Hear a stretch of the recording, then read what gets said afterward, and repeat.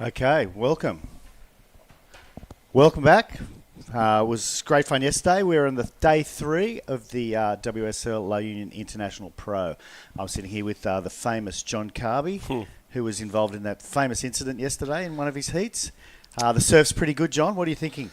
Really good. Our schedule for today is going to be short boards only. We're going to go from this men's round of 16 into the women's quarterfinals, into the men's quarterfinals. The waves still pretty big, Jerry. Low tide at the moment, so it's a bit bumpy, as you can see on screen there. A little bit bumpy, a little bit lumpy. There's not much wind out there, but this is just sort of that we know it as that the hangover or early Morning sickness. Morning sickness, yeah. So the wind blew so strong yesterday. It's got a little bit of a hangover, and we've got a bit of morning sickness with it too. So Yeah. I'm thinking each day we actually had full glass, and we haven't ended up with an offshore. So I'm thinking this may be the way it is for a little while. Yep. But nonetheless, it's pumping. The boys are happy to be out there. We've got Kian Martin. We've got Tashiwi Iwami.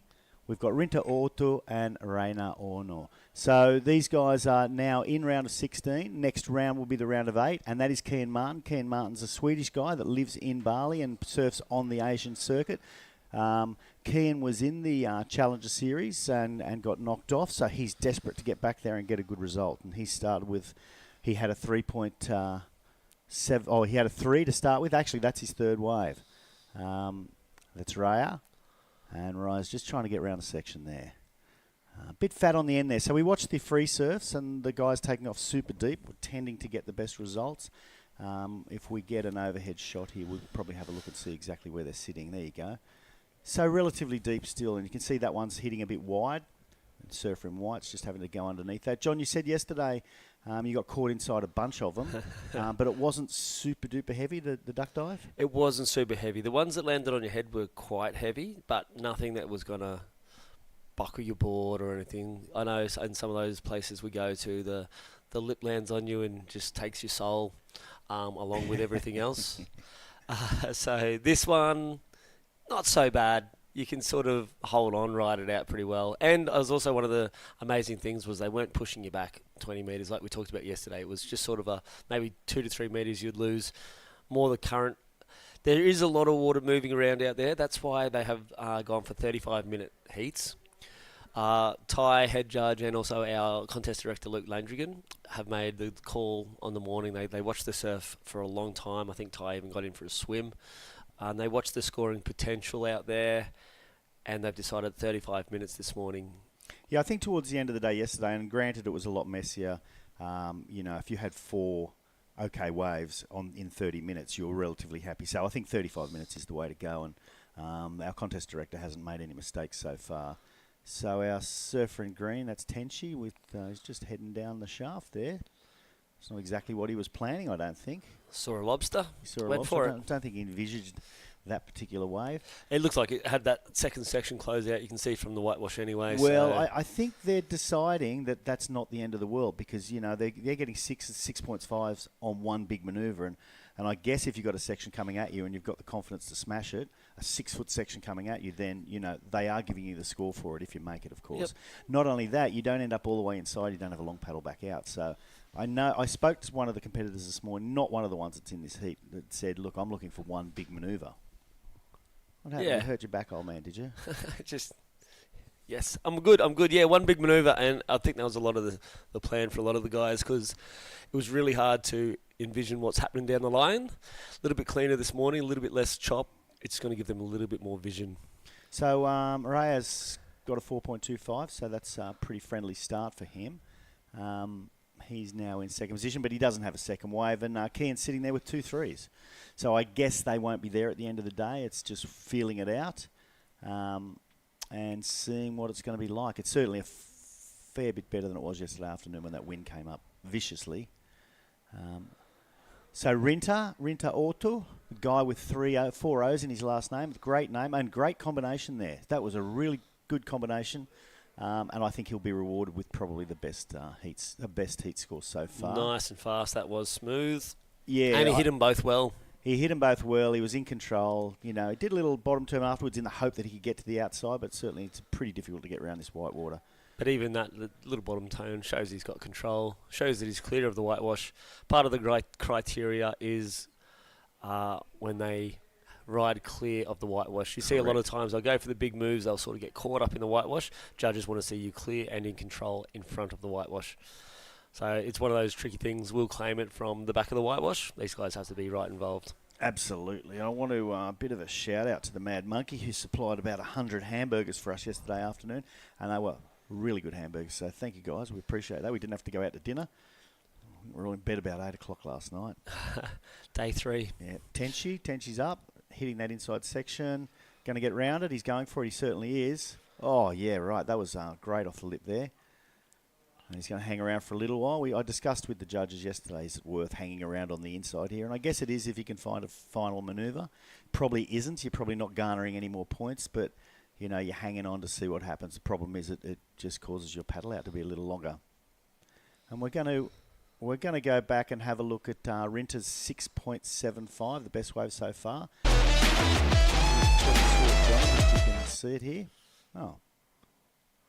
Had a little hiccup there. We'll get that in a second.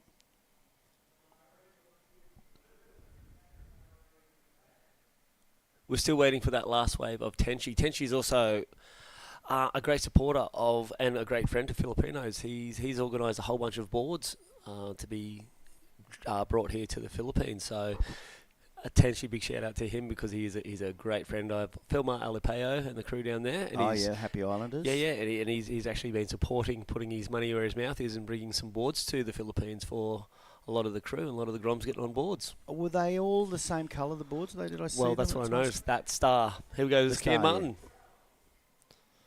Oh, lofty. Nice little blowtail reverse there. And then he's going to finish this one. He's going to be pretty happy with that start.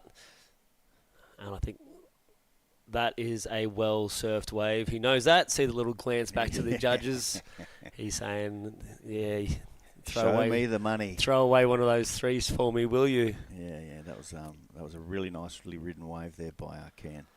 Ken's been a real supporter of the Philippines. So he's been, I'd say, to every event in the last 3 or 4 years, or since COVID at least, and I think maybe one before COVID. He loves it here, spends time here, and gets great results here too. He's if he doesn't, he's smiling. If he does, he's smiling. Yeah, He does take a loss really hard though, which I love.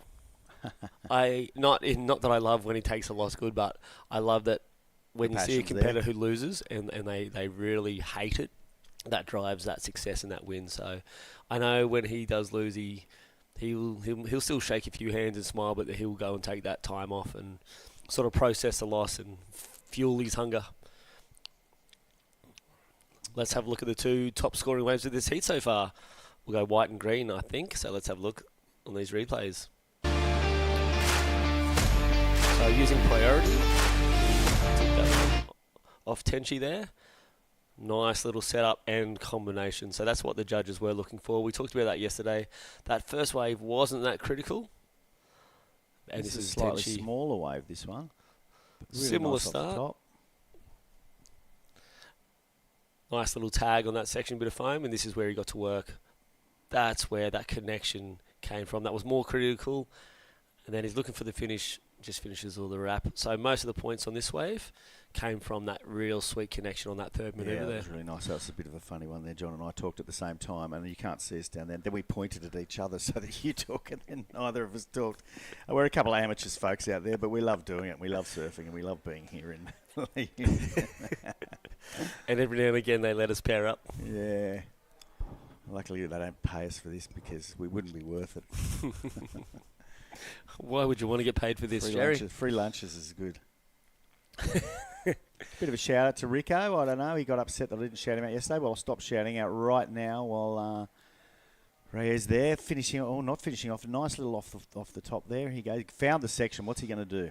Yeah, he's going to finish it beautifully. Fell out of the air there and landed with power, with confidence. And a bunch of similar waves here, and I see that one going around that 6-point mark as well. And I think Kean Martin's wave came in as 6.17, puts him in the lead. He only needs to get rid of a 3.0. But at this stage, just waiting on Rahir's wave, then I think they're all going to have one pretty good starting wave there, and I guess that will be up around a similar mark as the other guys. And no requirements that aren't almost fall down at this stage too. So it's a really tight group. Nothing really required after what Inui gets. He might jump out in front, I say. He'll get a 4 and probably back that up with maybe around a 5 or a 6, whatever that last one's going to be.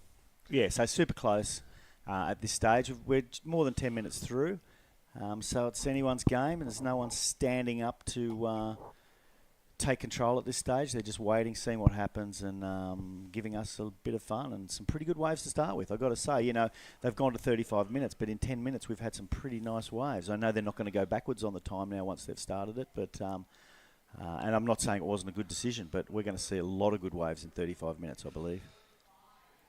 Yep, and as that tide fills in, it's going to be interesting to see what it does today with this size. Exactly, and you're right, spot on there, mate. Rahir got a 6.5, puts him into lead with a 6.5 and a 4.45. Keane only needs a 4.61 to move up into the lead. Rinta only needs a 2.4. We're going to have a look at that 6.5 again. Johnny, you want to call it? All right, late takeoff there, and then straight up into that opening wrap. This was the almost a mirror image of his earlier one from our surfer in white, and that there. 3 great connections, nice and smooth, not too much downtime on that wave. Very similar to what we saw of, I think it was Tenchi's actually. I think Tenchi had 4 manoeuvres, but they were in sort of slightly different order. But yeah, that was... So we've had a 2 manoeuvre, a 3 manoeuvre, and a 4 manoeuvre wave, and they've all got within a point of each other, actually within less than a point of each other. So I guess the 2 manoeuvre one was a real nice combination, and that was Rinta. So he actually has the highest score with the 2-move combination, which is interesting. So Yeah, they really like that the most, I guess. Yeah, and I really do see the way the Japanese surf really similar. They have a really similar outlook, the way they approach the waves, and it's always interesting for me to see how maybe like a nationality will approach a wave. It's really cool to see because not too many people are going to surf in Japan, to be honest. There is a bit of a tourist culture there, but not too many people I know, at least, are going to Japan for a surfing holiday. No. So they're not that exposed to other like people surfing they don't see. So generally they'll all be very similar because that's who they surf with 90% of the time. Yeah, okay. That's it's something I hadn't really thought about, but you spot on there. That's Tenchi cutting back into the power. See what he can do inside. See if anything happens for him inside. Yeah, nice finishing move. A little bit of a buck on the inside there, but all right. And that's Keane out the back there. He's going to get round that thing. Of course he is. I asked that question because I know I couldn't get round it. But really nice finish there for Keane. It did look like he got a little bit caught up on that. And then, 2 wiggles and he's back in front. Amazing. Yeah, that's all it's needed. This is going to be a close heat. Someone needs to step up and get an 8, I think. Separate themselves from the crowd. Who it will be, nobody knows. And they've all sort of grown together. They all sort of threw those 4s apart from Rinta, who's actually been super patient out there. He's holding priority. I'm sure he's going to be looking for another 6 minimum plus. I think we're going to need minimum a couple of 6s, but a 6 and a 7 or more. Yeah, so everybody's built on their sort of totals from the morning as they're developing. So last one of Keane still to drop in and also Tenchi to drop in. And once again, very similar waves there. Yeah.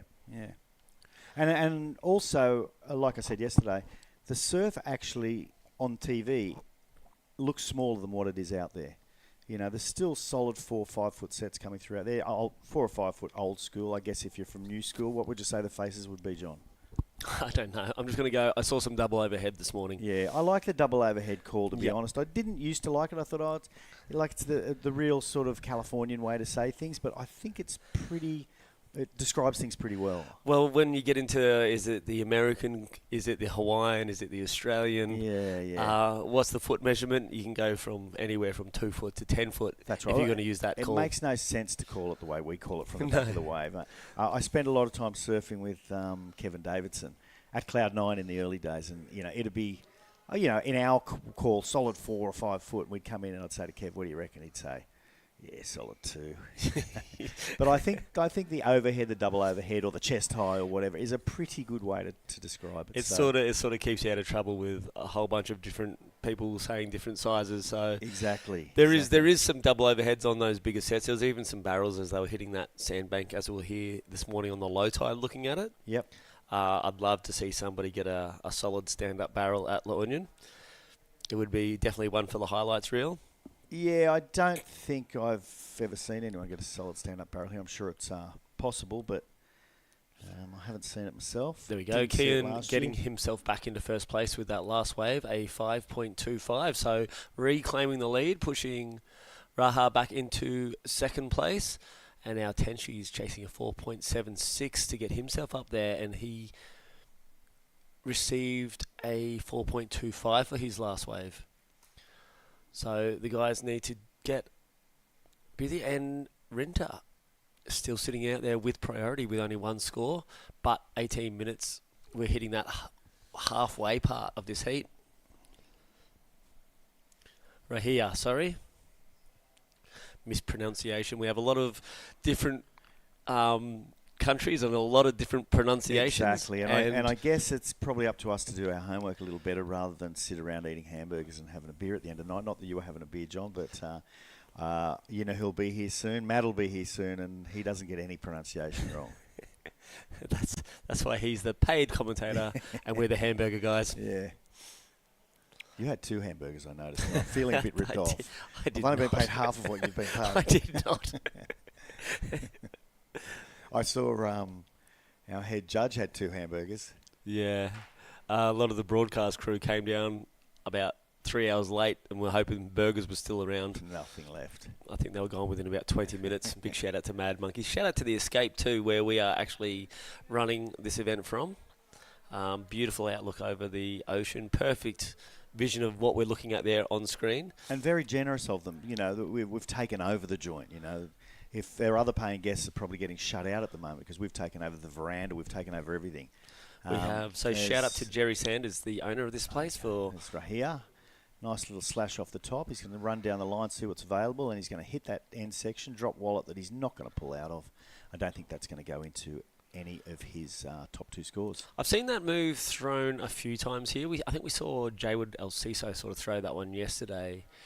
It is, because it's not as powerful as it looks, it's a hard section and a hard manoeuvre to sort of throw that tail and use that momentum of the whitewash to bounce them back up. And I think that's why a few times we've seen them sort of get left behind the 8 ball there and not quite right out, because it's not kicking. It's not pushing them back up. Yeah, like a sort of normal wave would. So unlike your one wave manoeuvre yesterday, which garnered you a 6 point something or other, which wasn't a drop wallet, it was just a massive hack. It was a 5.0, and if I could have got a second one of that. I think it was a 5. I would have given you a 6. I would have given me a 9. That was it for me. That's the top of the game. That's what head judge Ty said to me on the way back, and he said, if you can get 2 of those on a wave, you'll be up around 9s all day. Yeah. I didn't get another one all day. You had fun. I didn't get in the water, so there you go. And they closed the beach here, so I couldn't even go for a swim afterwards. Who said I had fun? I did not have fun. Did you see me in that second heat? I think you actually called the moment where I almost paddled back in. Yeah, I had fun watching you duck dive 25 waves in a row. Shout out to AC, the manager here at Escape 2, making our time super easy, which is the best part of it. When you go and do something like this, the last thing you want is dramas and headaches. So thank you, AC, the manager of the Escape here, because you are making our life just completely comfortable and easy. Tenshi not going to be getting anything too substantial on that one. I think he might have gone... I think he was under priority there anyway, so nothing lost, nothing gained. There it is, 2.2. That's not going to go towards anything at all. Judge is not taking long. And Rinta being incredibly patient. I think he's got plenty of time to go, but one wave. We're looking at Kian that's had 5 waves already. Well, QS, generally they can run 20-minute heats, would be almost a standard heat time. They're pushing more towards that 25 minutes, I think. Yeah, I think relative to the surf and where they're at and how many competitors. You know, sadly, sometimes they have to consider how many days they've got and how many competitors they've got. And how much surf is coming. This is one of those unique sports. And how much surf is coming. That's the unique thing about this sport. I think we're the only sport that almost relies minute to minute or hour to hour sort of condition requirements. If you're out, the closest one might be in the snowfields as a snowboarder. Oh, here we go. That was Arinta setting up for what was going to be a cracker by the looks of things. He just got a bit of a bubble on the bottom turn. I was excited about what was actually going to come off the top of that one, but he lost his footing on the bottom. No, shout out to our media guy, Gabs Batalones, doing a wonderful job. So if you see all the media, all the visions, he's the guy behind it. Took a sneaky picture of me yesterday eating hamburgers and put it on his story. Yep, but yeah, he's one of those guys behind the scenes that you never see his face, you never hear his name. And there's a lot of those people. We've got Wenna, Kara. Yep. It's an amazing team, especially I can't shout out the Opsa guys enough. Even the guys behind the scene, there's Ralph Texan, Mark Velasco, Gino Canlis and Doc Canlis, who we saw the other day. Yep. It's the teamwork that makes the dream work, and here we are at the second WSL, or the first of potentially 3 WSL events in the country. It's because people come together. Yeah, including the sponsors and the people are working hard. And a little bit back to our conversation about the 35-minute heats. At this particular event, we have the luxury of having only just not a few more than 100 surfers in it. We've got 7 days and we've got the time. So we do have the luxury of running the event over a bunch of days and not having loads and loads of competitors. As opposed to somewhere like, say, Cloud9 later in the year that will probably be a 5,000, so we'll have maybe twice as many shortboard competitors, but we have tidal issues there as well. So we lose about 4 hours of the day with the low tide at Cloud9, which means that all that surfing has to be squeezed into a shorter time. So I think a 35-minute... Well, I've been doing the Cloud9 comp for many, many years now, and I've never seen a 35-minute heat at Cloud9. I think we've boosted it out to 30 once or twice. Maybe a final? Possibly a final, yeah, but not, during the heats. And generally they're going to be 30, so you're right. I can't think of any 35s. We've got a lot of time here to play with. We've got plenty of days to play with. The other exciting element is we have, I don't know if anyone else is doing the shortboard and the longboard divisions at the same event. Well, of course, Belair is. Yeah, apart from Belair, I don't think anywhere else other than the Philippines. I can't think of an event where we have shortboard and longboard. I've seen a lot of shortboard and junior divisions. Yeah, certainly not on the Asian circuit. So it would be really good one day to get juniors included. Also, we're going to blow out to probably a 10-day window. Yeah, I think statistically that's very much. difficult. It's hard to get a 10-day window on a 3,000 event or a 1,000 event. It And is. then just the amount of people you've got. Look, of course, all competitions now are men's and women's. Yep, which is a great initiative from the WSL, equality in sport. Yeah, well, what that does, it makes it a little harder, and I've been the contest director. It just gives you a bit less time. I was a big fan originally of having the women's down in Shargo in April and the men's in September, but that was just on a personal level because it just gave me a lot more time and it just made life easier. But to have the whole crew in at the same time is really nice, and have the opening closing ceremonies with everybody involved, and particularly the presentation with the men's and the women's at the same time, same prize money, same whatever. It's been pretty nice. As an event director, it's just a little harder. Absolutely, but I also remember in Shargo there, it was around May, right? It was generally the event. The end of April, early May was the time. Which was unfortunately around election time on those odd or even years, so sometimes it got a little bit tricky to run the women's event. Well, remember we had an election last year during the men's and women's. Actually, we had one day that we were not allowed to actually surf. We did a barangay captain level. Yeah, so in the Philippines, officially we weren't really allowed to run the whole event, but our local Congressman Matugas organised with the electoral committee that we actually only had to wait for one day. So one day in the middle of the comp, we had a day off because they had the local election, which was great for us, to be honest. Well, there was also, when there's elections in the Philippines, there's alcohol bans. That was also great for the team that they had a day off. We had a day off everything, yeah. Well, we just went surfing and hung around, and I think I played golf at Alon's place. Big shout out to Alon Dassa, who owns Villa Maya there in Shargo, and we go there and play on his little 9-hole golf course. He's very generous with people going there, so good on you, mate. There's the spread of the 4 guys sitting there. We can see Rahia sitting a little bit inside in 4th priority, so he's going to look for something that the other guys might not be looking at. He's in 2nd place, so he's going to want to try to throw away a 4.25. You could throw a blanket over those first three competitors. 11.4 down to a 10.25, only 4.2. Some fours required to get into from second to first and from third to second. Yep. And only a 4 needed from Rinta, who's still sitting out there unbelievably with one wave. Yeah, that's crazy patience. I mean, he must be fairly confident. Oh, he's going. Speaking of the devil, he must have heard us. 8 minutes and 44. Let's see, lining up. Not much on that opening turn. Great connection with that second one, linking him into a nice third tail, sort of carve, a little bit of a tail slide. Didn't go too heavy on it. Looking for a 4. It's going to fall around that I think mark. it's going to be close to a 4. Yeah, he didn't do anything overly dynamic there. The wave didn't really cooperate, I don't think. I don't think he was waiting 30 minutes for that, though, to be honest. Yeah, look, it frees him up now to take whatever comes his way, and it's probably a good thing for him. So if he doesn't get the number, which he's close to, and he's sitting on the 6.75, which is the best wave score of the day, we'll see what happens. Here goes Rinta. That's the setup he wanted before. Nice connection in that critical section of the pocket. And nice second. I believe they're going to go incomplete on that second turn.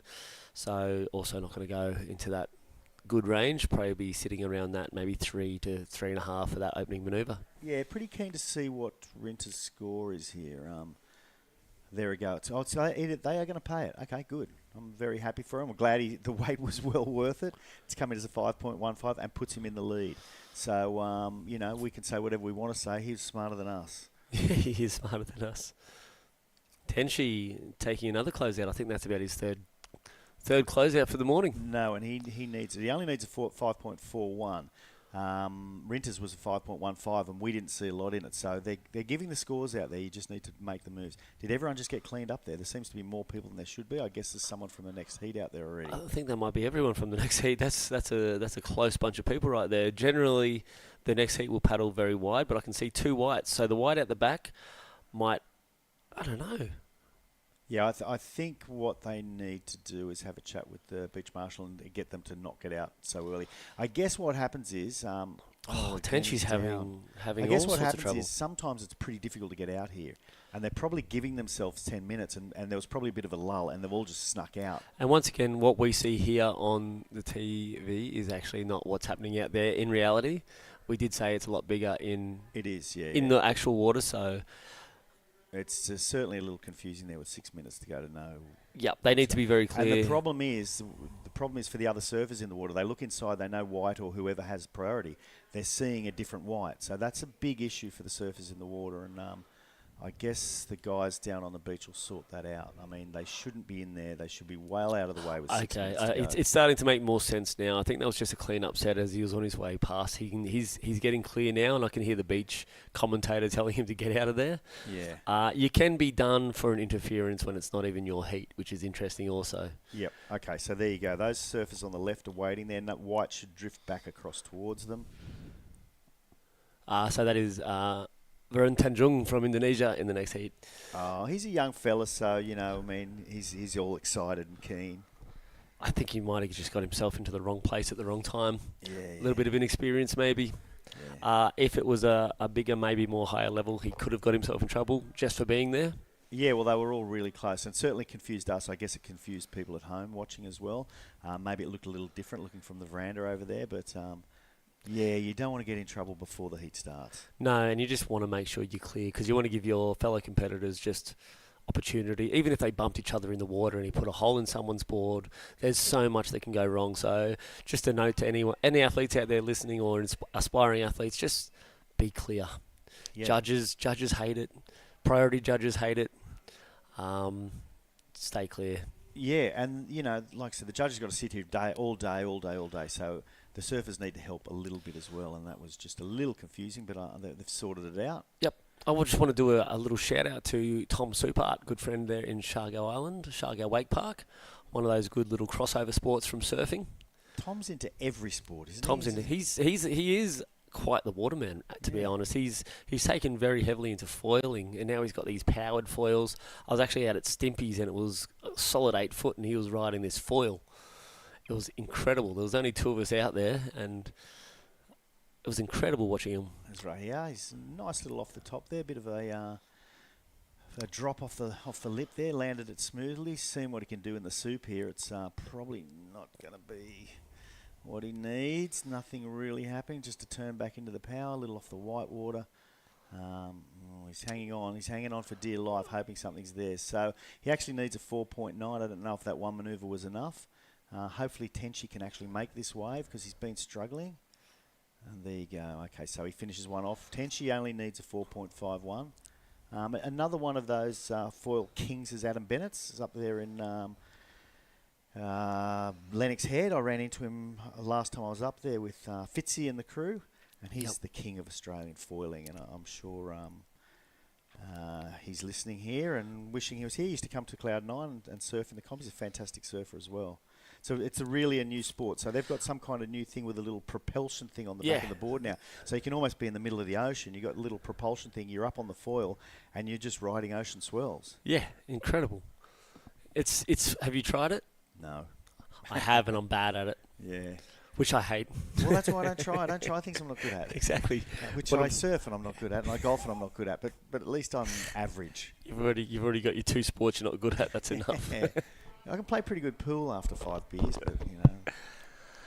Okay, so it's 2 minutes 45. Rinta is still out in the lead, waiting for a couple of little scores. Tenshi's score came in at a 4.8, which was enough to put him into third place, but not enough to put him into a position of first and second, which is really what they need to do. It hasn't dropped his requirement, which is important too. He's still chasing that 5.41. Rinta's only chasing a 4.90. You can see across the scores they're more than capable, so it's going to be a very close. Yeah, and no one's broken out here. We still have that same top score, which came really early in the heat. Rinta's, and everyone's got a 6 or a 6 point something.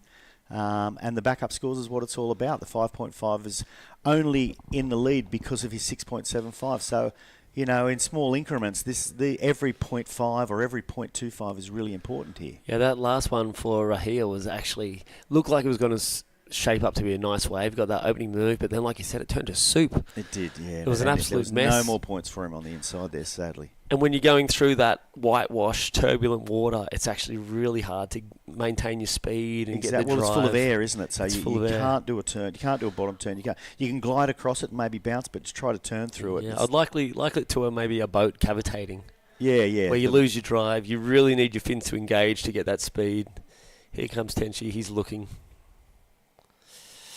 Yeah, shoulder slump there. He knew that wasn't going anywhere, but with 1 minute he had to try. 1 minute and 15. So anything can happen here. It's just a matter of a set coming through, and there's Kian trying to consolidate his second position with a really nice off the top and a section here that he's going to hit. Didn't do the drop wallet and still couldn't get through the white water. So, a little lack of power there. Maybe he just went a little bit too high, went out of the power source. We didn't see what happened earlier in that wave, so we're not entirely sure what the score will be there. We're going to have a replay of red with a couple of seconds to go. Let's see what he got, and we'll make some decisions here. So, late takeoff underneath the hood. Same thing, protecting his score, I believe. Just making sure no one else could be on this one because it did have potential. He didn't commit 100% to that manoeuvre. No, he didn't. With 30 seconds to go, he did protect his position as far as priority. I don't think that score's going to go into his top 2. And it's pretty desperate at the moment here, so there's a wave out the back which could change everything. I think it might land on their heads.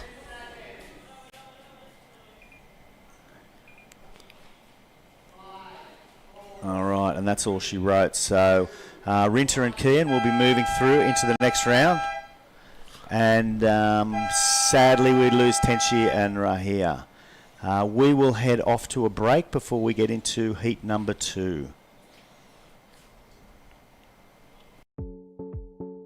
The WSL La Union International Pro 2024 is brought to you by Tingog Party List, House Speaker Martin Romualdez, and the Department of Tourism Region 1.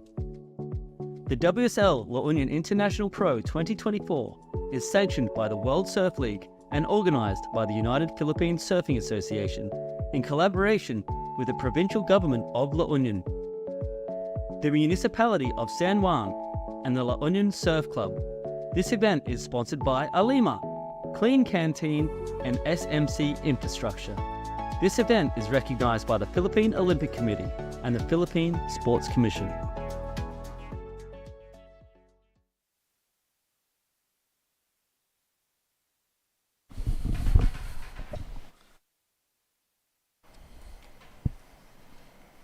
We're 16. And yeah, okay, we are back. I couldn't hear myself there for a little while. I get a bit confused.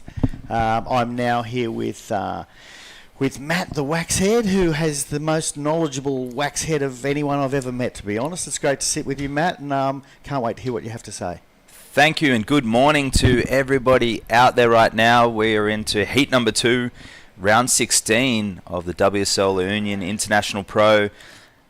Jerry Deegan joining us for the call, and this is Kay from China, and on the inset screen this will be the number 1 surfer coming into the event at the moment, Keji Hiro.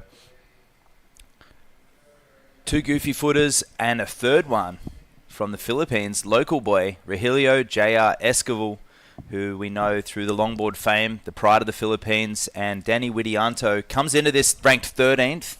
This is a crucial heat for him right now to build momentum.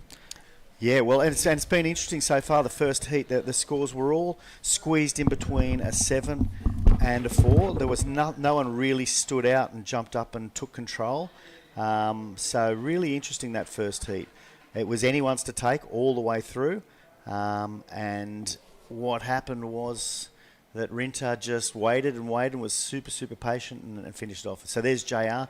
Oh, really nice under the lip. Lost a little bit of control there, and another one. He's a fantastic goofy footer, and he's as good on his shortboard as he is on his longboard. He is an amazing waterman, JR, and a super nice guy. You'll see in the interview he's very humble. He's really nice. He never talks himself up, and he is not only the pride of the Philippines, but he's the pride of La Union. You know, he's universally loved. Never sets a foot wrong on his board or out of the water. He's just an amazing guy. You know, warming up this morning, he's sitting there with about 5 of the local lads from his surf school. His brother was there as well, and some of his cousins. Super relaxed, hanging out, kind of stretching, but not really, not adorning a lot of attention. And I asked him, "You stretch? You ready to go?" And yeah, I stretched with my dog this morning. Very relaxed for somebody who could feel the weight of a country on his shoulders in terms of professional surfing. He's certainly not showcasing that with his performances. He's surfing free and loose in all the heats we've seen, shortboard and longboard. So he will be a challenger in this heat. With the 3 goofy footers, you have to say local knowledge out there on a tricky morning like today will definitely play into his favour. And his first wave is going to show that, and I think it's going to be a pretty decent score, up around where the highest scores were in the first heat. That's my call on the wave he just got. He's just so smooth on his backhand. No hesitation, linking his manoeuvres. I don't know if there'll be a replay of that one, but it was just a terrific wave. And there he goes, a 5.50. So close to what the high scores were, a point less. And now we're going to head down, and we are going to have an interview with Rinta Orto. Good morning, La Union, and ohayo gozaimasu to our last heat's winner, Rinta Oto from Japan. Yeah, Rinta, you were looking good out there. Excellent wave selections. You got only 2 waves, but those were the best 2 scores of the heat. So tell me about, how did you pick those waves? What was going on to your mind? How did you know that, oh, this wave is good, I should go on it? おはようございます。1本目 6.75 作れて、その時にちょっと波がしっかりいい波が自分の中で判断できるなと思ったんで、その後あの波しか狙ってなくて、それが2本っていういいセレクションになったかなって思います。Yeah, and you were going against the cream of the crop of Japan, very good surfers from Japan, and also from Sweden, Key and Martin. What kind of pressure, or do you feel pressured to be surfing against surfers that are this good, of this caliber? How do you fight the nerves?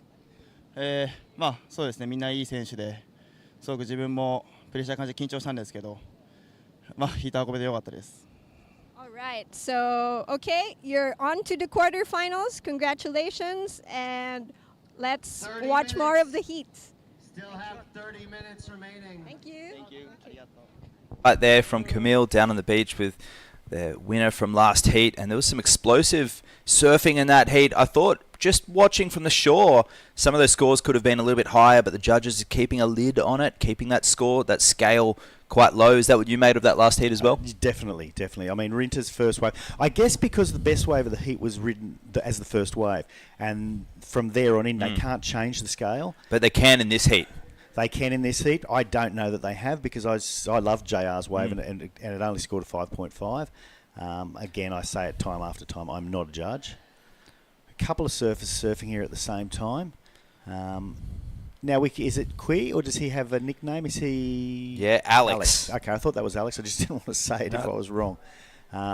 So he didn't do much there, and we didn't really see further inside on the other one. But, yeah, I think the scale seems to be similar. I don't know that they've changed it. And that's to the viewers out there right now. We have the judging criteria. That doesn't change. But in terms of the scale of a heat, it's incomparable to compare a score from last night to this morning, as it will be till tomorrow as well.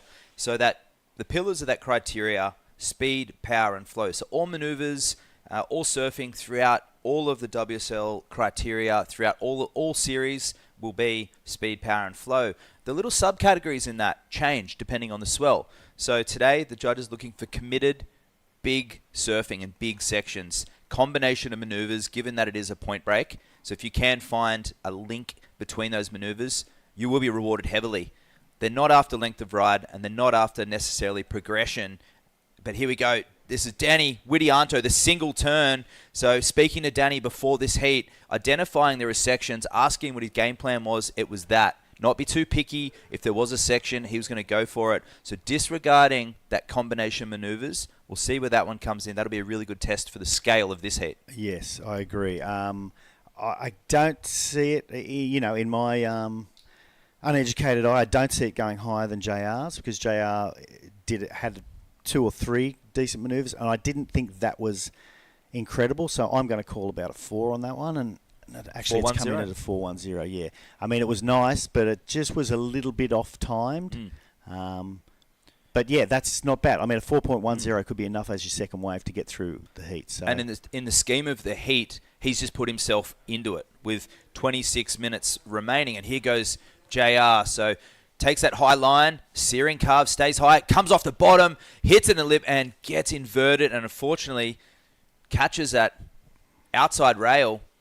And behind him with the answer back. And that's going to be a loss of priority there for the current heat leader in green, a Japanese surfer. That would have been a quick answer back for JR. If he was able to complete that maneuver, you'd have to say, given what we saw with Danny's wave, that one would have been another mid-range score. Exactly, and put pressure on the others. Kajiro just didn't make that, but he's going to get back out and get second priority, which is probably not the end of the world there. Yeah, you're right. He actually pin dropped, and he was able to get back out there and regain second priority. We talked about strategy last night. We talked about the current and the bigger waves in those last few heats of the day. Getting 2 turns or even 1 turn was a smart idea than linking the inside section, mainly because of the logistics of getting back out with time. Yeah. 4 people heat still.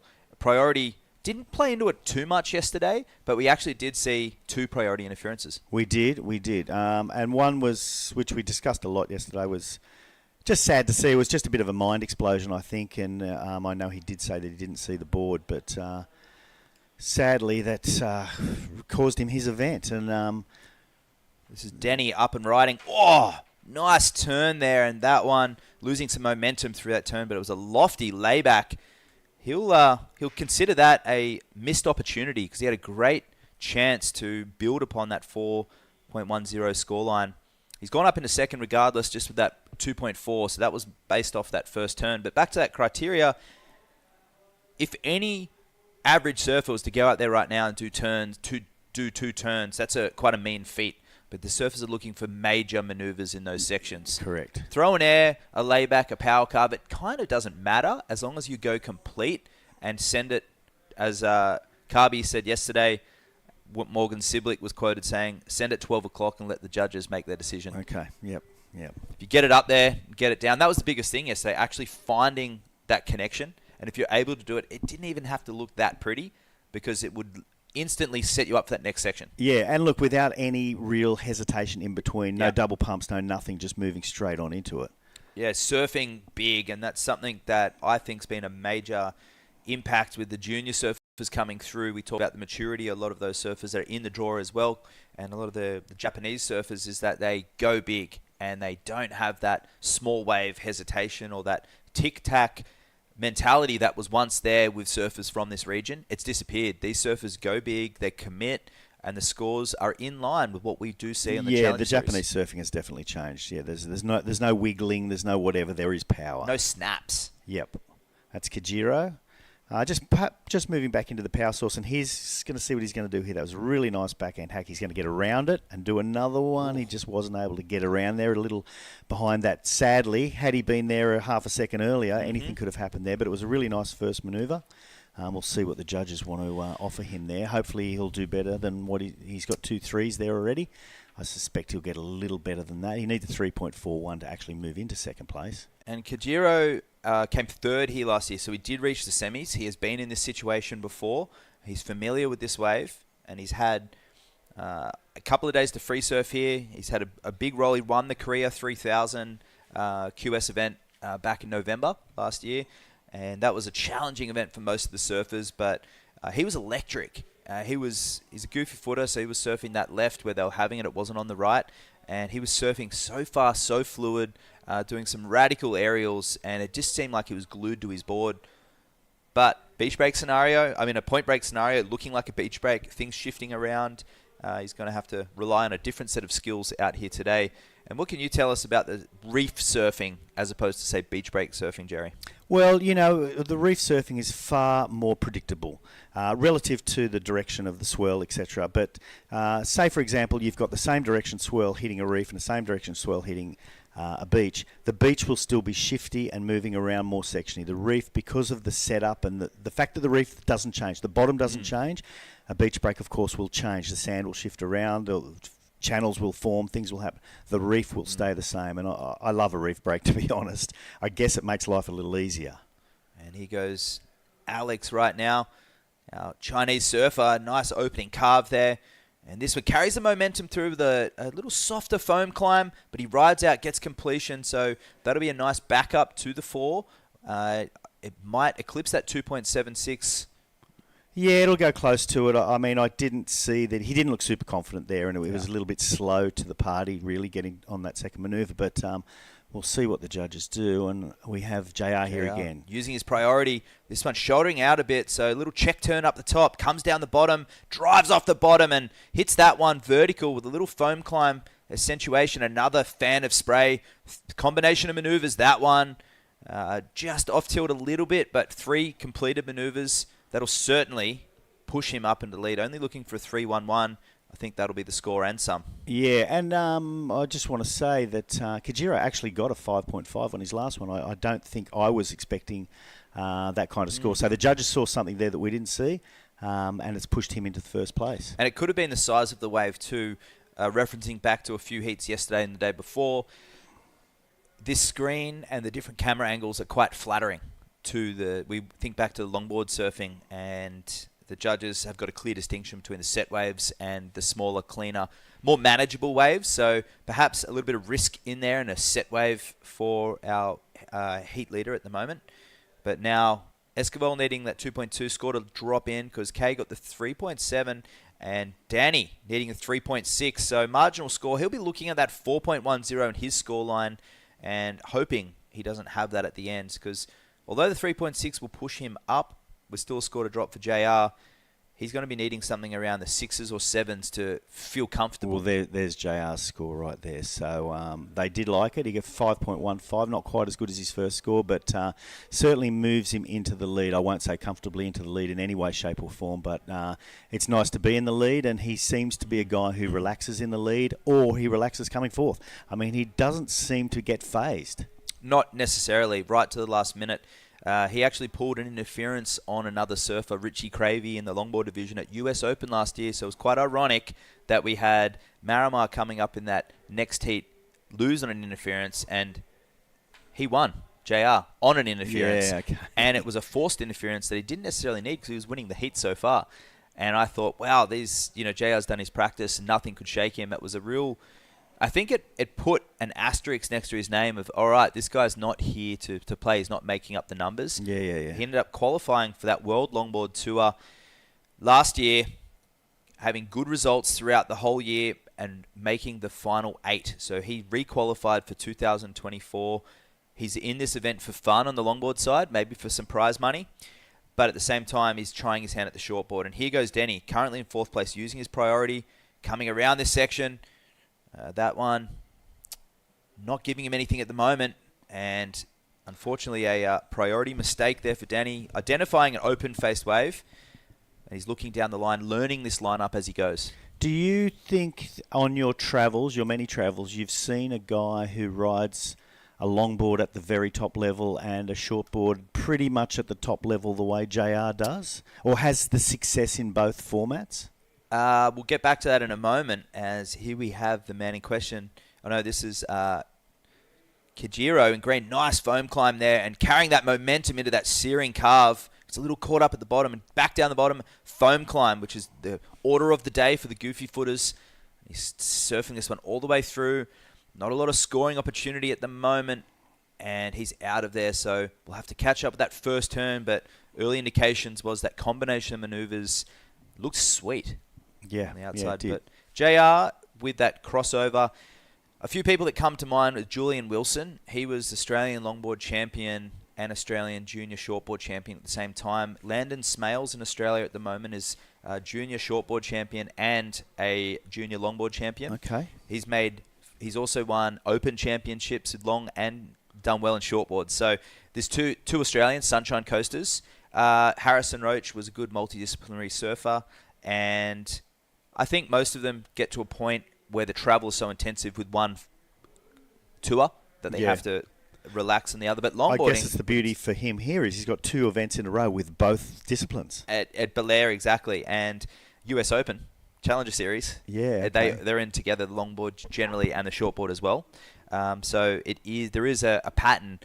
We could see more of it, and it's a testament to how skillful the longboarders have become these days, where they are multidisciplinary and they can bounce off each other. And he's a good barrel rider too, JR, and nose riding, as we talked about the other day, despite what some people may think, because I know not many people out there can barrel ride and hang 10, is very similar. The setup. Joel Tudor is one of the best to do it at Pipeline. He's also a world champion, 3-time world longboard champion as well. Right. So only 3 times. There was a time when I was watching. Well, I've always watched surfing all my life, and it doesn't matter to me whether it's the men's, the women's, the longboard. The Joel Tudor seemed to be the only guy there for a decade. yeah, he was. He lost a lot more than he won due to the judging criteria. It was guys your age, Jerry, who grew up on a mixture of. Here we go, Danny, 3rd priority, so under priority. Nice fan of spray to set this one up. And looking for a considerable score, and he snaps that wave. This is a mid-sized wave, so he's going to need something on the end section. Tic-tacking, and he unloads and carrying that momentum through and doesn't ride out of that. He's got to fix those completions if he wants to climb up there. I'm not sure if it's a 6.35. Yeah, but I think had that last manoeuvre been pulled off, maybe it would have been the best score of the heat, but he just didn't finish it off, did he? It'll go into his top 2, and he'll reset for a 15-minute, 50-second. But other end of the spectrum, Danny Widianto from Indonesia. He's in the quarterfinals for longboards as well. Okay. And he's making good progress through. He made the semis. He made the final of the. No, he made the semifinals of the shortboard and the longboard in Korea. Okay. So he's. So then, what is the criteria as far as the top however many in the Asian region get into the Challenger Series? Oh, there's not a Challenger Series. The Championship Tour, yes. So what's the scoop one. there? Only one. One. Okay. Yep. JR's requalified, so that's the key. So one more will get in. One more will get in, and perhaps a wild card as well, as what we're seeing with these performances of these surfers, and we saw the success of JR. They weren't making up the numbers. They put in solid performances, and so Danny has a pretty okay chance if he carries through. Absolutely, on this one, and given that there's only 3 events. Exactly. Kai Hamasi is the Japanese surfer who's way out in the lead. He's also multidisciplinary, might I add. So there is a lot of them. Not a lot of them have gone on to compete in both tours. there's so many examples, I think. But Jay Moriarty, who was the big wave surfer from Mavericks, Chasing Mavericks, the film was about Jay Moriarty. He died at a very early age. At 16, he has a famous photo of him on a 40-foot face, airdropping. He was also a very proficient longboarder, winning lots of events in California. A very good shortboarder, open ocean paddler, free diver. He died in his late teens, so he was a child prodigy. And Joel Tudor was one of the few guys who could balance both. Joel was actually a professional skateboarder at one time as well. Okay. He had sponsored by Independent, I believe, and Sector 9 skateboards. So, real sportsman. Yeah, so these are all, they're watermen, right? And they're born in the water, and they... A skateboarder is not really considered a waterman. Well, though, no, right? they're I should say boarders. They're boarders. Yeah. And skating came from surfing. The origins of skateboarding from the 1960s, it was called sidewalk surfing, and it was an accentuation of the longboard surfing on small little skateboards. It wasn't longboard skateboards; they were tiny little. I remember timber them. skateboards. Well, not in the 60s, but I certainly in the late 70s, whatever. You had skated with my Bane brothers and a lot. the Bane Fiberflex, and you had the G&S ones. So, and the skateboarding then in the 70s inspired surfing, but that film Dogtown and Z-Boys, you'd be forgiven thinking that they invented skating, but they looked to Terry Fitz, they looked to Larry Bertelman, they looked to Reno Abalira for their inspiration of skating. And here goes JR again. Nice little turn back into the power there. See what he can find down the line. Looks like a smaller wave, but yeah, he's decided he didn't want to hang around there. So Danny's gone to the lead, a 7-point ride for that combination. Yep. And what I can put an earmark down for that, if we could get a replay, is that third turn was the biggest third turn we've seen. The wave actually picked up momentum down the line, so perhaps the judges liking that momentum that he carried. He did. He had speed. Imagine what would have happened had he finished it off. Nonetheless, here we go. This is JR's replay, actually. Oh, yes. So we're looking for White's replay, but watching JR here, great neutral foot, gets on the back foot, and you can see him transition to the front foot now, stays on the back foot, so nothing of substance there, but just looking at that technique that all good boarders have, and he'd be a good snowboarder, JR. Oh, he's good at anything. He'd probably put him out on the soccer field. Yeah, a friend of mine has a band in Sydney, and they're doing the rounds, and they're called Bane Superflex. Oh, that's cool. They had a picture of Farrah Fawcett on there, like the real 70s sort of thing. So hello to Mark Phillips if you're watching. So tuning in out there, lots of our Asian supporters right now, and Australia and all around the world. If you want to learn some skateboarding history, check out the Dogtown and Z-Boys documentary. It's all about the Venice skateboard scene. And for a little bit earlier information, you can check out the Endless Summer 1. That's always a classic surf film to see where surfing has come and surfing some new destinations. And Kay up and riding. So he's needing a 665 at this point, and that wave is certainly not going to do it. No, probably the wrong wave choice there by Alex, but he's still got 11 and a half minutes to go. I remember when I was a kid, we were on holidays in Nambucca Heads, and Mum and Dad were sending us to the movies, and we're seeing this movie called Endless Summer, and a movie called Pink Floyd, and I had no idea what either were, and I thought, Endless Summer sounds girly, and Pink Floyd, what is it, about fashion? And they were two of the greatest movies I ever saw. Incredible. And some of those surf films, that's where a lot of the surfers, we talk about surf culture in Australia and America, South Africa and Europe, surfers used to tour the films to different coastal hamlets, and that was before even magazines, that was the first vision a lot of young surfers had of surfing. And correct. We used to go to the local town halls to see surf movies. You would. And that was where you saw them. Or the Opera House. I remember catching the train into the Opera House to see a surf movie. So JR looking for a 5.61 right now. Big section. Comes off the top and rides down with control, and that one felt good. That was one of the biggest waves of the heat so far. He liked the look of it. He took off pretty wide there as well. He knew what was going to happen, and what happened was what he wanted to happen. So that was pretty impressive. We'll see whether Ty and the boys in the judges panel liked. And a shout out to those judges. The consistency in the last few days has made our job easier, and the surfers have a status quo to go off. Yeah, look, I haven't heard a complaint about the judges in any way, shape or form. And when you get knocked out of a heat, you want to blame someone, you want to point the finger somewhere, but no one's come storming upstairs. No one's seen the contest director. No one's had any complaints. So, yeah, that is a testament to how they're going out there. And it's a thankless job. By the afternoon, they're in the brutal sun. And so thankless. And I'm glad that I can passionately describe what's going on in the water, and I can judge too, but I enjoy this much better. Okay, we're going to get a replay of Danny's wave, and I can see that JR got a 5 on the last one to move him into first place. All right, so under priority, airdrop comes around the section to that opening fan. So that opening snap, sending him down the line here. This section, little foam climb, snap there, and this one here, bowls up, and he smacks that, sends the fan skyward. So that was a critical moment, and he didn't ride out of that. So most of the points is coming from the combination and that third turn. We haven't seen a dynamic third turn like that. Most of them have been foam climbs. Yep, and he received a lot of love from the judges for it, and valid as well. And just as we said, 5.5 for JR, moved him back into, it was a 5.8. So 5.8 for JR's last one manoeuvre. So it was a big manoeuvre on a big set, really wide. He knew what he was doing, moved him back into first. So Danny now needs a 4.3, which is what we just saw he's completely capable of getting to move into first. Kajiro only needs a 5.61 to move into second. And Alex needs a 7.1 with 8 minutes to go. So Alec probably needs to get a move on here.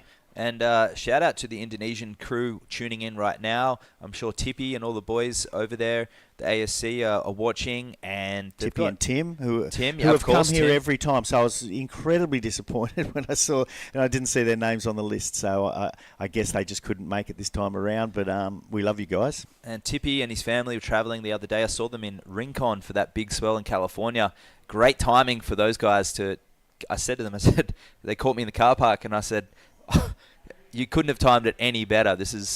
I was in awe of my timing, and to see him there was a great experience for his kids as well to get that perfect point break. That same day, Mikey February's out there, Devin Howard was out there, Britt Merrick, the whole Our Merrick team was out there, Connor Coffin, Lakey Peterson was there. There was an all-star crew there putting on a clinic. So I saw a lot of footage from that swell, and it was just an amazing swell. I haven't posted mine yet, so I got one nice photo. I can't wait to see it. The next heat we have coming up, we also have Oni Anwar, who's at the moment, the flag bearer for the Indonesian surfers, leading the way and being a big influence for them. He's had travelled all around the world with his surfing, and he's turned a lot of heads. And once again, although we had Rizal in the 90s and 2000s as the pretty much dominant Indonesian surfer, especially in barrels, you think of the footage at G-Land and Padang, but also just that friendly Indonesian nature that he possessed, and I think Oni takes after that really, for sure, really well. And Denny under second priority here, looking for something to build on that 4, and that's not going to be it. And 17th he received at this event last year, so he's already surpassed that result. 5th in Korea, a 9th in Taiwan, and a second at the. There's Kajiro. Backhand slash. He's going to finish it off. He's going to try to get around that section. And bam, up and over. That was nice. Real control. I guess the judges will like that. And it was interesting, Danny taking off from that smaller wave, knowing that Nishi only needed a 5.61. Oh, yeah, that's going to go very close to that 5.61. It will. If not better. That second manoeuvre was just terrific. So much control. And a pretty critical section as well. 4-man heats, you'd have to say that if that was a 2-man heat, Danny wouldn't have taken off on that wave. But given the 4-man scenario priority, he just thought, I'm second priority at this point. I've got to build upon my 4.10 from correct strategy. But still plenty of time left. JR taking off in the whitewater. It certainly is. Okay, he's going to pump down the line. Obviously, he's going to do something big right now. Okay, he's got a bit hung up there. Can he finish it off, or does he bother finishing it off? No, he realised, or he didn't realise, but I don't think there's much potential in that particular one, so he'll be back out there as quick as he can. He's on a 5.7. He's on the square tail Cabianca out there right now, made in Bali, and that's, of course, the same brand board that Gabriel Medina has brought to fame in the last 5 years. And why not ride what the best are riding? I see a lot of surfers out there on distributed boards from this region. Some of them are on Tokoros. I've seen JS. I've seen Sharp Eyes. Not many Almeric boards. Cabiancas I've seen. And he's on a Flanagan shape out there. Denny, I know that. I see quite a few Dylans down in Longbottoms, down in Shargow. And I'm from Cronulla, and Dylan shapes stacks of boards there in Cronulla. And a lot of the toe boards he shapes as well. Absolutely, Dylan, an incredible big wave surfer, all-round surfer. Competed a little bit on the QS and the junior series, but had more luck with chasing bigger waves, being a free surfer. And his daughter Summer is just off the Richter in big waves these days. Hello to Dylan and Summer and the rest of the family, Martinique and the other kids. I think it's time for me to order a Dylan gun, you know. He's just there, and he's the best in the business in Sydney, so may as well. A 5.2 for Kejihiro's last wave wasn't enough. So he'll go down into third or fourth priority. 4 minutes to go. It's JR and Danny, but in the driver's seat is Kay, needing a 7.10. Will be the best wave of the heat. But the encouraging signs is that he's got nothing to lose. He said that in his post-heat interview. He's got his friends and family riding right behind him now. He's in the driver's seat now, and it is up to him.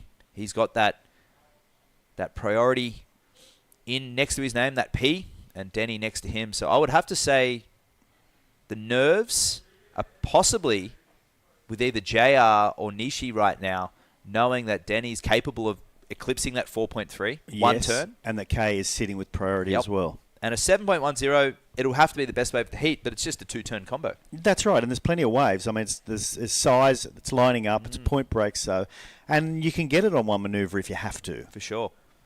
I couldn't, but some people can. And we've seen a decrease in swell from last night. It was pumping, and it got bigger towards dark yesterday afternoon. A couple of the boys paddled out. Tom and Todd paddled out.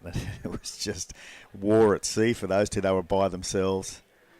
Okay, here we go. This is basically the last hurrah for Alex. Okay, he's going to smash this right here. Oh, and the wave's sort of softening up a little bit, which is not going to help him. What can he do right here? Bam. Nice little slash off the top. Thinking at this stage he needs to finish it off. I'm hoping there'll be some kind of section to finish it with there, and he's going to wait and look for it. It's not going to be there, so I struggle to think that's going to be the 7.1. Yeah, not a single dramatic manoeuvre there. It was that one nice fan of spray, but a little disjointed in between the manoeuvres. But a strong performance there from Kay. But we'll still see what the judges lock that one in at with 2 minutes 20 remaining. So a 3.65. Yeah, okay. So a bit of a sigh of relief, I guess, from JR and Danny at this stage. But they still need to deal with Kajiro, who only needs a 5.61, which has been done, a couple of times at least this heat. And this will be a huge scalp for both of these surfers right now. Danny will go flying up the ratings, and a lot of other people who are down a little further will be actually barracking for JR right now. And here goes Nishi right now, electric fast surfing, a little soft snap there, losing momentum, but he's ramping up down the line, and he smacks that one vertical. So one of the smallest waves of the heat so far. He's looking for that 5.61, so it will actually have to be his best wave yet. Correct. A nice end turn. Yeah, I don't think there was many points for the first manoeuvre and a half there, but the last one is what he's hoping for. And, nervous times there for Danny. He does have priority, 1 minute 20 left. He will need another wave just to make him feel comfortable. The judges will probably take the time. I guess he needs to see the score of Nishi, and he'll be asking for where his position is after that. Oh, it's locked in, 4.7. It's not enough. Not enough. So basically those two can hang around out there. I don't know if Alex is getting out there in time to get another wave, but he certainly won't have any priority. A little sigh of relief there, see, to JR, the little hand up. Okay, just like, well done. Good on you, buddy. We got through. Okay, with a minute to go, that hasn't happened much during this event. That's a huge scalp right now. Yeah. Coming in this series, ranked number 1. There is the dual sanction events over in Australia after Belair, so they will have the event at Avoca, which is a 3,000, and the 5,000 at the Newcastle Surf Fest, the classic Surf Fest. And here's JR, victory lap, and just a little foam climb there as he makes his way around. And we're interesting to see now what these surfers do. JR is going to be moving forward into that quarterfinal round. Man on man? Man on man. And Danny Widianto, the Indonesian surfer, will climb and skyrocket up the rankings. And he goes one better than his finish last year. And the crowd on the beach will be so happy. Well, it was pretty relaxed earlier, given the tide. Here's Danny on his final wave coming in. And we're going to round out this heat right now. We say goodbye to ratings leader Kejihiro Nishi and Kei Zhu. A great performance from the Chinese surfer. Don't go anywhere. We're going to come back with Heat 3. 3 Filipinos and Oni Anwar very shortly. Let's wander the 100 islands of Pangasinan. 124 to be exact. Each with their own hidden secrets to be explored. The islands are connected by the Lingayen Gulf, and bridges, and even zip lines that let you fly from one island to the next. Woohoo! There's hundreds of adventures to dive into when there's 100 islands to explore. Let's wander the Ilocos Norte sand dunes. If you want to get down and dirty, this paradise is thirsty for adventure. Just choose your ride and rush through landscapes that are always changing.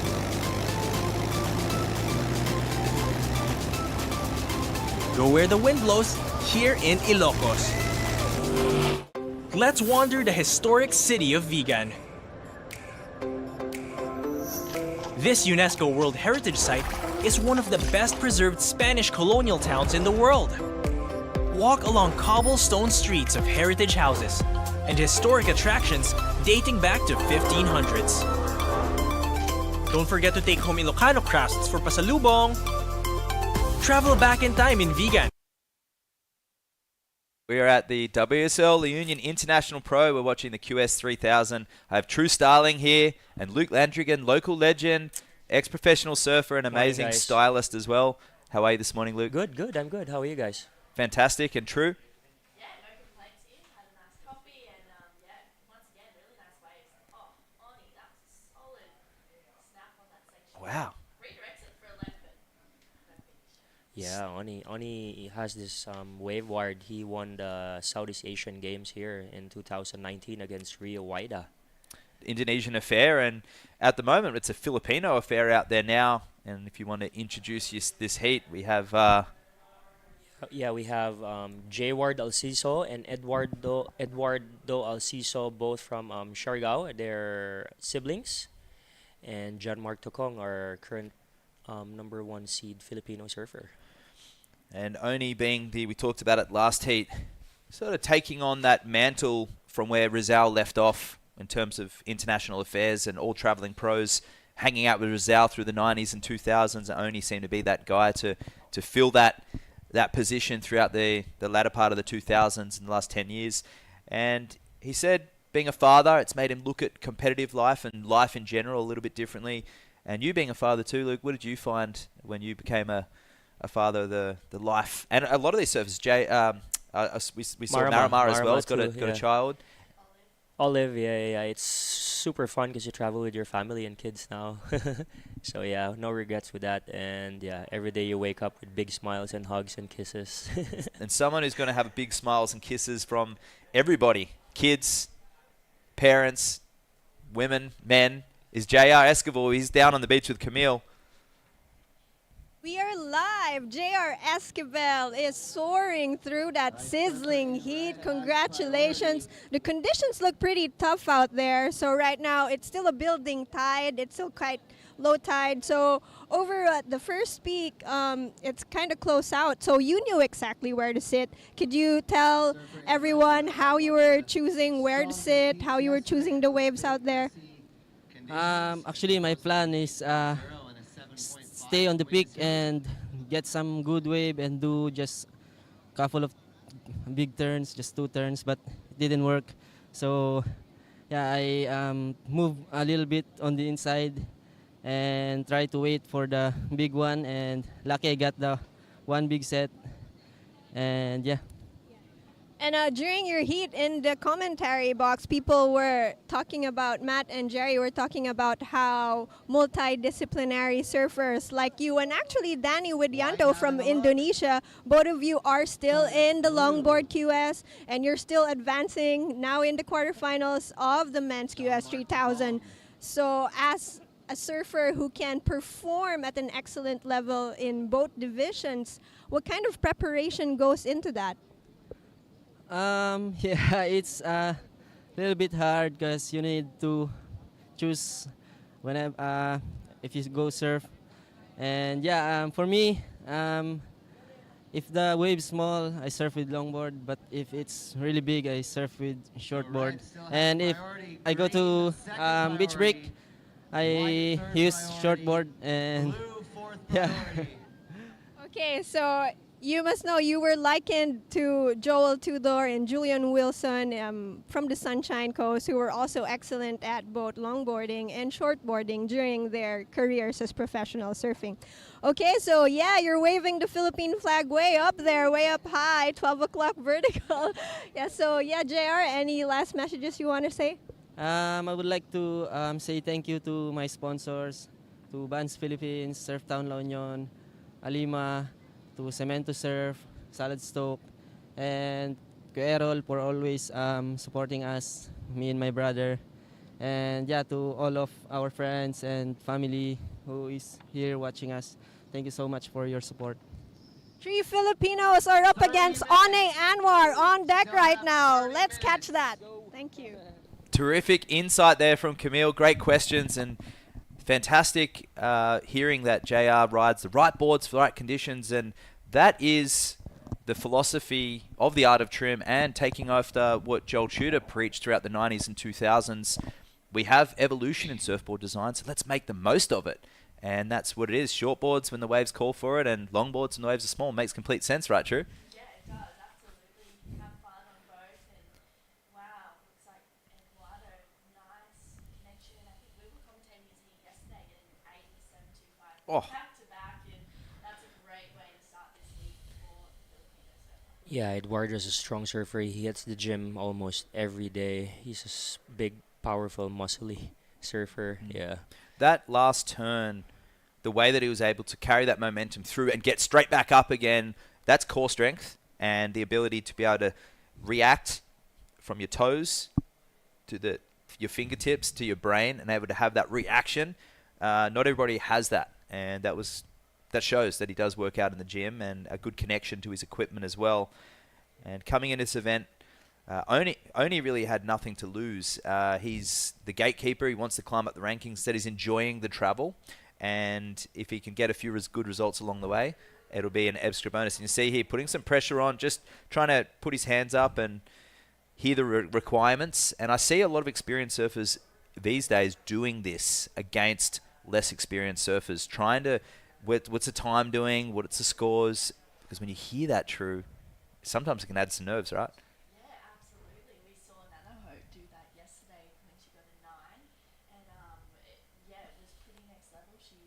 Got that 9. It had been read out a couple of times, and then she was like, "Hey, tell me again. You know, I want to apply that pressure. I want the other surfers to know how far ahead I am right now." And it definitely applies that kind of stress, because it's never nice hearing huge scores of being locked in. So yeah, I think Oni definitely doing that. He's wanting to know where he's sitting, what's going on. It's 35-minute heats now because the conditions have changed. And, you know, even like we were saying before with Eduardo reacting really well, it's super important to do that when it's like this, when it's a little bit junky, maybe a couple of bumpy sections. So yeah, that first 5 that he locked in was a pretty decent score. Here we go. Surfer in blue, Marama Tokong, our number 1 seed, just floating that. And he's down. He's probably going to go back out and get priority.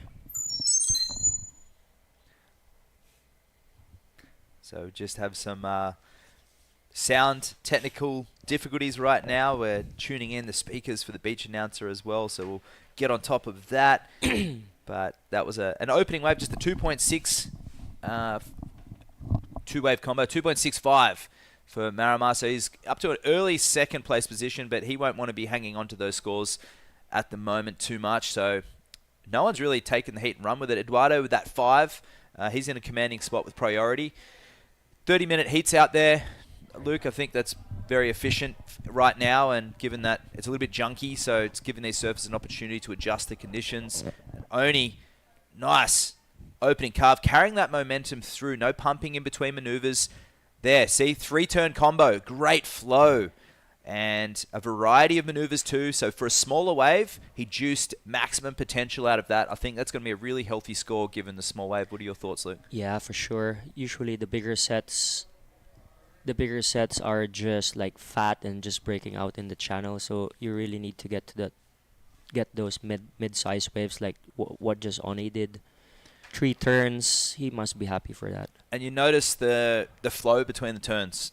That's really good board knowledge, understanding what's beneath his feet and what it feels like. Most shortboards have got a single to a double concave, but single concaves in good waves, say point breaks, for example, that is what they're good for, carrying that momentum through. It's like if you imagine a concave as being like a funnel, you can't adjust the funnel, so you're holding that line into the next turn. Places like J-Bay, places like Bells Beach, that's where the big points come from. And here we go, surfer from Siargao, Eduardo Alciso.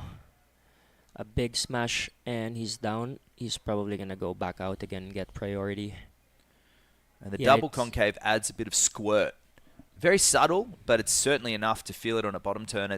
When we're bottom turning on a shortboard, it's very heel-toe orientated. It's so sensitive with our back foot and front foot as well. So all those little subtleties, even fin design, fin flex, the shape of the fins, I can feel all of those little nuances, twitchiness, and even the round tail to the square tail. They're such fine-tuned crafts. But on the other end of the spectrum, there's a board back at San Juan Surf Resort, a little yellow 6.0 single fin. Bluebird That hasn't changed. I mean, it was made about 12, 13 years ago, but it's pretty much the same shape as what it would have been in the mid-70s. Yeah, that bird's waiting for you. I need to find a fin for it. Do you have a 7-inch fin or something similar? Yeah, I do. Okay, yeah. Cool. I'll be riding the shortboard out there later on, and that's the thing with single fins. Your top turn is only as good as your bottom turn, so you carry that momentum. But the ability with the thruster is that you can do those twitches, those snaps, those little direction changes. But as we saw with Oni, 4.3, the judges not really appreciating the size of that wave, but it's a lot harder to surf with that flow and momentum on a thruster than it is on a single fin because it's inbuilt. It's embryonic with the single fin.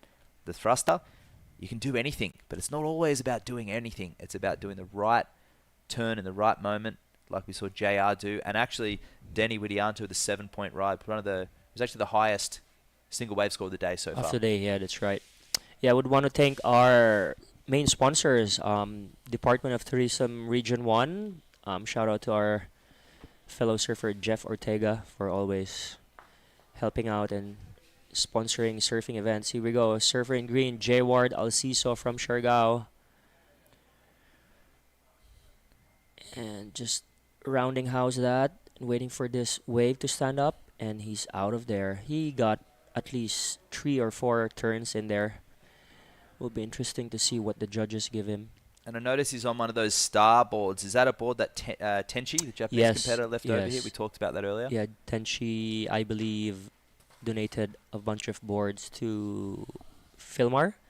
And Philmar gave it to all of the local guys. And yeah, thank you to our sponsors too. The Philippine Province of La Union, our Governor Rafi Ortega, and our San Juan Mayor, Mayor Arturo Valdez. Thank you guys for making this happen again.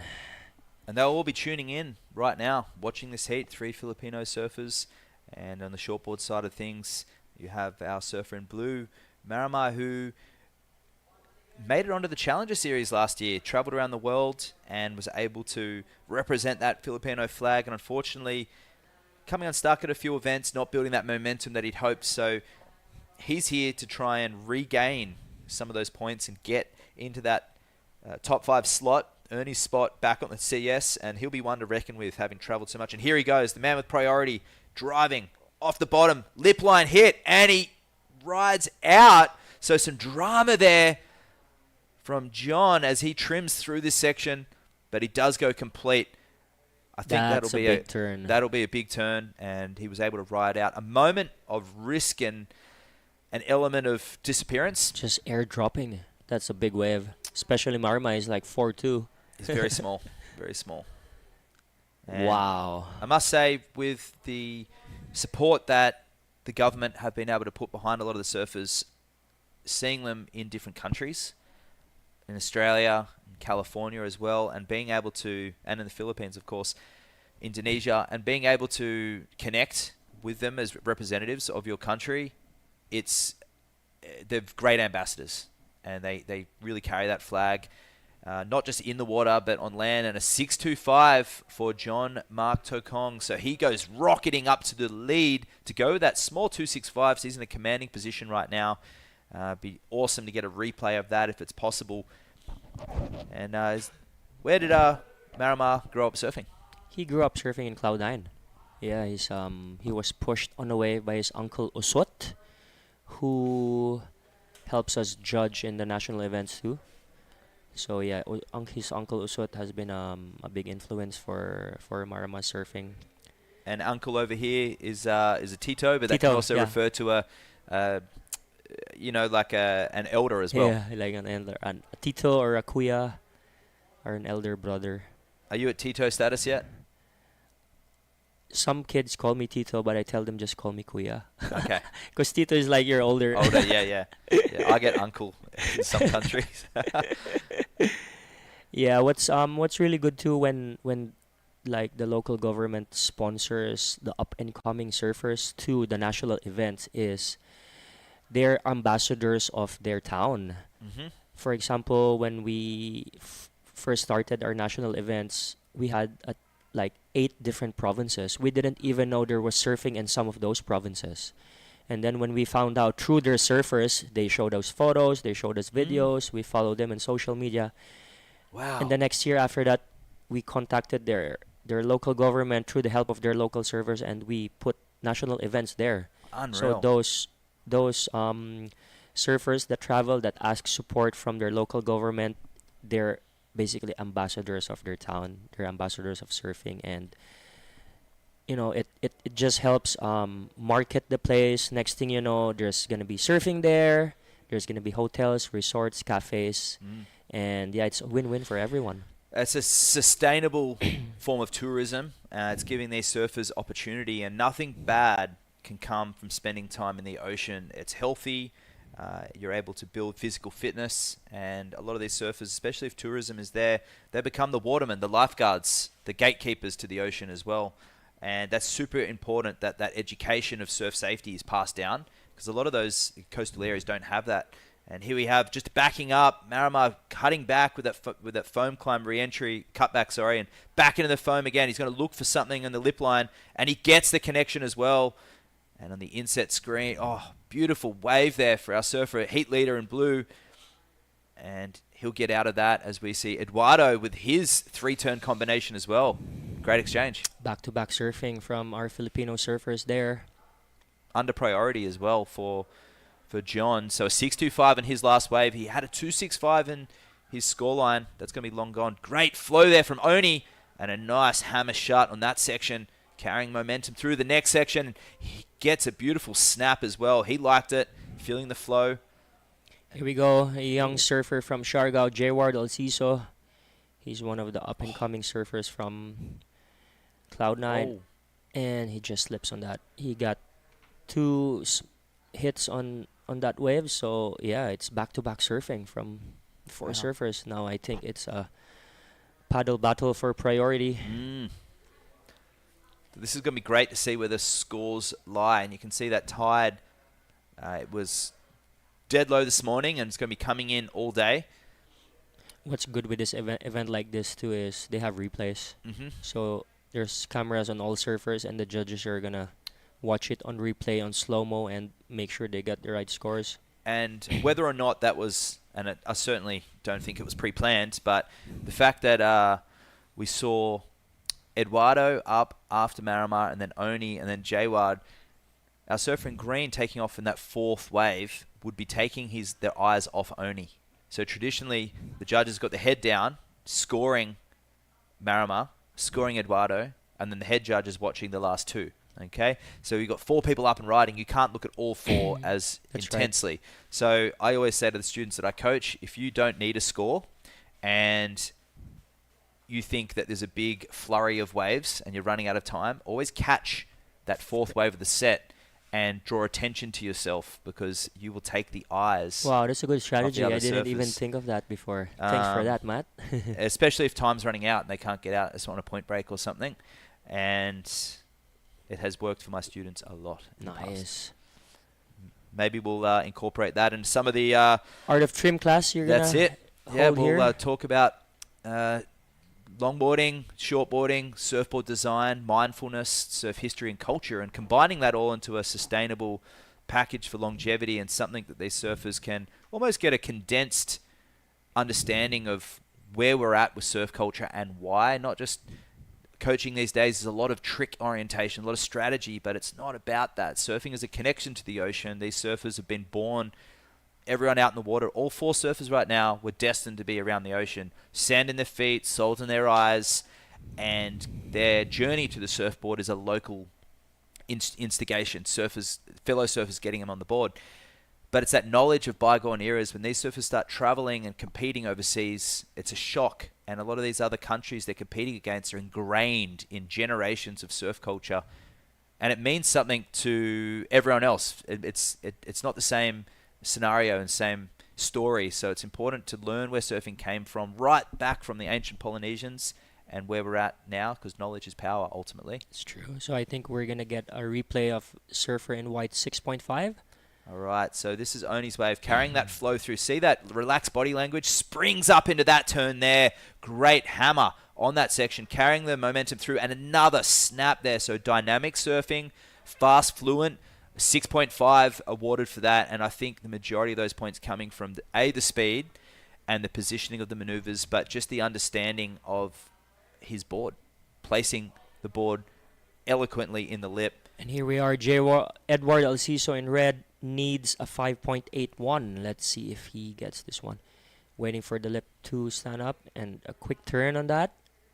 And he's about to smash this. There you go. What I like with Eduardo is even if you give him the same face, he will tend to give you different combination turns that doesn't look the same. That's exactly what I was about to comment. That was a great choice of maneuver on that layback. The only one we've seen in this heat. The wave wasn't as dynamic as what we saw Oni have before. It didn't allow that, or even that 6.25 from John as well.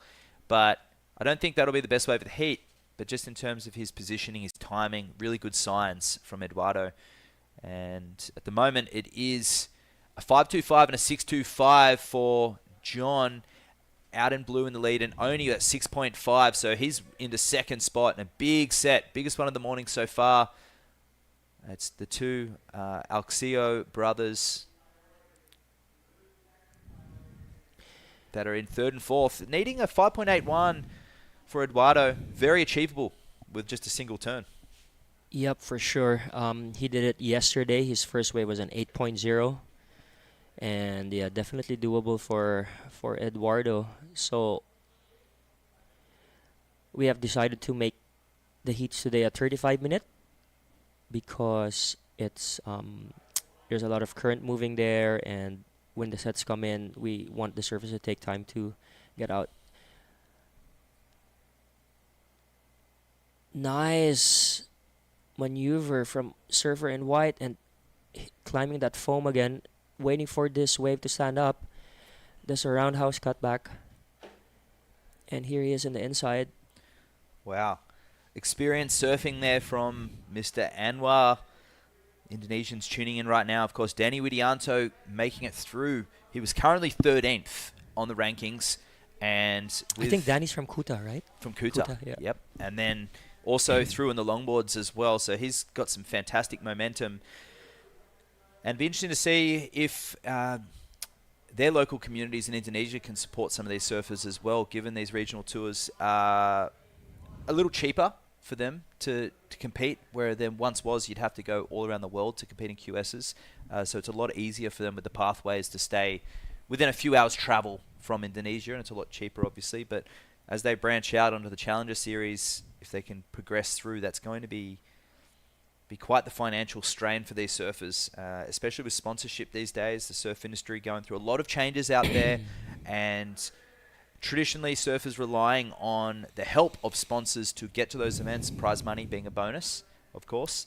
And anyone out there tuning in want to watch the future of surfing in the Asia region. We have 4 candidates out there that are at all of different ages and different stages of their career, but fantastic ambassadors. Speaking from experience, being an Australian who's travelled around the world and seen these surfers represented, they are a breath of fresh air. And Eduardo mistiming the bottom turn. What do you think happened there? Matt? Let's get a replay of Red's last wave, and we'll have a look. I'm going to say hits a chop, perhaps some seaweed, but it was something to do with the fins. He was loading up with a good bottom turn, and maybe something wrong with his fin. It could be small fins, or it could have just been a little bit of seaweed. But it was all looking good, ramping up off the bottom. The bottom turn being the most important part of surfing. Sets you up for that speed and momentum down the line, and it really dictates what sort of maneuver you're going to have. On our next heat 2 coming up, we have Shohei Kato, we have Ketut Agus, we have Daiki Tanaka, and we have Joe Azuchi. Shout out to our friends from Kuta, Chabul and Garut. If you guys are watching, shout out to you boys. Hope you guys are getting some waves there right in front and halfway. A little bit out of season, but there's always something there. And perhaps oh yeah, that's right. Beach, It's rainy season there now. They might be on the other side of the island. And Shohei coming up next. Yeah, that's going to be a Ketut up next as well. So the Indonesians... Last year's champion, Ketut. And when we talk about... Well, he was carrying so much momentum through the event so far. But I look at Danny progressing through. Oni looking good in this heat. And perhaps Ketut as well. So that's pretty good showing between the Japanese, the Filipinos, and the Indonesians as well. So well represented. And back on the sponsorship train, what's it up to? Because that was some solid surfing. Yeah, in Siargao they do a lot of weightlifting too for strength core exercises, and they do a lot of video analysis and stuff like that. But John's been traveling he's been traveling for like I think 8 months. Last year, he's everywhere. He went to Portugal, he went to Brazil, in Australia, Indonesia, in Japan, California. Yep. Yeah, for someone who lives in Siargao, I know that's a bit hard because you're in paradise. It's hard to leave paradise, yeah. But yeah, he's looking out for his career. Here you go, another surfer from Siargao, Eduardo Tata Alciso, hitting that lip. Big, powerful surfer from Siargao. And he's out of there. Well, that's going to be a 615. So I'm a little bit underwhelmed with that score. I thought just based on that, the size of that wave actually increased as it came along. I was very impressed with the speed that he carried and the way that he landed. I saw some of the Daisy Valdez yesterday in her heat had the same section, hit it, and was unable to ride out. And that's something that on riding a really small board, sometimes getting that momentum when you tail drop or even just land in the flats to ride out, and that's the compression of your knees. That's where the training comes in, the strong ankles, strong knees, and strong core to be able to absorb that impact. And that's exactly what we saw there. And that could be a heat-winning wave for him, a 615 to go to 625. Strong surfing to summarize this heat so far. Only Anwar with the flow, but I'd have to say the two brothers behind the 8 ball, they're only needing a 581 and a 755 respectively. But let's have a look at Marimar's last wave. So a little chip shot here. Gets in. Carries that momentum here. Just a little fan, foam climby spray there. And here, this one, it ramps up. Wow, critical surfing. And nothing more in the inside section. So in context, well rewarded for the... Good surfing from Surfer in Blue. Here we go. Surfer in White from Indonesia. Oni Anwar hits that first lip and hits it again. Waiting for another chance to do another maneuver. There you go. Stylish surfer from Lakey Peak. Great technique. Incredible technique. The way that he's over his board. He's looking like the glimpses of Brad Gerlach and Tom Curran there as well, carrying that flow between maneuvers. So he's looking fluid out there. Here we go. Our young surfer from Siargao, Jayward Alciso. Oh! And he lands it too. That was actually a phenomenal aerial wave that he landed out. First thing we've seen all day. All day. Yeah, he kicked it out and landed in the flats and spun it around like a nose pick. Very technical. I'd love to see the replay of that wave. 5 minutes to go. He does need something big. I'm not sure if it's going to be a 755, but let's have a look. Smaller wave. And carves that one around. So, yeah, disjointed here. So the scoring begins here ramps up, times it perfectly. Wow. Flies out into the flats. Clean landing and into the next maneuver too. Wow. I mean, moments of brilliance there. It's just a shame the wave let him down. Just that one major maneuver. And I can't see it going to the excellent range. I can see it being a nice backup score for him, and it'll make his requirement a little less, Luke. And judges will take their time, replay that. But it was a legit air, the way that he was able to fly out into the flats. And Kind of project forward instead of upward. And a subtle adjustment of the feet as well. So if it's possible to get a slow-mo of that aerial one more time, that would be really nice to decipher. So here we go. They're disjointed here. And he pumps. So momentum starts ramping up in here. Watch his feet slide forward. Gets forward to tail pad. Way up. You wonder why they put wax up towards the nose. That is why. And there's a reason why we paddle and our chest is over where that star is on the front foot. It's because it's the flattest part of the board. And when we land an air or a snap or even the barrel, we want to have that forward momentum, which is why our feet go up there. If we're on the tail, we lose momentum. Here's our heat leader, John Mark Tokong, and he's down. So Surfer in green got a 5.65 for that, and now he only needs a 5.16. And our Surfer in red, Eduardo Tata Alciso, is in fourth. He needs a 5.81. Very, very doable with waves on offer like this and with surfing that they have. Yeah. Well, Oni's actually got that 4.3, so he's going to be looking to get rid of that very soon. A seasoned competitor. You'd have to say that he will get an opportunity to do that in the last 3 minutes.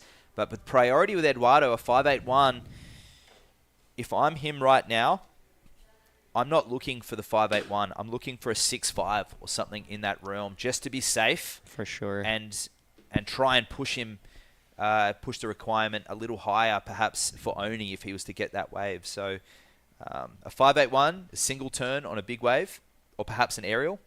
We saw that 5.65, but it'll be a set wave. 2 minutes 30. There is a few lines on the outside section, and a lot of Filipinos on the edge of their seats right now, tuning in this heat. This is a big round. You get through this, you move into the quarterfinals, and then the points really start collecting up. So if you get fourth here, 796 points, and if you get third for 945, but in the next round, you move up into 1,400 points. That's a big jump, It's a huge jump. Double the amount of points. So if you can make it into that quarterfinal round, end up with a fifth place, that's a massive result for any of these surfers. You think about how hard QS 1000s are. Well, you get 1,400 points. That's like winning QS 1000 plus some, obviously. But to put it into context, this event, even though we're here at a pretty relaxed environment, we're here at La Union surfing Mona Lisa Point. Good vibes all round. I heard you got to surf Kareel yesterday. I got to surf a way. Is it secret? Not secret? Not secret. Not anymore. secret. Okay. There's 60 people joining us. Kareel breaks like, I would say, 30 days a year. I think I was pretty lucky to get that, and it was barreling. It was pretty cool. There was 60 people out, and there was drones, and it was beautiful. Jesus Point. The community there was fantastic. Thank you for embracing all of us here right now. I'm so blessed to be here. Thank you for having us. Thank you to... They're probably all starstruck seeing you surf their local spot, Matt. Yeah, well, some of them were so starstruck they put dings in my board. That's okay. At least their body is okay. That's the main thing. But education. It was education to a lot of people too. It's explaining when someone's coming through, you have to move. I was getting a bit excited there for Marama. Marama Air. Marama Airlines. The Philippine Airlines coming here today into this heat of round of 16. Using his priority was Eduardo on a very unusual wave there. I don't know what he was looking for because there is still a wave out there. Priority with Oni. Look at these peaks further up as well. Lots of waves here, and that's the cove of where we are right now. Yeah, that's the point in our beloved surf town, and further up you have beach breaks, and here we go, Surfer in red. This still counts, and just a one maneuver. Yeah, he requires a 5.81. Still going. And I think that's it for him. Good effort from the two brothers there from Shargao, but we will say goodbye to them, and well done to Oni Anwar and John Mark. We will go back to a break, and we're going to invite you back for heat number 4, and True and Jerry will jump into the booth. Don't go anywhere because it's starting to warm up. Quarterfinals soon.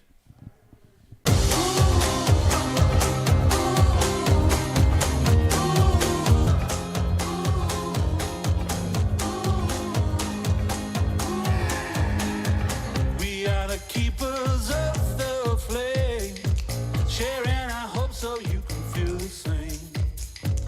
We are the children of the light, keeping the whole fires burning bright. We'll make them see that this is our time. We got the love, we're gonna let it shine, bright enough to push back the dark, a fire raging from the smallest spark. Hold us up and we'll do something that will change the world. We lit the fire, we'll turn the shadow to light.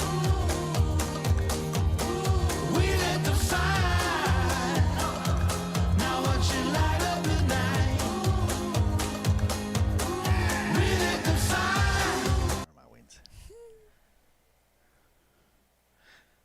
Okay, we're back here. We're back here into Heat 4 of round 16. I'm with the lovely True. Welcome back onto the mic, True. Thank You've been you, watching Jerry. the surf. What do you make of it today?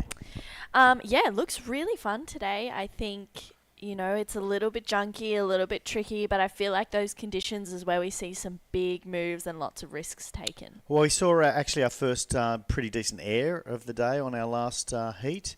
I think that was Jayard that did that.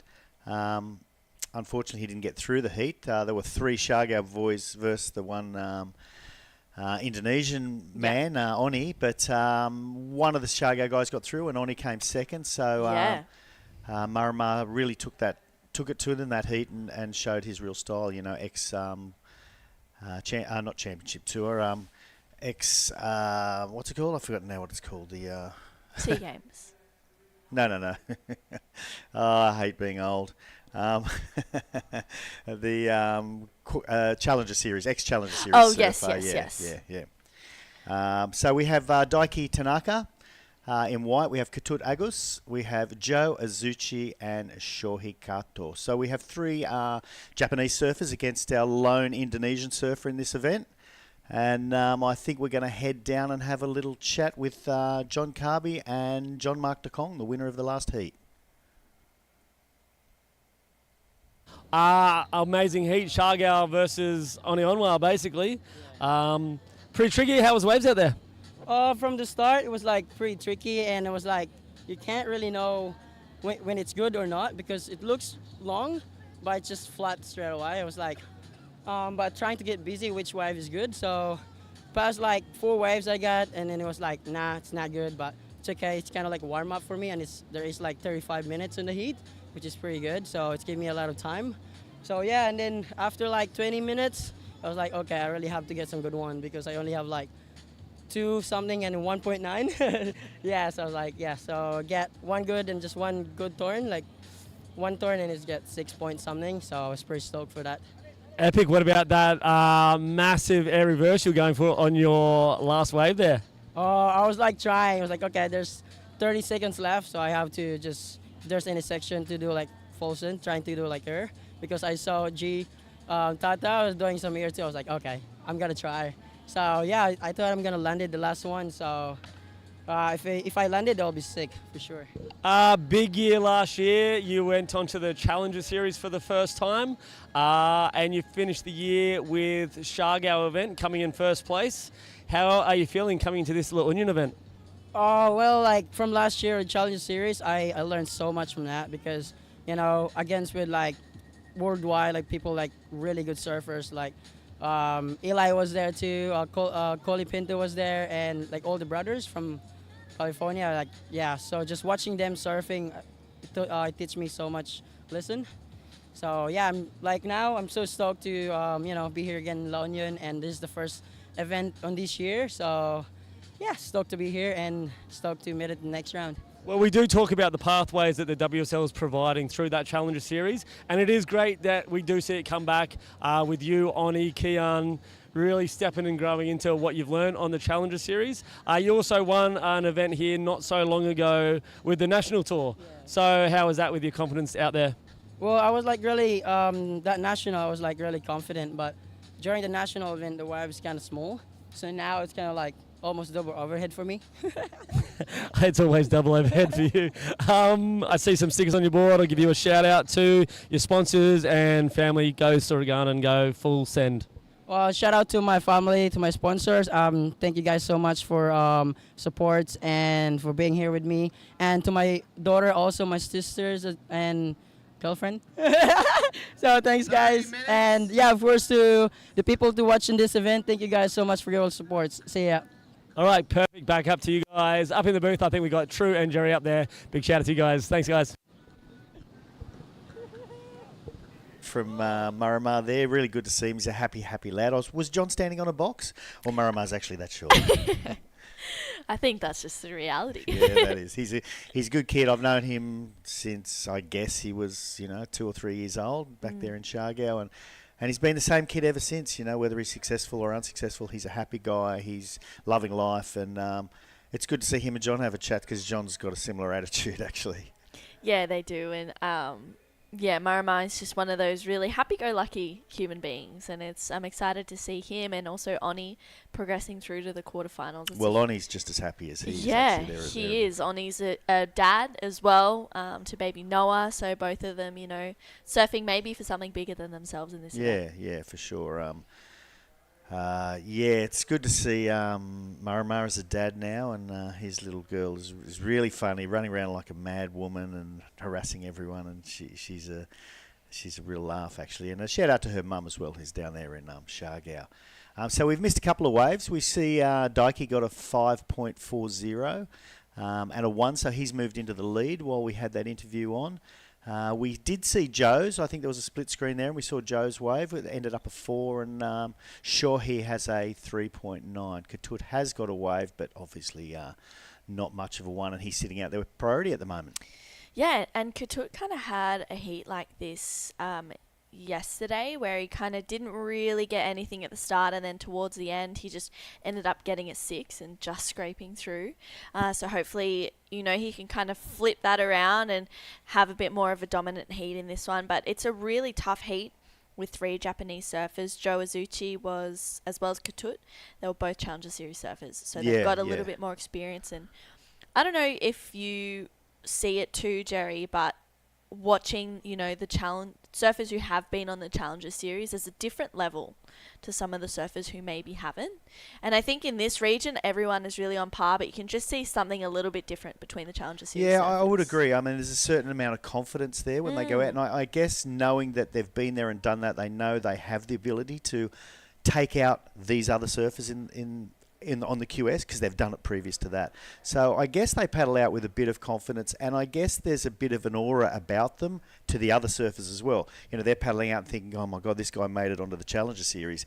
I'm going to have to be at my best. So I guess maybe it puts a bit of pressure on the others and gives them a little more confidence. It's hard to really tell without being that person, because I wonder if it puts a little bit more pressure on yourself thinking, oh my God, I've been on the Challenger Series, I damn well better get back there. So yeah, it's a hard one, but they do seem to have a bit more confidence.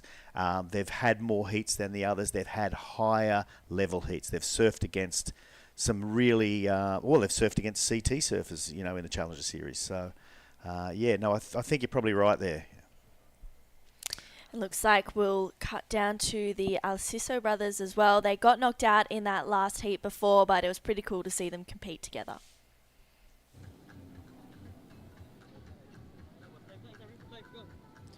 All right, down here on the beach, we have Eduardo. Tell us, how is that heat right now? You did, you were performing, you're in second, third, balancing for that 4th spot. You had your brother in there. What did it feel like to be out there with such legends in the surfing industry?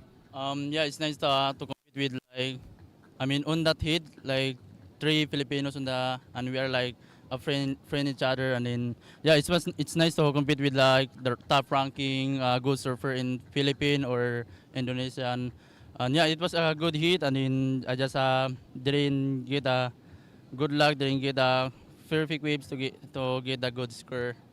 Yeah, but and then it was like kind of, I think it's my first time to compete with my brother, and also in international, so it was good. Yeah. 25 minutes remaining. 25 And you were coming from behind. You're in fourth spot. A big section appears, and you go to the air. Is that something that you practice back in Cloud 9, or is that something that you just feel the momentum of the heat? Yeah, that air I'm same. I do my do air, big air. Yeah, and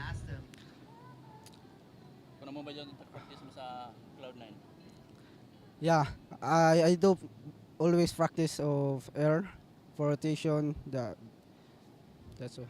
And what are the plans for 2024? Will you travel? Will you compete in more? You're going to Belair, and you're going to compete in more QS events? Yeah, I'm really hoping, I'm trying my best to, and also I really excited and wanna experience. I wanna do more comp, travel around, like on the big comp like international, ISA. Yeah, hope. And this year I gonna like keep training. What happened? I just gonna push myself up and then to get better. Well, some great signs from the two brothers right now. These guys are ones to watch for the future, and keep your eye on them. If you want to reach out, sponsor these guys, have any input to the future of surfing in the Philippines, how can they get a hold of you? What's your Instagram? My Instagram, Eduardo Alciso. My Instagram, Jward Alciso. All right, get involved, everybody out there. Back to live action.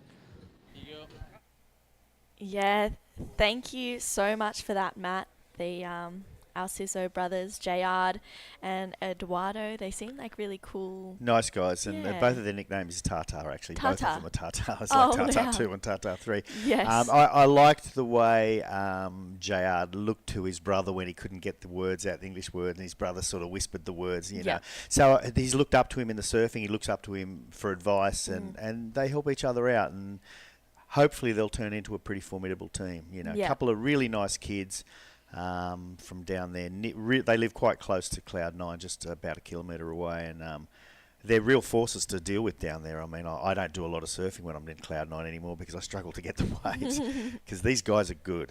But yeah, nice to see the interview. And while the interview was on, Katut pulled out a 7.0. I'm not sure whether we'll be able to get a replay of that. There he is paddling back out.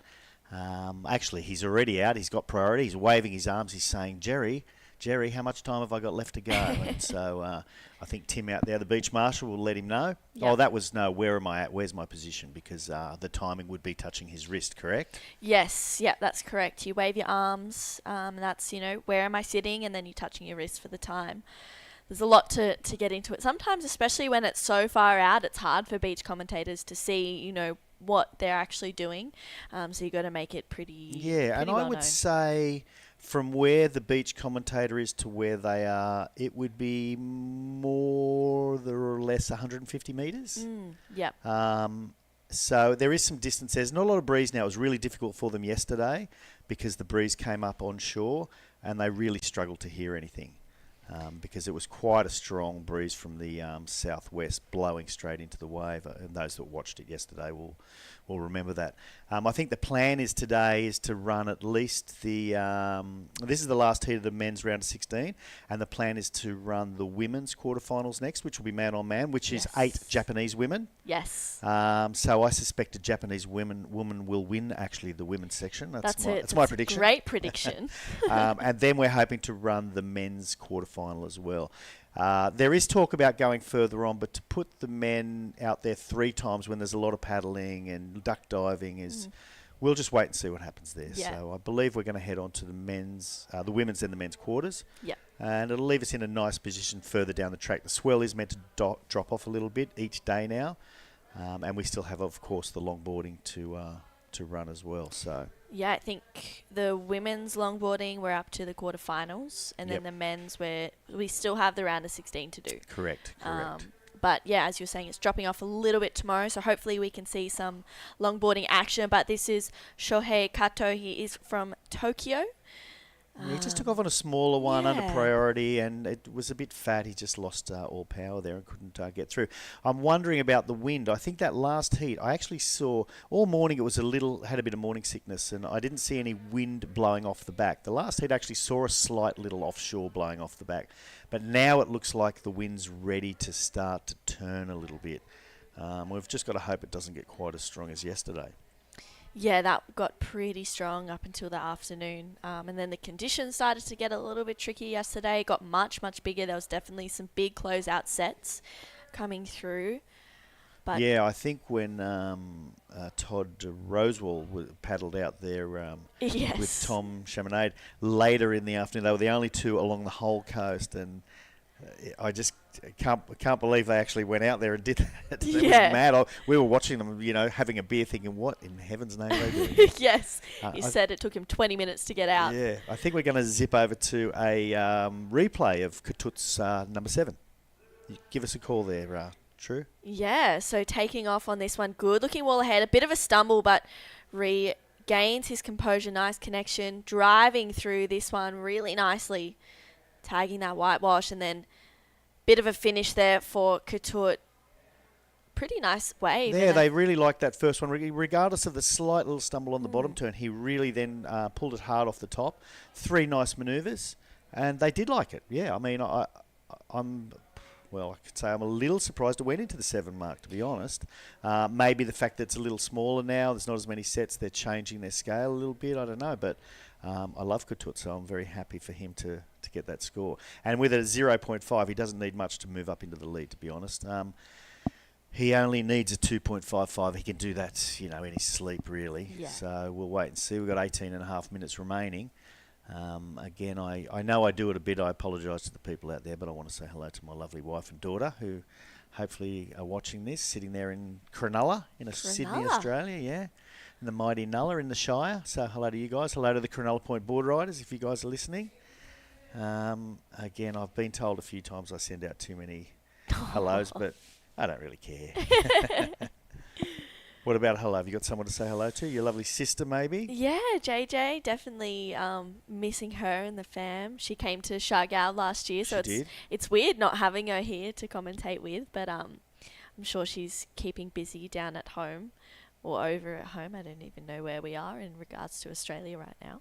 Well, we're pretty much directly north, although the time difference is 3 hours. Yes. When you look at a map, we're not, I think the time difference to Perth is only 2 hours, but we are further east than Perth. So if you look at the map, we're, I wouldn't say directly north of Sydney, but we're quite north of Sydney. So that's where we are. We're on the same coast. We're not on the same coast, to be honest. We're on the other side of the country here. We're in the West Philippine Sea, but the Philippines itself is pretty much north of Queensland, I guess. And when you surf on the other side of the country here, which is where Cloud 9 is, and where Belair is, where we're heading next event, you are on east coast into the Pacific. So it's a similar setup to the east coast of Australia. Yeah, I'm looking forward to heading over to Belair and seeing what... Me too. I've never been there. I get told time and time again I have to go to Belair. I've got some Marco and Olin, a couple of really good friends that are from there that have been trying to talk me into going there forever. Here's Shaw here on a little wide one.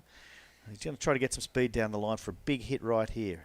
Oh, that was a shame he didn't make that. Sort of fins sliding, semi-floater there. That would have been a really nice finish. But, yeah, I've got a couple of friends, Marco and Olin. Olin's there in the east coast of the United States. I'm sure whether he's at work or not, he's watching and listening. And Marco's waiting with bated breath for the circus to move into his town of Belair for the first time. Yeah, looking forward to it. I think a lot of the competitors are as well.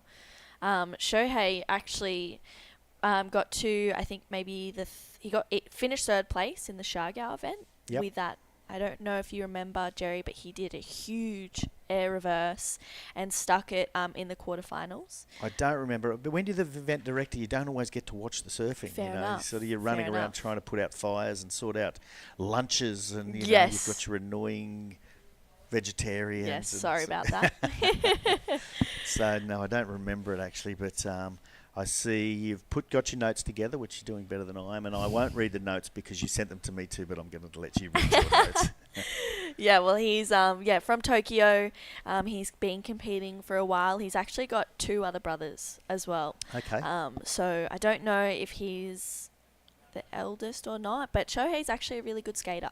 So spends a lot of time skating as well as surfing, much like we haven't seen her in this event, but Sky Brown as well. Sky Brown, yep. She's a pretty famous skater. I'm sure everyone that's listening has heard of her, but wow, Daiki Tanaka, really nice couple of turns on that one.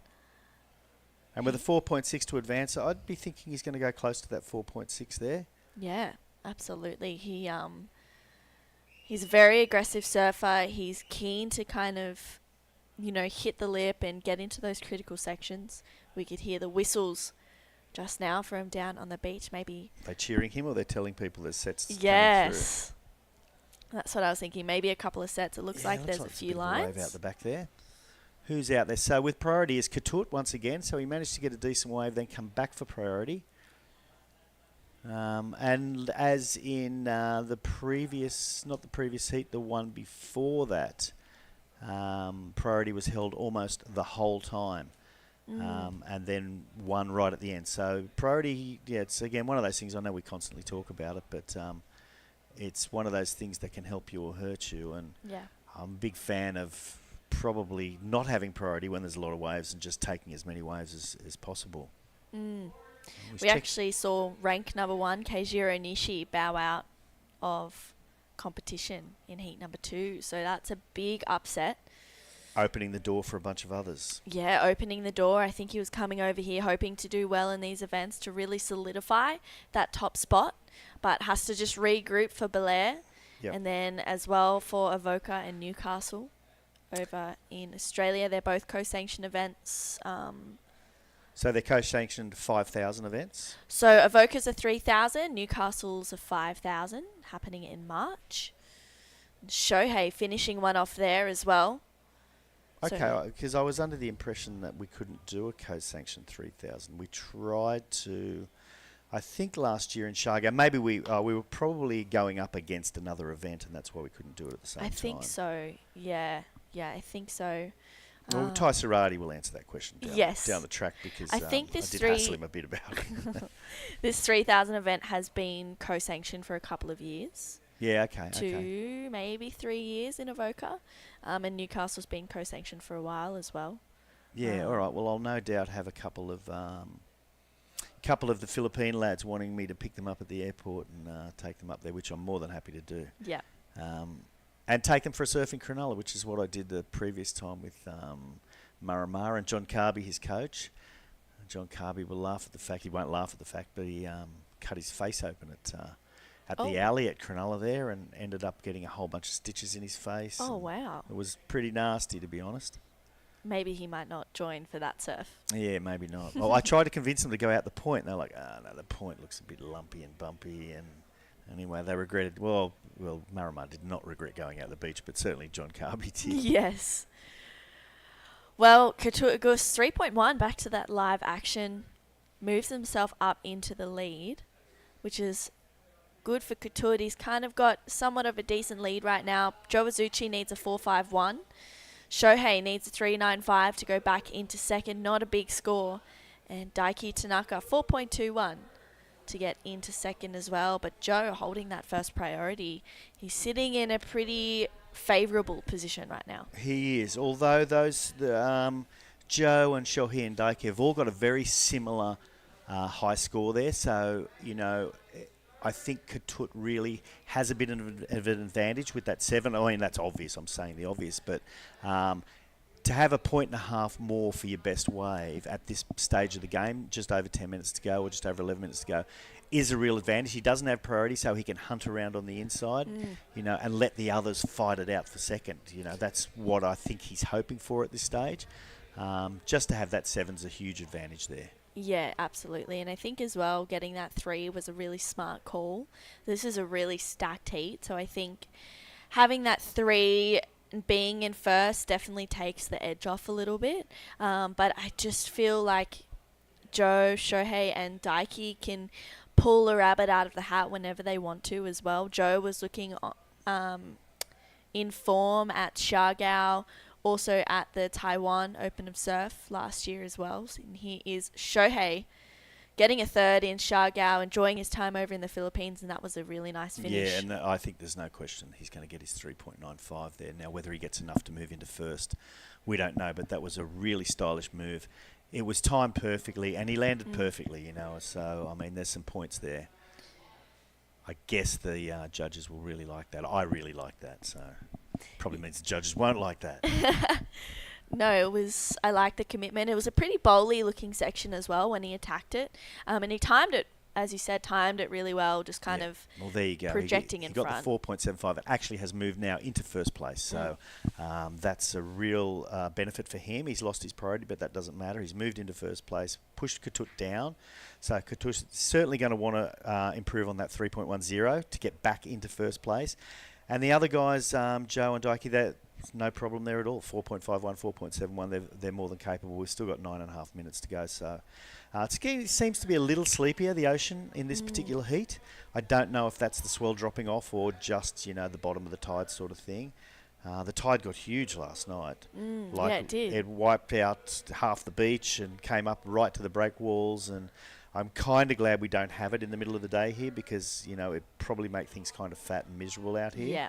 So the tide, we've been a bit lucky to have this sort of low tide during the day. And you can see there, that reef is really quite exposed.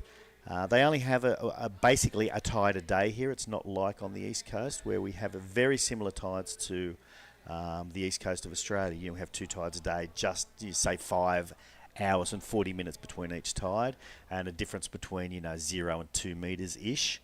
Here they really only have the 1 tide a day in this part of the world, and it's great if you can coincide with that tide, but if it's a small day and you end up with that high tide, it's not so much fun. Yeah. But yeah, so it's different. It's amazing, you know, to cross the country isn't that far, yet though the differences in the tide and the different part of the oceans we're in really affects it differently, and you wouldn't think that was the case. And it's like some places in WA that, you know, have massive tides, and it's all to do with the moon and things I do not understand, but I, as a surfer, you know, we watch it and we study it, and that's what I've done all my life, watched what the tides do and what the moon's doing, how it affects it, and the synoptic charts. A little easier these days with cameras and predictions. It's probably a lot easier.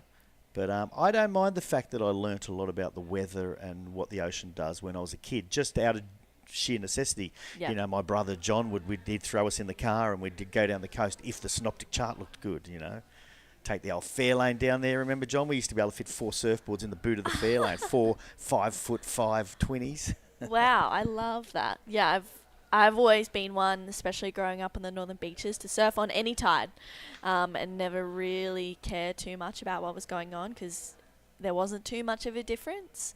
But now moving up the coast, there's a big difference between surfing low tide and high tide. Well, you'll find the northern beaches has the same difference as the southern beaches, but if it's a beach break, there is less difference. Yeah. Well, there feels like there's less difference. Yeah. See, I grew up surfing Cronulla Point. Now, if it's small and high tide, you just can't surf. Yeah. And, of course, right next to the famous Shark Island, which I surfed a few times in my life, but it always scared me a little bit. I mean, it's a big hello to the boys that surf the island all the time.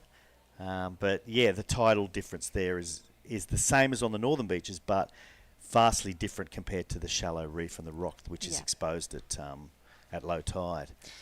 Well, working with this low tide here, Shohei Kato takes to the air and straight up for another turn, but doesn't get a completion.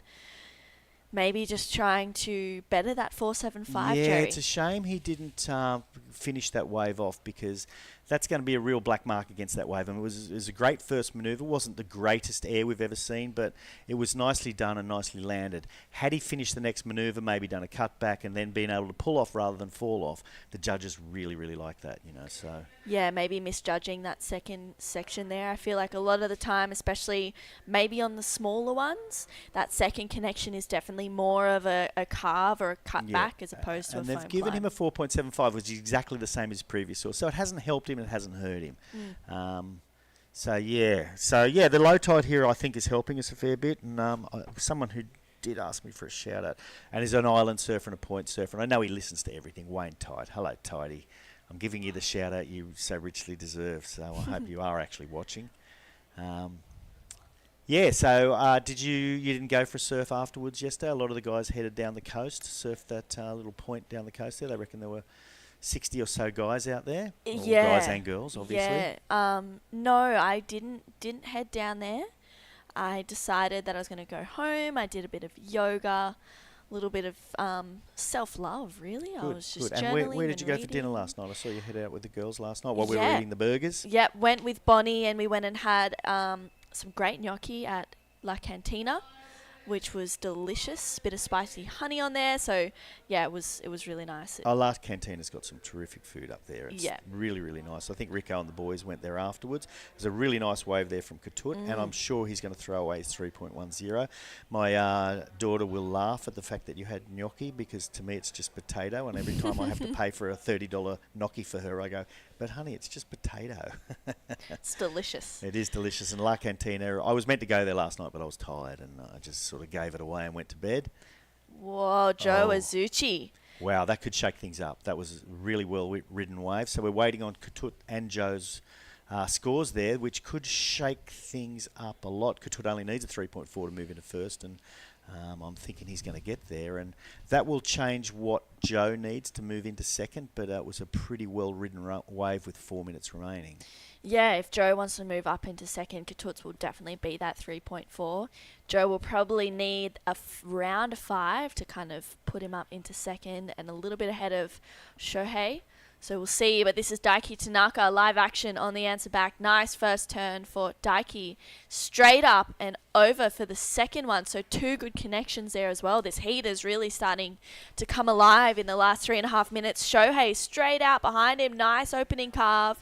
I'm sure he'd know he'd need a score. Another nice connection there, and straight up and over for that connection. Really, really smooth style. And a late hit at the end, but regardless of the fact it was late, really difficult to finish that off. So, wow, we're going to see 4 scores come in, and this is going to be scary for all of them.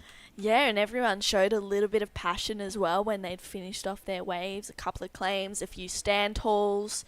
So we'll see where these roll through for the surfers. We're still waiting on all of these scores. It would be good to have a little Here comes Katuts coming in at 4.8. So that puts him into first temporarily. So he got a 4.8 and a 7. So that's a pretty good altogether score, 11.8. We're still waiting for 3 more scores to drop in. Shohei now needs a 6.16. Joe needs a 4.81. But again, this is all going to change as these scores cruise on in. Yeah.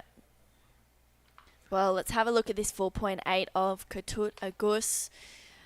Adding to the 7 that he's got, he goes straight up for a nice carve. A little bit of a smaller wave, but nonetheless, solid surfing for Katut. Another cutback. Tags it for that section, and then again for another one. So solid surfing, but I think that smaller wave probably capped the score at a 4-point range. I think you're exactly right there. Yeah.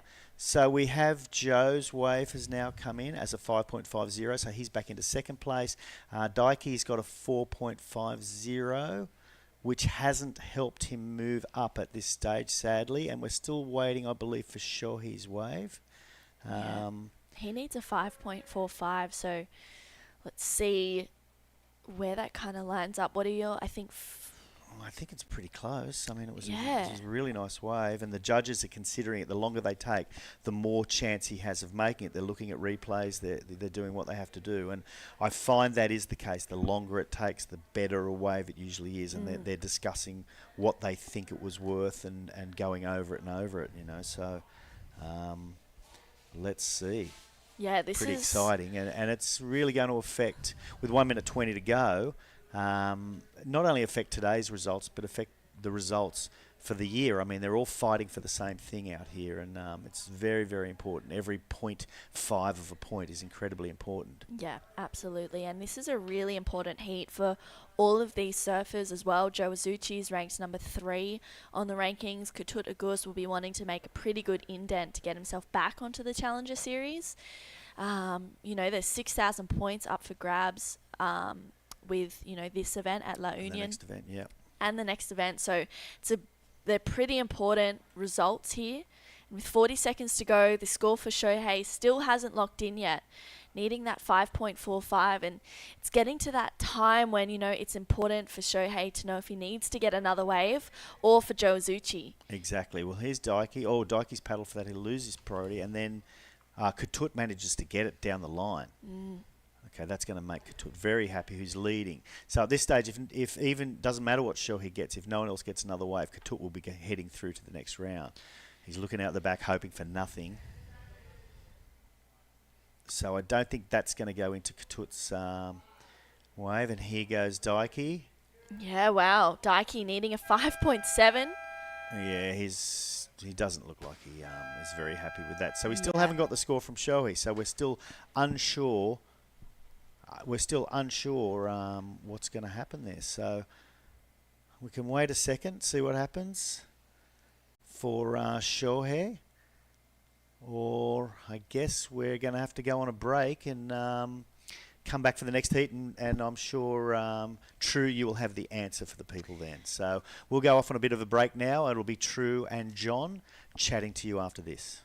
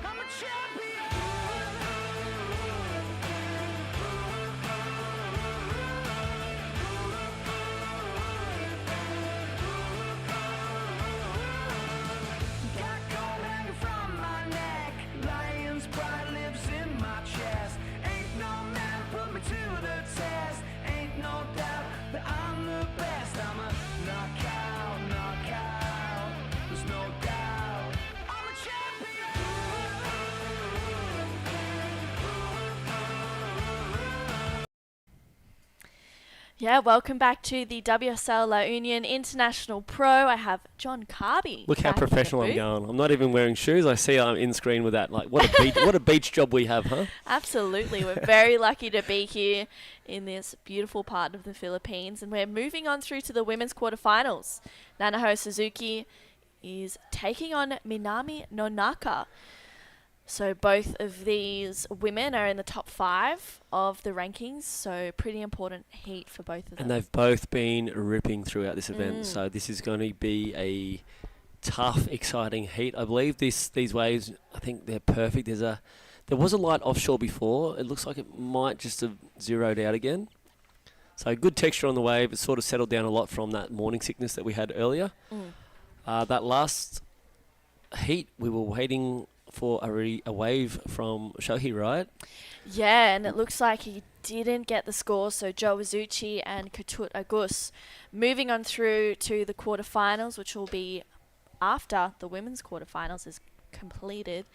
So that was actually a really intense heat because all 4 of those surfers needed to make a good dent in the points. We saw Keijiro Nishi, number 1 ranked athlete on the Asia Series, get knocked out in heat number 2 of the round of 16. So it kind of leaves the door open for people like Joe Azuchi to grab a few points and climb up the rankings. And 3,000 is a good amount of points to take home from an event such as this. Definitely gets towards the campaign. We do have a good amount of regional QS events now and a few good QS 5,000 co-sanctioned events. So big year of surfing in the Asia region.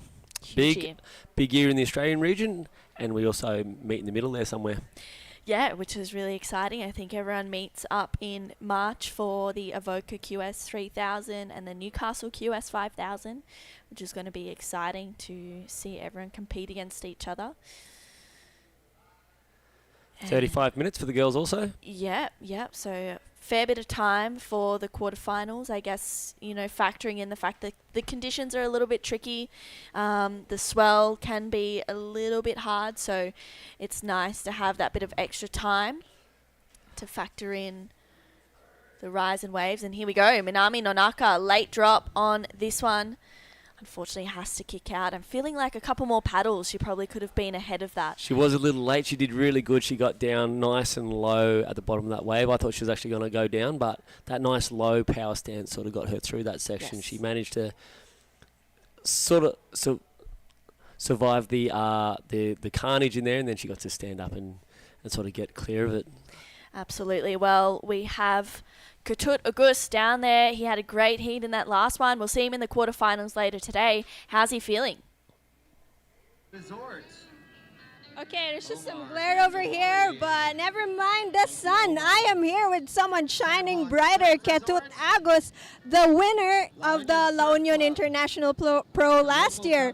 Ketut, how does it feel good to be back here in La Union? Oh, always good to be back here and back to Philippines. Really great waves, great people, and yeah, I feel really happy to be back. And you were telling me before this in our quick chat that red is your magic color because last year you won in the red jersey. So do you feel good about the event this year? How feeling confident? Oh, for sure, feeling confident. Step by step, just keep on the zone, keep on the flow, just keep going, and for sure, happy to make it. Yeah, and it's crazy how everyone just keeps on improving year after year. The level of competition is just rising. Yeah, how have you been preparing all season? I prepare all my season for like learning from the past, learning every losing. Every time I'm losing, I just keep trying to be on the track and keep on the goal. Just keep focused and just training every single day and surfing every type of waves, and that's. Yeah. Oh, I just wanted to add a quick note. During your heat over at the speakers, the DJ played Gooey by Glass Animals, and that was the song featured in John Florence surf film View from a Blue Moon. Did you watch that film? Not yet. Might be interesting to watch that maybe today, maybe later. Yeah. Do you have any favorite surf movies that you like to watch and try to copy the moves out there?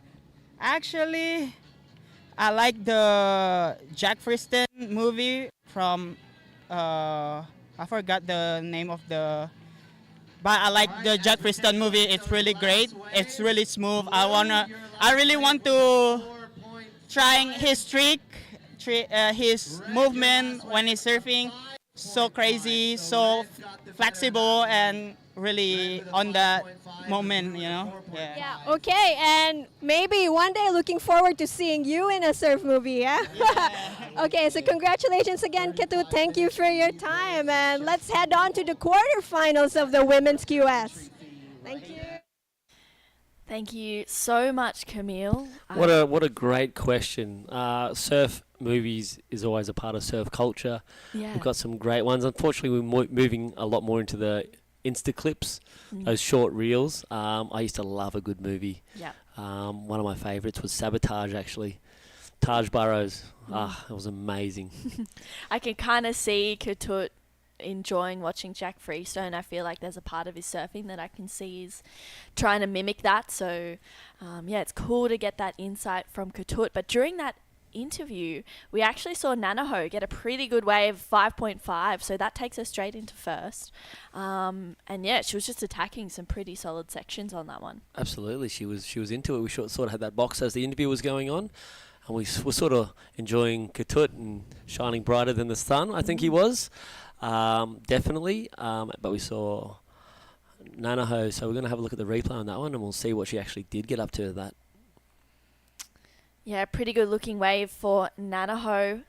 Straight off the bottom, nice carve to start this one off. Trying to be patient, and then this is where we see it just line up for a attacking that session. She doesn't try to go too full on with it. I think just wanting to get a foundation, but I feel like we'll definitely see Nanaho really light it up out there. We saw her get a 9 yesterday, so we know she's capable of Yeah, and like you said, I'm sure Nanaho's just feeling it out there. She just wanted to start and see where her moves are going to lie, and she's got so many more gears to get through, as we saw from her the other day. So I can't wait to see her start going through those gears, and that's a great start, great platform. Also, Benami's also on a 5 for her opening wave. So also getting that good mid-range score. Plenty of room to improve for these girls. 27 minutes still on the clock, so I'm pretty sure they're both happy and just feeling it out. 2 surfers in the water gives you a bit more freedom of selection. You only have to worry about one other person in the water there, so it's really helpful. Yeah, I think as well, coming to the pointy end of the draw, 2-person heats is pretty mandatory in a sense, you know, especially with these higher level events, especially on the QS. And we see it a lot on the CT as well, and the Challenger Series. And you know, it kind of allows for both surfers to get a chance at surfing the best wave. Sometimes in 4-person heats, people aren't able to get on the sets because maybe there's not enough coming through, Absolutely. or priority rotation and things like that. So You've also moving got on through to the women's quarterfinals, Nanaho Suzuki. Sometimes it can be hard to juggle out who has it, who you're in front of, who's Yeah. behind you. So you definitely lessen that little brain absent moment that we've seen a few times throughout this event, at least once that I know of, and I was really sorry for the competitor I was against. That I'm sure that's what the case when there's 4 people, there's 4 priorities, so 2 halves that problem. Yeah, we saw Aoi unfortunately bow out early in that first round. He's a great competitor, but yeah, just having a little bit of a mishap happens to the best of us. Especially when there's 4 people in the water. Yes, exactly. Minami had almost a look at that one, but didn't like the idea of it. We saw her boyfriend, Joe Azuchi, actually in that last heat. Going through, and he's a great guy also. They were both cruising around on the Challenger Series together, hanging out. Pretty cool. What a couple. Yeah, super cool. I think I'm wondering if she was kind of preparing for her heat while also having nerves for her boyfriend. You know, the back end of that one, it was really close between him and Shohei. So, yeah, bit of nerves. Not the best pre-heat routine. I reckon she would have missed that. She probably still hasn't got that news because she would have been 100% focused on her setup, where she's going to be, and it turns into business. Hit that water, friends, boyfriends, they whatever don't there exist. are, they don't exist anymore. It's your time to shine out there, that's for sure.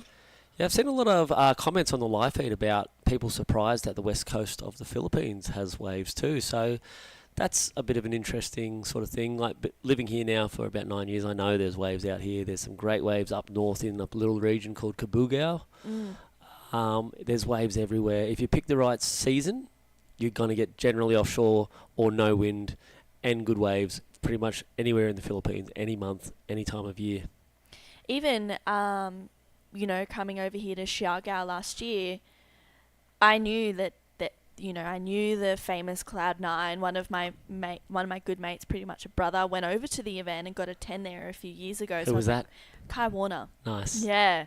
So I was aware of Cloud9 and I was like, cool, I'm so excited to go there and, you know, talk to Kai about it. But I actually didn't realize the same, that there was waves over on the west coast. Absolutely. So if you are watching online and you're surprised about this, I suggest I'll pause as Minami gets up and riding on her 3rd wave, hoping this thing will stand up on the inside. At the moment, not much happening, so it might have been, I'm not sure if she was under priority or in priority at that point, but nothing of real great substance in that one.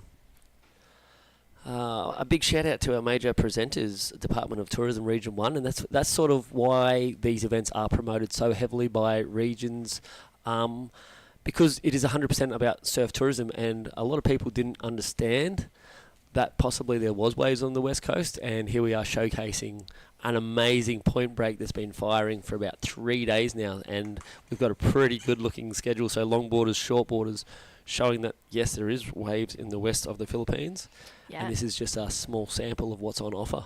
Yeah, well, world famous longboarder JR, local surfer here at La Union. I love that, world famous longboarder JR. Yes. Like, how incredible, from next to no one to world number 8 and world famous JR Esquivel. Yeah, it's pretty insane. And we also saw him move through to the quarterfinals as well today, so it's exciting to have him in the event and progressing into that, you know, pointier end of the draw. So 22 and a half minutes, that last one. I just got a shake from Seabuds, a fruit smoothie, I believe it is. I can taste some banana in there, some berries. Bit of cacao. Seabuds down in the beautiful San Juan Resort. Great vegan options. Delicious. Thank you, Seabuds. Thank you to all our sponsors. I was going to go through the Tingog party list for helping bring us such an amazing event, and big shout out to the Speaker of the House of the Philippines, the Honourable Martin Romualdez, who honestly we can't praise that guy enough for what he's done for surfing in the last year, taking us this event. He's also going to take us, excuse me, to Belair, also helping support that one. So he also helped JR with his campaign last year to become number 8. Yeah, he's really supportive of all of the competitors and surfers here in the Philippines, really passionate about it. But wow, that was a nice first turn for Nanaho. This is live action, driving through this one. And this is where we'll just see her pull off. She wants to back up that 5.5. She does not need a big score to get back into first and apply some more pressure. On to Minami Nonaka. Up next, we have quarterfinal number 2. We'll see. It actually looks like, on paper, it's going to be a really good quarterfinal. Sumomo Sato taking on Sarah Wakita. Quarter number 3, we'll have Kana Nakashio and Katie Inui. And then the last quarterfinal, we'll see Anon Matsuoka and Amuro Suzuki round that one out. It's safe to say a Japan surfer will get through to each final. Yeah, we'll see. Step it up very strong, as we said earlier. I said that Japanese women's surfing is probably stronger than it's ever been, and we've got a quarterfinal that proves that. Yes, absolutely. So whatever you're doing over there in the beautiful land of Japan, continue, because it's working. And this is where developing countries such as Philippines, Taiwan, Chinese Taipei, Korea, this is where we do have our attentions to. Obviously, we've got Indonesia also that we respect and admire. But Japan is the one setting the standards. So absolutely. Really cool to see them here and dominating. Yeah. Well, this last wave of Nanaho comes through at a 5. And I feel like, she's not... I don't think she's hit second gear yet for Nanaho. I know Minami hasn't. That's for sure. Her wave selection's maybe been a little bit off so far in this heat. But Nanaho and Minami are sitting at 3rd and 4th on the rankings. So this is a really important heat for both women to progress through. If they're bowing out in the quarterfinals, you get 1,423 points. And then in the semis, it's 1,825 points. Definitely not 18,000. But Minami straight up into the lip on this one and goes for a finish, but doesn't quite get completion. I feel she did enough on that wave in those 3 lead-up turns. They were sensational that she will throw away definitely her 1.55. I think she might have been improved on her 4.50. Yeah. That second turn was insane. Yeah, she was looking really solid on that one. I think I agree with you. I feel like she maybe hit that section a little bit too late and didn't project out enough to get a finish, but it's definitely easier said than done out there. The waves do change and you have to use, that reaction timing to figure out what's going on. But I think Minami's will come in at her best wave. I think so. And she used that low centre of gravity again. She got down low to try to ride out of it. Sometimes the wave will disagree with you, and a lot happens in that turbulent whitewash when you're trying to stand back up. Here we go. I think Nanaho just got, it's our first bail, I think, of the event. Yeah, wow. That was a pretty solid set. When the wave does that, don't be there. And there's that board tombstoning. Just for those of you who are watching, almost got a double hold down on that one too. Yeah. So definitely took her to the bottom. Yeah, the old debate, do you jump off or do you stay on? Yeah. It's one of those ones where it's tricky to figure out, but Nanaho spent a lot of time in Hawaii, so she knows how to get deep on her duck dive, when she needs to. But 5.9 for that last one of Minami, best wave of the heat so far. Let's have a look at that, because that was an interesting one. Like I said, not getting the completion, but let's see how she opened up. Nice bottom turn. Just that opening wrap. It's usually a standard move out here while the wave's not doing much, and she was waiting for that section, and it did bowl out beautifully. If she had got that combination, she would have gone very good, possibly excellent for what we've seen out there this morning. This being the first heat, the judges are resetting the scale. Sort of different style of surfing to the men's, and judges appreciate and award just small subtle differences because they are such same sport, such subtle differences. So judges will be resetting the scale, and 2 of the best out there in the water will be setting it and probably making a standard for the rest of this quarterfinal, barring a few condition changes. Yeah. Well, seeing as well, it's interesting to note, Nanaho, she's sitting third on the rankings. She's had like super consistent third and fifth places, but we've actually never seen her take a win. So, you know, sometimes it can be tricky when you get to the pointy end of the draw, coming up against surfers who do have that experience in especially the finals. I feel like, you know, you can be a quarterfinal and semi-final surfer, but being a final surfer, it's a completely different attitude. Yep. And for Nanaho, I'm excited, hopefully soon, to see her take her maiden QS win. It would be brilliant, wouldn't it? It would be amazing to see her do that, especially in the 3s and 5s, and I feel like that'll really solidify herself in that top 5 for the Asia Series rankings. And I think one of her strengths is that consistency, though. Yeah. As she levels up and grows, she has already that consistency. She knows she's going to get to quarters. Yeah. She knows she's going to get to semis with that confidence. If she can be that finalist and keep that consistency, then she's going to be a real threat, not just to the regionals, but also the Challenger Series, and then potentially one day that World Tour. Yeah, and she's one of the only, be it female Japanese, but also female surfers that I've seen, bar a couple, actually take to the air in heats and be super close to nailing some huge air reversals. Sierra Kerr is definitely one to note on that. I remember seeing her do a couple at the Caba 5000 last year, and there's definitely a few others in this region. That's also the wonderful thing about the women's surfing. The progression level now is enter also competitors like Sky Brown, who's turned her attention to surfing at the moment. I've seen a few clips of her in wave pools. I've seen Sarah Kerr in wave pools, and it's coming. I think wave pools and wave pool events, it's an exciting time to be a surfer, put it that way. Yeah. It's generally you have to wait for the conditions to line up before you can go out and try to practice these airs. Now there's going to be opportunities, and there is opportunities to go to a wave pool, spend a few hours, and just send air reverse after air reverse after air reverse, or straight air after straight air, and start dialing it in. So when that section appears in the water, it becomes that muscle memory and natural reaction, and you just go through the motions. Yeah, it's one of those things where the more time you spend in the air, the better you get at it. Yeah, I definitely cannot attest to that theory because I just seem to be going backwards, but it's all good. But wow, that was a big set rolling through for Minami and Nanaho. We saw Minami duck dive in just underneath the whitewash there. Oh, second one on the head Wow. too. So she chose to duck dive that, and that's what we were talking about before. Generally, if I'm going to get a lip on the head, I'm going to get off my board. Yeah. I don't want to get hit on the head. Yeah. But as you can see there, that duck dive put her no further back than what Nanaho went through before. But she had that delayed time where she had to get aboard and hop back on, wasting a little bit of energy. Not much, but it does add up, especially over 35 minutes.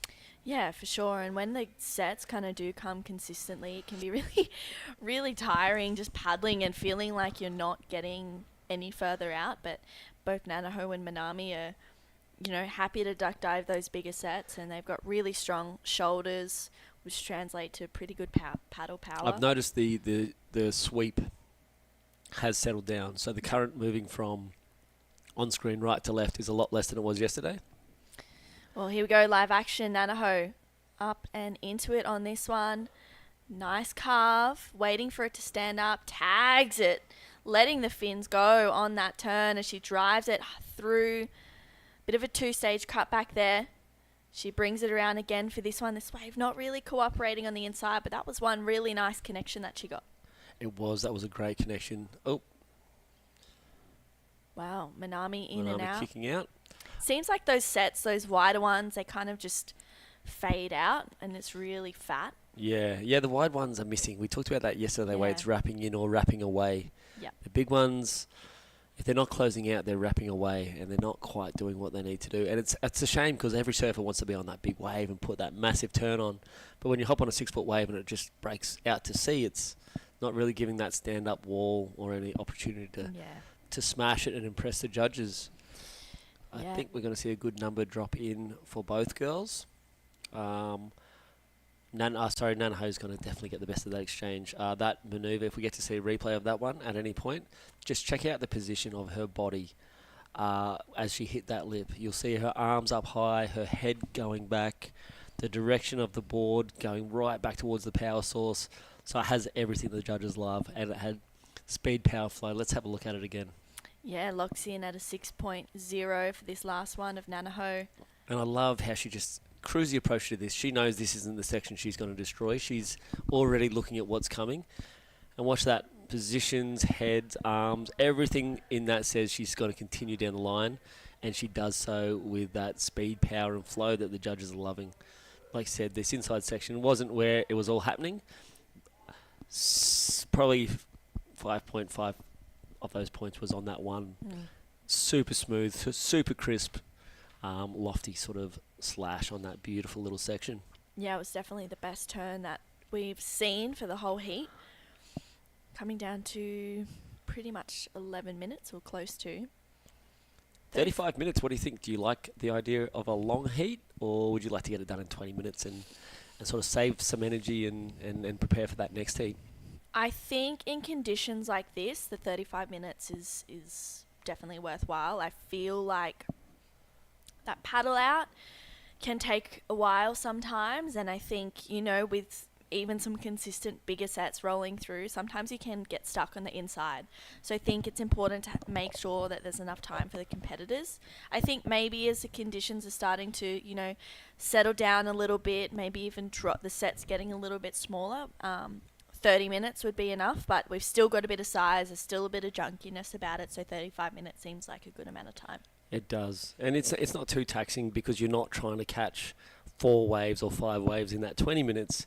You know you can sort of use that time wisely. Still chase that 4 to 5 waves and put together a good total, but you don't have to rush and you don't have to worry so much. So you can paddle back just that little bit slower to conserve energy and really think out your wave. So especially on a woman-on-woman heat like this, it's definitely a lot better for the energy levels when you get to take your time.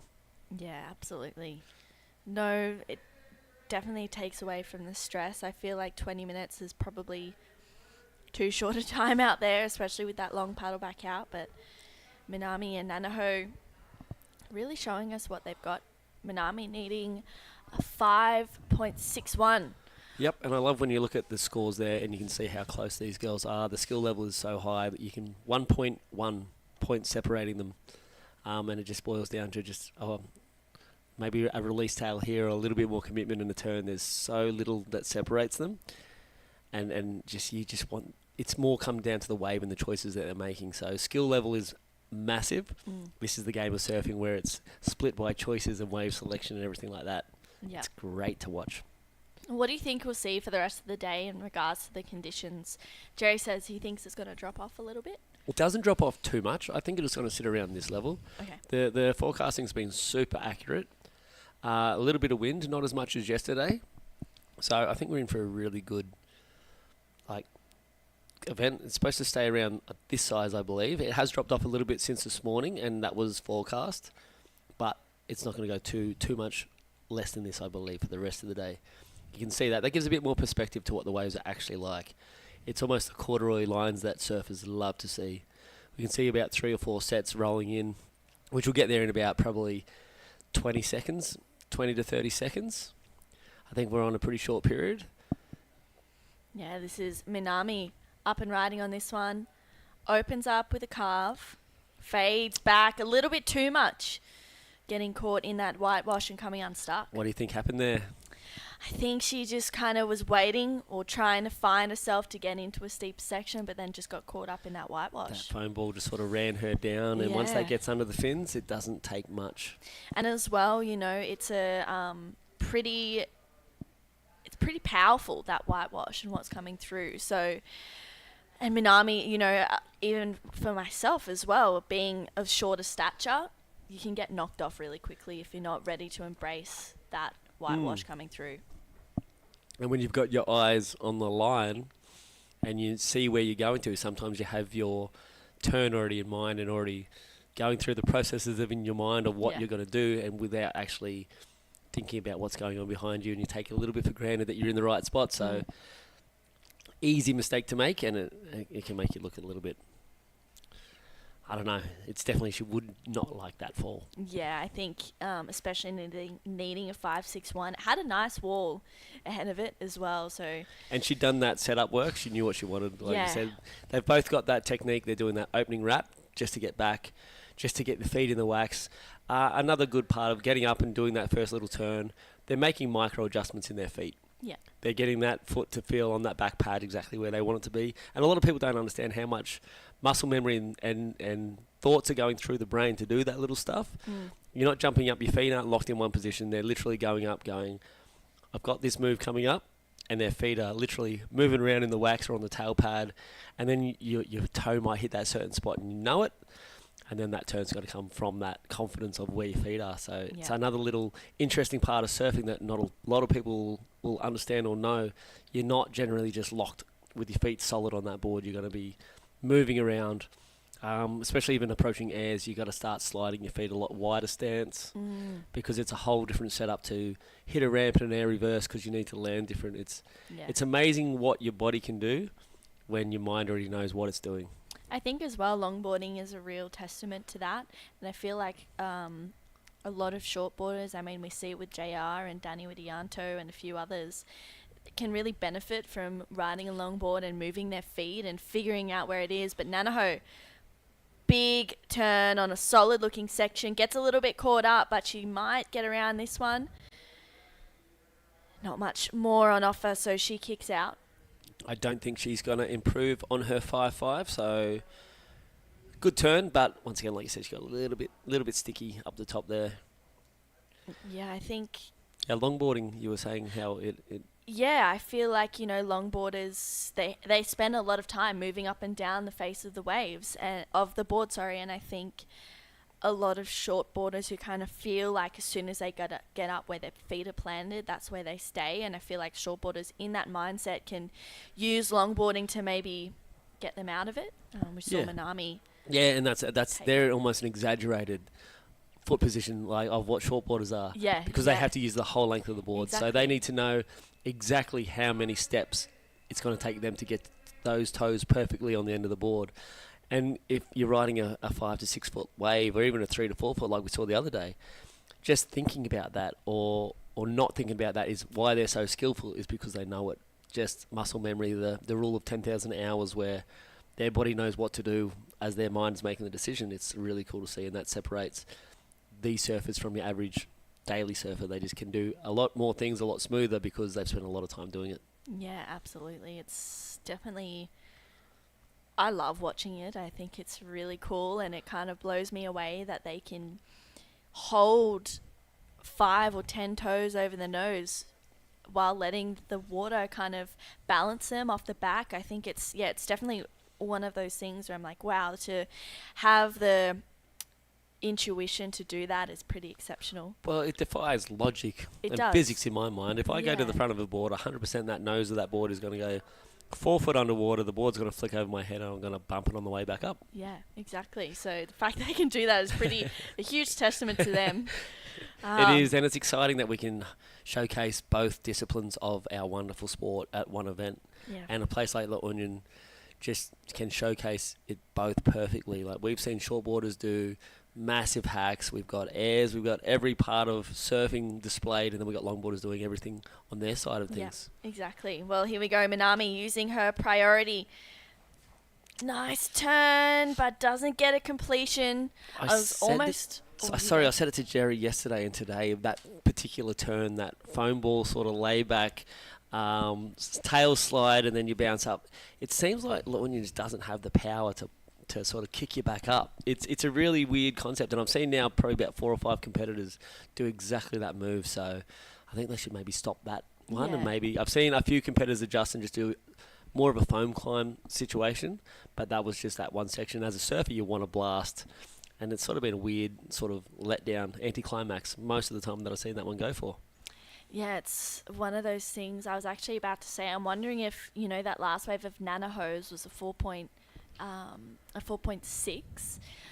And I was thinking, maybe that was a mistake from Nanaho, letting go of priority, but it kind of worked out in her favour because Minami wasn't able to pull off that last turn. And I agree, I think, there's not enough power in the wave to kind of bring you back up, but also to send you back down, the face of the wave as well. Yeah, and it just particularly seems to be on that particular section. Yeah.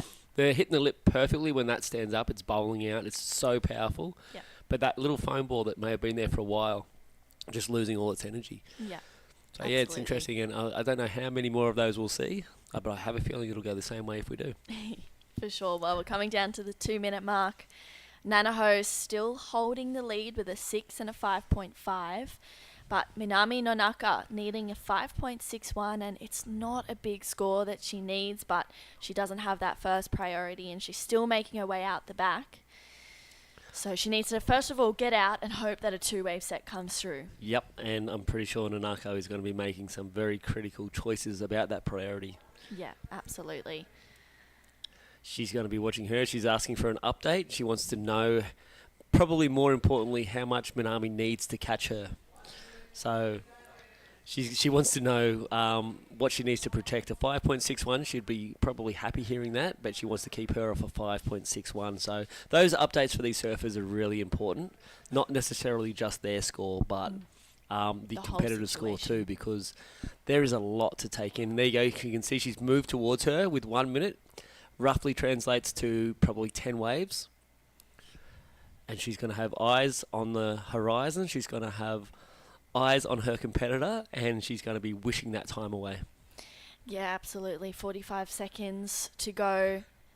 And I tell you what, both of these women have had a great event so far, and I feel like either way it's going to be sad to see one of them go. And either way, it's going to be great to see one of them go through. Exactly, exactly. 3rd and 4th place on the rankings. Ooh. And it's really, Minami just had a sneaky look at that one, and I'm pretty sure I could see Nanaho. Lucky, I don't think it even broke, but she's going to want to try to sell anything at this stage. Yeah, 15 seconds to go. Time is the enemy right now. Poker faces will be on out there. Yes. Will Minami get 10 seconds? opportunity? I would be going, and I'm sure she will go because she knows there's not going to be another opportunity. I'm actually surprised she even gave her a sniff of an opportunity there. Wow, my heart almost leapt out of my throat there for Nanaho Suzuki, but looks like she's secured herself a spot in the semi-finals. Minami Nonaka will bow out of this one. Don't go anywhere. We'll be right back with quarterfinal number 2 featuring Sumomo Sato and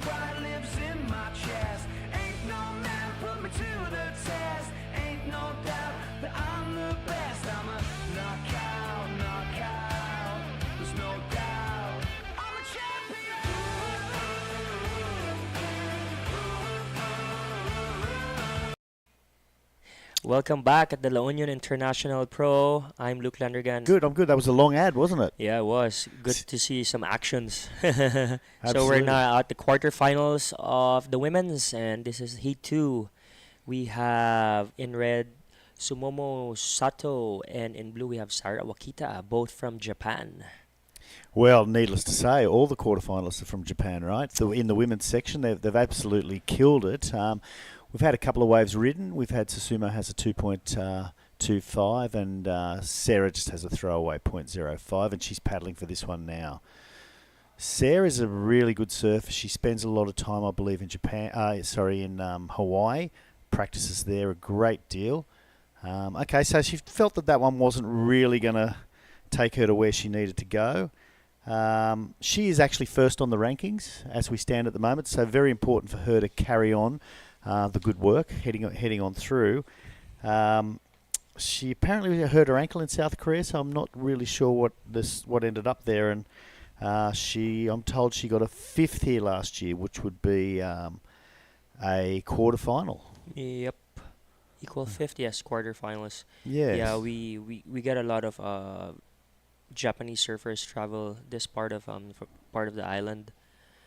We have a few Japanese actually living here. We have Aki, who is one of the OGs, as we call with your him. dad, right? Yeah, with my dad, and we have Kuya Chu-san, who actually has a Japanese restaurant here. It's called Chu's Diner, and one of his companies before, he used to bring Japanese surfer and tour them around. Okay. Here in La Union and down south too. So shout out to those guys. And you were born here, or born in Australia? Born in Australia, but 2 months old, I was thrown here. Yeah, okay. Thrown here. Well, that's a good place to be thrown. I know, right? Yeah. Paradise. Living the dream your whole life. You have a new little baby, right? Yep, I have Lily. You Same have a as Lily my too. daughter, yeah. Lily. Hello to Lily. Hello to both Lilies. Hello, Lilies. Yeah, so how old's she now? Lily is 6 months old, Luna is 6 years old, and Kai is 15 years old. Okay, all right, very nice. And Luna's going to be the queen of the point here at one day, isn't she? Yeah, she loves surfing. She was actually surfing with Lilo, with Filmar's daughter, and Marama Olive. Okay. Before the waves arrived, before the swell arrived, they were all surfing in the Jeez, what a head start those kids have, know, right? So lucky. Yeah, I think we're going to go to interview our last heat's winner as Sarah is taking off, but we'll go to the interview. We'll come back and get a replay of this. Okay, Nanaho Tsuzuki getting the better of that exchange for the first heat of the women's quarterfinals. Congratulations. How are the conditions? How are the waves out there compared to yesterday? Yeah, I'm so nervous this heat because bigger than yesterday. And then Minami is a good surfer and my favorite surfer too. So, but yeah, I was lucky to get the good waves. That's good to know that Minami is your favorite surfer, and also are the two of you close friends outside of competition? Do you hang out? Yeah, Minami is my teammate. Roxy and Murasaki Sports is best team together. Yeah. Okay, so far, now you're in the red jersey. You won in the red jersey. Do you have a favorite color? Yeah, yes, I am. So. Red is your favorite color? Yeah, I want to judge red in the final. Okay, let's see if Nanaho can continue wearing the red jersey all the way into the finals. You've consistently been 3rd and 4th, making quarterfinals, and now you're making an appearance in the semis. So, yeah, any message you want to say in Japanese or say hello to anyone out there? はい、応援ありがとうございます。ちょっと難しいコンディションだったんですけど、ヒートを楽しむことができたんで、次もこの調子で頑張ろうと思います。Okay, thank you and ganbatte. Okay. Bill and Nanaho, that's a cute little interview there. Yeah, everybody wants to be in red. Sarah got a 7.35 on that last wave, hoping the boys next door can find a replay of that for us. We did see it a little bit on the split screen. We'll see how we go there, but that's really where you want to start your day. 7.35's a great thing to do right at the beginning, right? For sure. She'll feel more confident now. She's probably going to wait for the better waves and can afford to just sit and pick her own waves. Plus, she has priority too. Coming up next in the quarter-final hit 3, we have Kana Nakashito, Shio, and Katie Inoue. I know Katie's whole family's here. Oh, really? Yeah, her sister is here. Her brother Taka is here competing in the longboard competition too. So with their mom. Oh, I think I remember them from last Mama year. Taka, Mum's yeah. on the beach taking video all day. Yep. Yeah. Okay. All right. Nice. Well, yeah, this heat, I was a bit surprised. You're the event director, so I guess the discussion went through you. I thought maybe on the man-on-man we wouldn't continue with the 35-minute heat. I was thinking maybe we'd go back to the 30, but it looks like the 35 minutes going to carry on. Yeah, the current is so strong right now, and here we go, a surfer in blue. So that's Sarah. She wants to improve on the 2.10, which is her second score. I'm not sure she's going to do that. Yeah, so the current. So on the sets and when they get caught inside, it takes a long time to paddle back out. Yeah, plus it's breaking further to the channel now because of the size of it. So Yep. when the surfers finish their wave, they're actually near the beach break already. So it takes time for them to paddle back out to the lineup. Plus that wind is pushing them south, and that current's pushing them south, and they have to get back the lineup, which is in the northern part. What are you expecting the wind to do today? The forecast says it won't be too windy like yesterday, and as of today, comparing to yesterday, it's not that windy yet. So hopefully it doesn't get too strong. Here we go, surfer in red.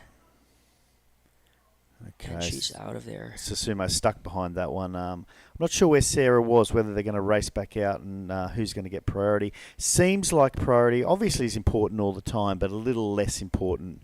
I say Sarah is back out there. So less important with only the two surfers out there. Considering there are quite a lot of waves. I mean, if we look now, we can see 4 waves from Sarah and 3 waves from Sumomo. So, I mean, they are going to be able to get plenty of waves. I guess quality is what they want over quantity, but the more you take off on, the more chance you have of getting a decent score.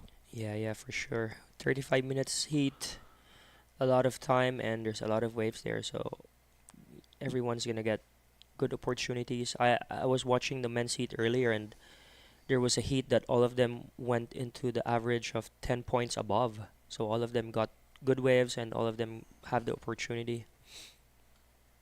Yeah, well, that's good, and it makes it for an exciting heat if everyone's around the same score. I did see a couple that were super close earlier. What do you do? And we'll see if Sarah's going to take this wave, which she looks like she might be a bit too deep.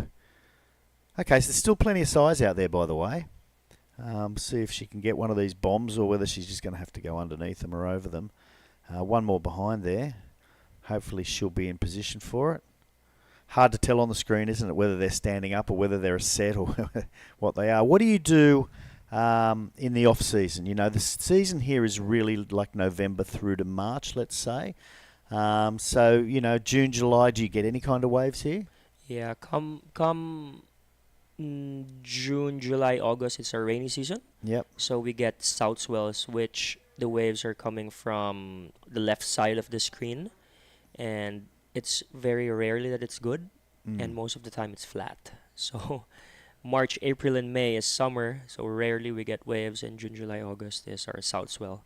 Yeah, and okay. it doesn't really pick up here for our north swell from October till February. Yeah, which isn't too bad. I mean, I think, you know... I would want to add to that's why there's a lot of good longboarders here too. Yeah. Because when it's small, you can't ride your shortboard. You're gonna hop on something. Of so course, it's a yeah. longboard. It's a choice of craft you're gonna ride. And do you surf this wave in a southerly swell, or you have to go somewhere else? Mainly the beach break is good. There's a good left-hander right at the front of San Juan Surf Resort because there's a small reef that sticks out there.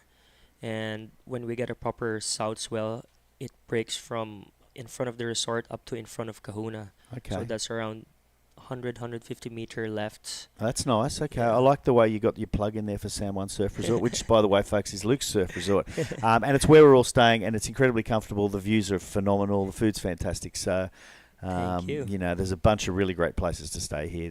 His is one, and where we're sitting at the moment is also one as well. Yeah, Escape. Thanks to Escape, to Jerry and his family for allowing us to stay here and to use this as our home base. Home base for our crew. And to, of course, AC, the manager, who's been very, very helpful since day one.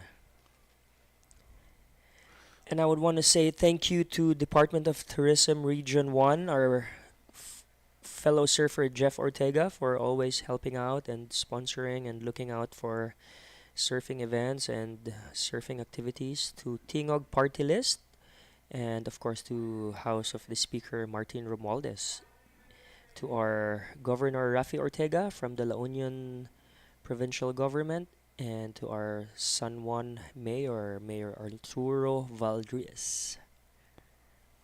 All who are right interested in surfing, and it's crazy because, you know, I'm sure when your dad came here, no one even knew what surfing was, and there's sure as hell no politicians offering money for any kind of surfing tourism and all the rest of it. Must have been really different for your dad. I think we got him in here for an interview last year. Last didn't year, we? yeah, he was here last year. And right now he's in Australia, and here we go. Surfer in red, trying to take a look. Nope.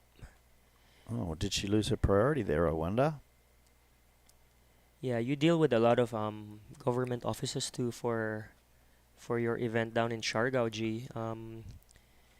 And you know how it works, and it's very important to get everyone involved from their position up to the local businesses, and you stuff can't like do that. it without the local government, the provincial government, the municipal government.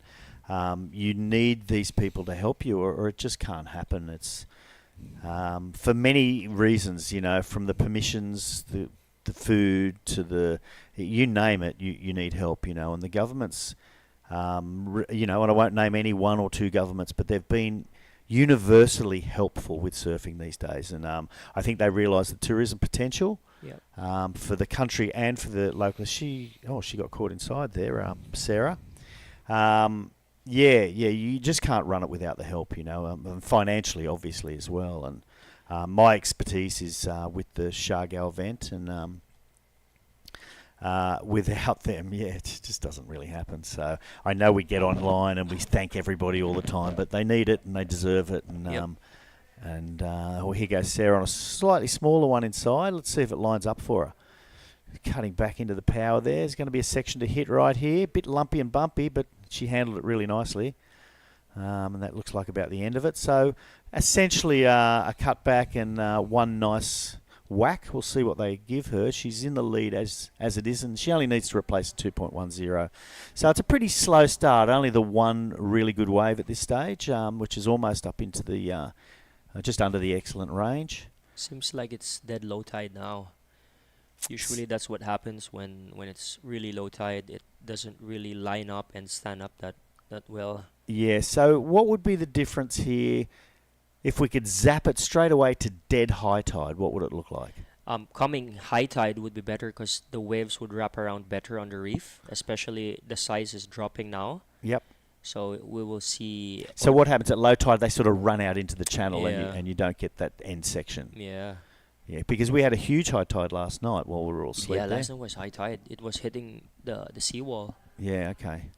And I saw the beach a little bit damaged, and the walkway round to get here had been washed away just a little bit. And we talked about it before. I know we did. Okay, so Sarah got a 4.95. That's great. So Sarah's sitting with a 12.30. At the moment, Susumo is comboed. So she needs two good waves, or two waves to catch up there. She's got a lot of time, 16 and a half minutes, so I don't think she'll be panicking. We did talk about the tides. I'm not an expert at it. One tide a day here, one high, one low?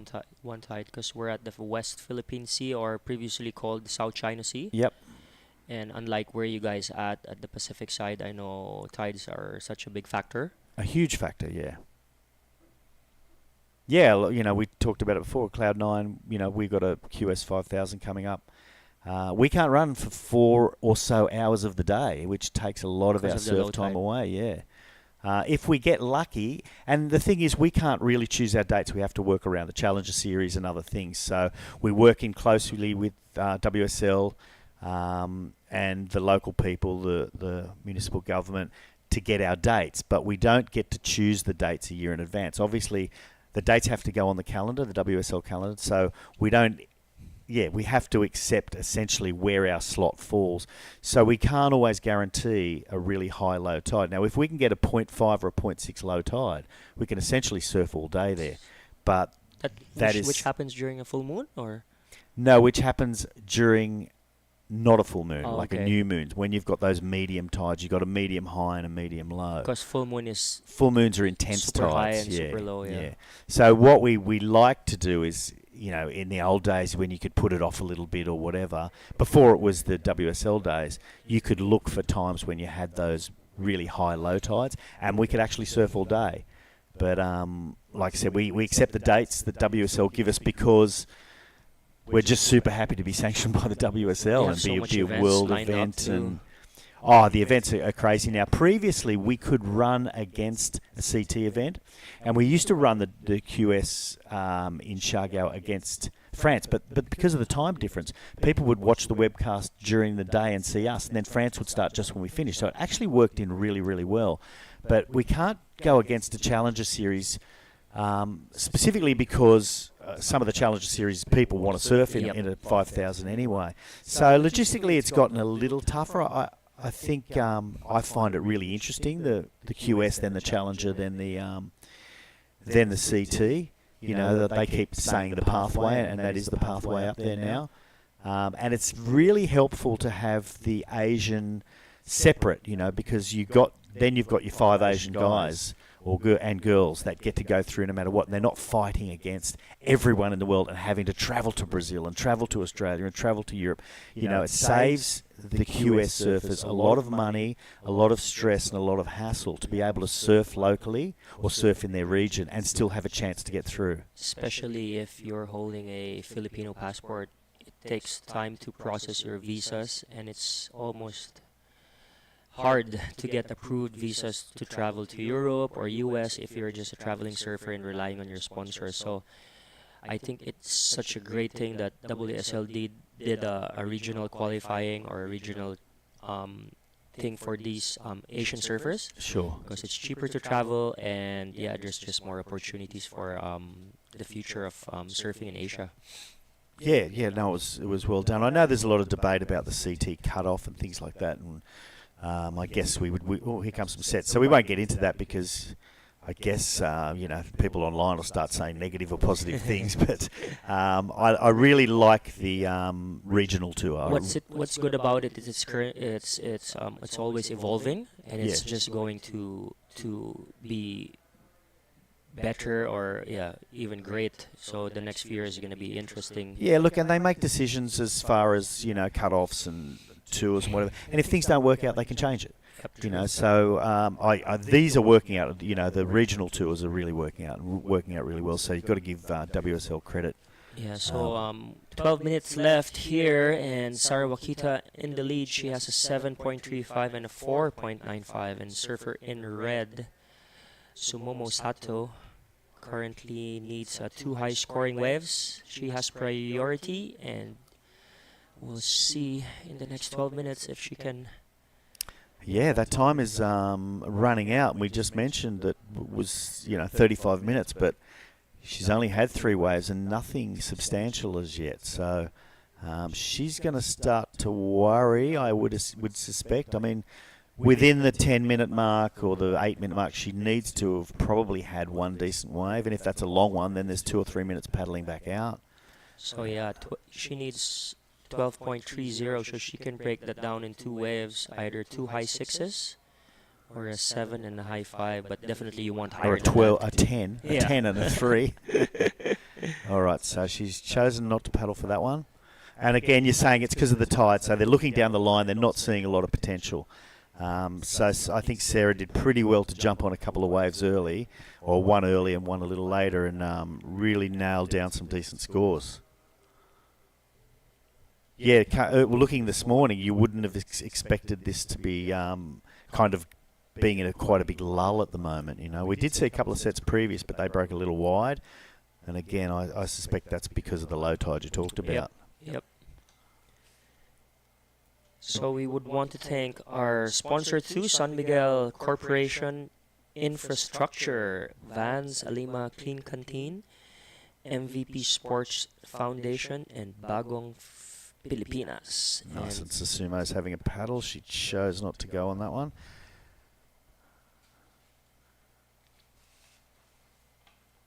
So after this, WSL will be heading to Baler on the Pacific side.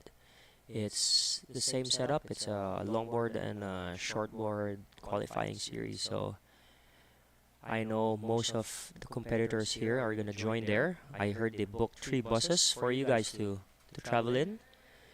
So that's gonna be a fun drive down there. Yeah, well, how long is it going to take? 6 hours or something like that? Around 6 hours. Yeah, okay. Sorry, the awarding here is on the 28th, and you guys are leaving on the 29th. Oh, dear. Well, I guess we'll be sleepy on that bus. Everyone will be hungover on that bus. Yeah, yeah.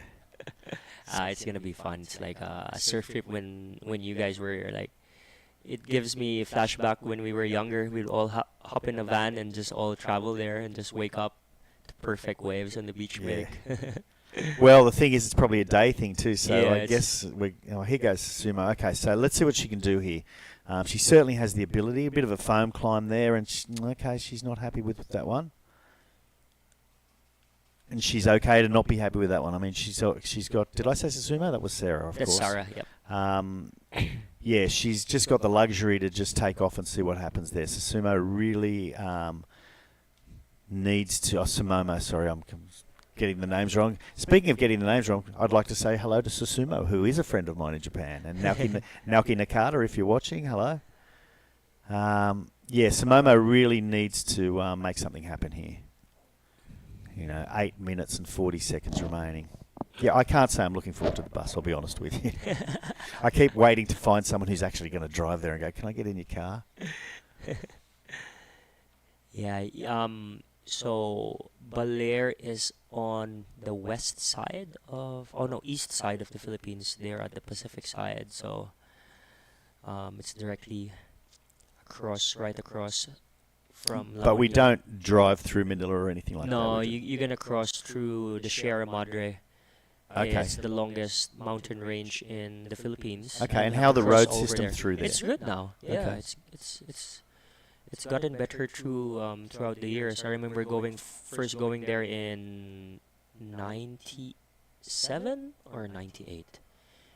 It was 4 hours of mountainy, rough road. 4 hours of pain. It was so wild. You'd see wild monkeys and wild boars crossing. Yeah, It was okay. so nice. And that was the first time you went and surfed Baler? First time in Surf Baler, yeah. We have good friends there. Shout out to our local Baler surfers. Jet was here yesterday. He's going to be the contest director in Baler. He's the president of the surf club there. And yeah, he's a very helpful and very influential person down in that side of the country. Yeah, well, I am really looking forward to going there. Again, I'm not looking forward to the 6-hour bus trip. And so then to get back to Manila, I guess it'll be vans. And what is the I think you guys are going to be on a back in the bus too, yeah. So then to get back It's to the same Manila, distance. 6 hours. Yeah, 6 hours. Okay. Make sure you don't sit beside Tim Padon. I don't want to sit beside Tim Padden. Shout out Tim Padon. Tim Padon is our commentator. You can hear Tim Padden if you're at the back of the bus and he's at the front of the bus. You still hear Tim Padden. I think his lovely girl, Apple, who's pregnant now, congratulations to you. She's here too? Yeah, so he'll be sitting with Apple.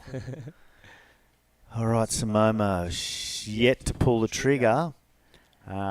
Desperation times now, I think. I don't know. It's like 6 minutes. You get one good wave and you need to paddle back and get another one. Yeah, she needs to do it pretty soon.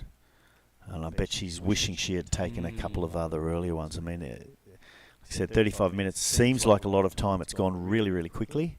And for Sumomo, it's absolutely flying away at this stage. Oh yeah, and shout out to our friends at Flotsam and Jetsam too for giving us a good party during the opening to John C. and the Flotsam crew. Here we go. Sumomo Sato. Okay, just a cut back and there's nothing left there. So she's going to have to race back out. It's going to help her 0.9, but that's not going to help her at all. She's still going to be in a combination position, I would imagine. Maybe she can pick up a wide one on the way through. Yeah, see that on the channel, it's just not. So what would your advice to these surfers or to Sumomo at the moment? Would you say paddle inside? Yeah, I think paddle in. Paddle north a little bit and just wait for the ones that stand up there and just have 2 big hits and then just don't wait for you to ride to the channel because And get back out quickly. there's not really scoring potential in those. Yeah, she's not really mixing it up. She's just paddling back out to where Sarah is. Yeah.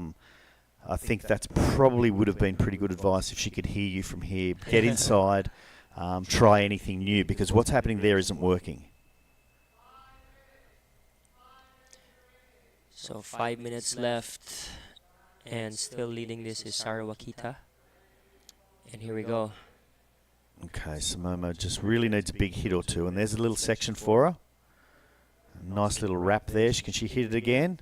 Oh, she can, but she just slid a little bit. Her back foot slid off, I think, and unfortunately, she didn't pull that off. That would have been very helpful for getting her out of the combination position. I don't know if the big wrap will be enough to get her out of the combo, but had she finished that off, it could have been well up there with a 5 or a 6 or something, and game on. But yeah, sadly, that's the reef at the point here in Surftown in Orbis Tondo. And it looks like there's a little more water on it, so the tide is coming the in. tide's starting to push in now. So tell me, the province is Aurora? In Belair. In Aurora Belair. province. The province here is? La Union. It is La Union. The closest town is San Fernando. San Fernando is our main city. And your town here is? San Juan. What's Orbis Tondo? Is the barangay. Oh, that's the barangay. Okay. Like you guys have in Siargao, you have General Luna, and then we have Katangnan. Yeah. Yeah, okay. But the last years, everyone just calling this surf town. Surf town, because yeah. it's just like a small surf town. It's just in this cove. Yeah, well, the first time I heard Orbis Tondo, I'm thinking, I've never heard that before. Yeah, well, I guess, and if you compare it back to Australia or somewhere like that, you've got, I'm in New South Wales, but I'm in the Sutherland Shire, and Cronulla is my town, so it's sort of the way it works there. There you go. So Momo's last wave is a 2.9. Now she needs a huge 9.40. She doesn't have priority. 3 minutes to go. She's going to go this one regardless, and I think she has to. Oh, she didn't. I mean, you can get a 7 on one big turn here, and that's all she really needs to do, paddle back out and get another 6. I mean, you've got to be thinking with 2.44. She's still, we'll say she needs 2 waves. I mean, I haven't seen a 10 or a 9.4 as yet. I don't know that I can see one out there in that surf, but yeah, she needs to just get anything and get back out there, unless she's already resigned herself to the fact that it's not going to happen. I'm not sure. Here we go. No. Maybe the next one. So up next, we'll have in quarterfinal heat 3, we have Kana Nakashio in red and Katie Inoue in blue, both from Japan. I think all of our quarterfinalists are from Japan. The women, all 8 are from Japan, yeah. And I want to say that, okay, so that is Sarah. She just wanted to keep Momo off that wave at any cost, and it turns out to be an okay wave, actually. So Momo, there was a wave behind. I don't know if she managed to get on it, but Sarah's been really surfing smart there, and there was no way in the world she was going to give Momo that wave. She's actually going to come in. She knows she's not going to get back out there in time, so she's going to come in under the assumption that the heat is hers, and I would be thinking that's not a terrible assumption. Get out of there. That's a shallow reef there. You've hit that many times, obviously. Scars on your feet. And I do notice that, that's the next group paddling back out. Here we so go. There's a set at the back. We'll see if she'll have it. Probably going to get it on the head, and that's going to be all she wrote. Yeah, that's a shallow reef, then that's the beach break further up. There's usually a left and a right, a bowl there. Yeah, look at that left. Yeah, I've surfed the beach a couple of times here and really enjoyed it. I saw you on the longboard a few months ago there. I did have a longboard go out there. I'm not very good at it. Easy to get the waves, though. And that is Orbis Tondo Beach. Or all the way up there? Yep, all the way to the left side. Yep. And that's where we are, in that white building, directly in the right centre of the white screen. Umbrellas are. Yeah. That's where we Which are our Vans umbrellas. Thanks to you to Vans for supplying all you do. Thank you, Escape 2, for allowing us to make this our headquarters, and there's 10 seconds left. Yeah, so Sarah Wakita is going to move on into the semi-finals. Sadly, Samomo just didn't manage to get the waves out there today. So, next time round, quarterfinals, still a nice result, but I'm sure she's going to be a little disappointed. So we'll head off to a break, and we'll come back with the third quarterfinal of the women's event.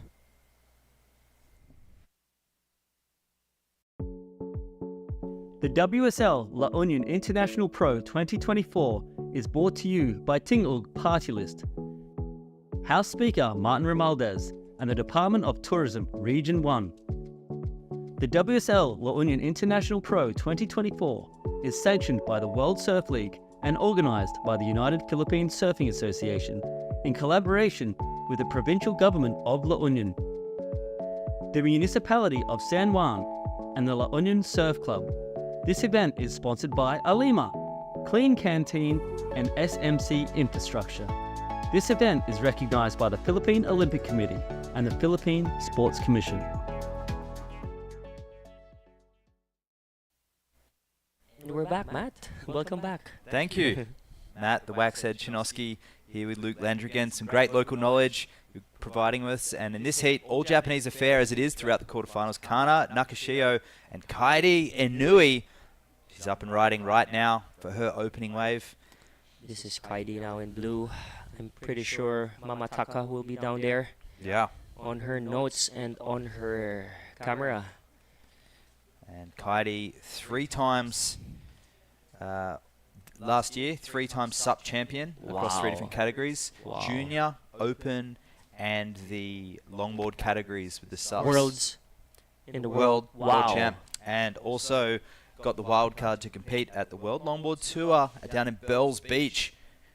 So, impressive all-boarder. The All Inuis, around, yeah. all of them. And they can ride foils, longboards, shortboards, SUPs, or whatever board they throw at them. And Kana, who's fresh off a trip to California. She was at the World Junior Titles, her final year in the juniors.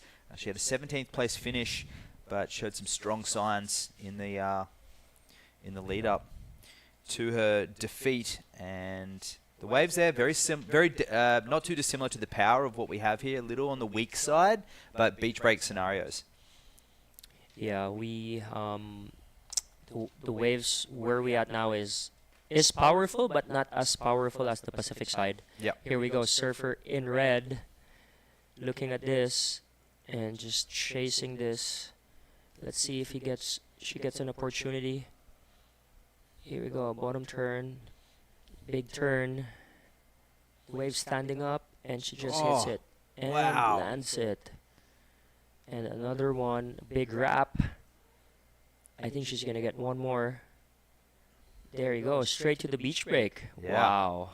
So one of the longest waves we've seen of the day so far, with some moments of brilliance in that wave. 35-minute quarterfinals, and that is one way to kick off your campaign.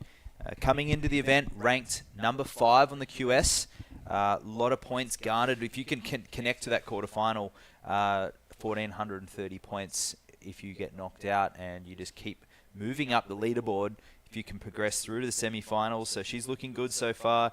Taking the win at the Ichinomiya Pro in Chiba, and she also won at the Manokwari and at Krui as well last year. So that was in the juniors, sorry. She took out the juniors, so junior competitor as well, leading her, well, first in the junior at Chiba actually, and first in the Opens. Wow. So would love to see a replay of Surfer in Red's wave. Look how far she is down, almost at the beach break. How rare is that? Yeah, it's very rare. It doesn't happen all the time. Here we go. So a little bit of a high line, low line here, but comes around the section, and you just think it's going to close out. And she identifies this section here. So a nice searing carve, goes down again. A real point break style wave this. She goes up and hammers it down, gets over the top of her board, really centered stance, and she's driving that one and identifies the foam on the inside and a rare beach break connection and connects through to the inside. So an 8.25, excellent surfing there for Nakashio kicking off this heat. and it's the young Japanese competitor Kaede who's going to have her work cut out for her. Only needing a 5.05 at this point, but that's a strong way to start off. Yeah, tell us something more about those the qualifying series getting into the Challenger Series, Matt, because I know it took a while for me to understand it. Yeah. Unlike the longboard series, you join the regional qualifiers in Asia, and if you're number one. So we'll get back into those seedings and the qualification process very shortly, but it is an interesting scenario. But someone who won't have to worry about that because she's on top of the leaderboard is Sarah Wakita, moving into the semi-finals. She's down there for a post-heat interview with Camille. Okay, I am here with Sarah, who is feeling good because you're definitely improving your result here in La Union compared to last year. And talk to me about the conditions out there. It looked a little rough during your heat. Yeah, for sure. It's been changing all day, and I really didn't know where to sit and what waves to catch. But when I got out there, it was easier than I thought it would be. So yeah, it was fun after all. Okay, that's actually a good insight. So from the beach, it could look really messy, but once you go out there, the waves line up better and you can read them better. And actually, a heat begins even before the buzzer. I saw you surfing very smart, and even how you paddled out, you chose to go to the channel, and you timed it really well. So you're out there in no time, effortless. So what is your strategy during times when it can be uncertain? I just always think about having fun and how I could have the most fun when I'm out there. So I just really didn't want to get pounded on those sets, so I just took my time and went around, and yeah, I had fun out there, so I think it was a good choice. Did you get a chance to surf anywhere else aside from the point? Not yet. I haven't. When I came here last year, I only surfed out here too, so hopefully if we finish early, we can go surf somewhere else. Okay, I love that. And before I let you go, June Esquivel wanted me to tell you that he says hi. Hi. Okay, back to the commentary box. There's some fans from the local community, obviously the Esquivel clan. They run the local surf school. Big fans of Sarah Wakita, as we all are. And she's moving through into the semi-finals. Last year finishing 5th here, and that's one better. And she has a fantastic track record for her 2023 qualifying series. Kaede Inui up and riding, driving off the bottom, and you can see the double deck grip there, synonymous with stand-up paddleboarding. And wow, and a searing carve there, committed carving maneuver there from Kaede. Lack of flow through this inside, but she's stable in her feet, and that's a staple of all those Inuis. But that'll be a nice single turn. What did you make of that one, Luke? Yeah, that's so powerful. That turn was huge. I wish she got more opportunities to connect on the inside. Yeah. But here we go, surfer in red paddling for this wave. Yeah, so tell us more about the qualifying and the regional qualifying and stuff. So on top is Sarah Wakita at the moment, and with those 1,000s, the 3,000s, and the 5,000s, there we go right now. So Sarah's way out in the lead, 13,000 with Anon, who's coming up next. And Nanaho and Minami not far behind. Kana, who we have out in this heat right now, 9,000 points. So she'll get a 1,400 minimum to go up, but everyone above her has moved up too. So it's an all-Japanese affair. Sky Brown isn't here. Amuro Suzuki will be coming up at the next heat. So those Japanese surfers, they're going to be progressing right through. Is it top 5 that goes to Challenger So Series? no. So for the women, it'll be top.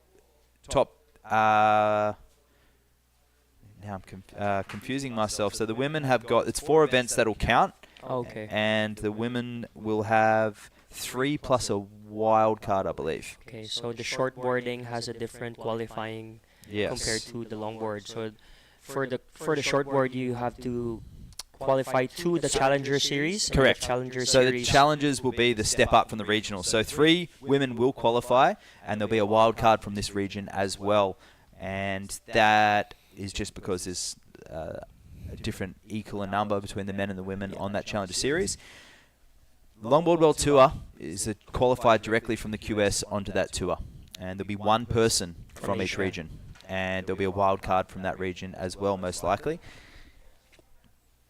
So with JR still in the event for the longboard side of things, and it'll be up to whoever wins, plus perhaps a wild card as well. So we might see 3 Asian surfers on that World But Longboard currently Tour. leading in the longboard regional qualifying is Kai Hamasi. Kai Hamasi. Yeah. So on the women's which side, is still in the longboard heats. He's correct, Still in, yep. still progressing, and Natsumi Teoka is leading as well, and she's number 1 as well after winning in Korea.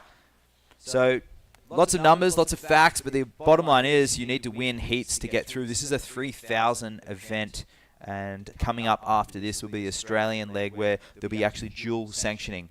I would say the stakes go up a lot harder. There'll be a 5,000 at Newcastle, and there'll be a 3,000 at the Central Coast Avoca Pro. Here we go, surfer in blue, paddling for this. And a 4-point ride on her last. That was her best. And carving that one off the top. Very sure-footed and neutral-footed. And you can see she doesn't fall off very often. Katie's the youngest? The youngest, yes. So when you say dual sanction, it means Asia surfers and Australian surfers can gain points. Yes, the Asia-Pacific sanctioned event. Yes, so there'll be Australians entering, New Zealanders as well, and some of the Asian competitors. So, but a lot more difficult. The field a lot deeper, Yep. and a lot stronger, and those Australians will be on a roll as well. So if you can make good headway and go into the ratings lead like the Japanese surfers have at the moment, it's going to make life a little bit easier. But if they can get some good results over there, especially in the 5,000 event, that will. It's only 4 that count though.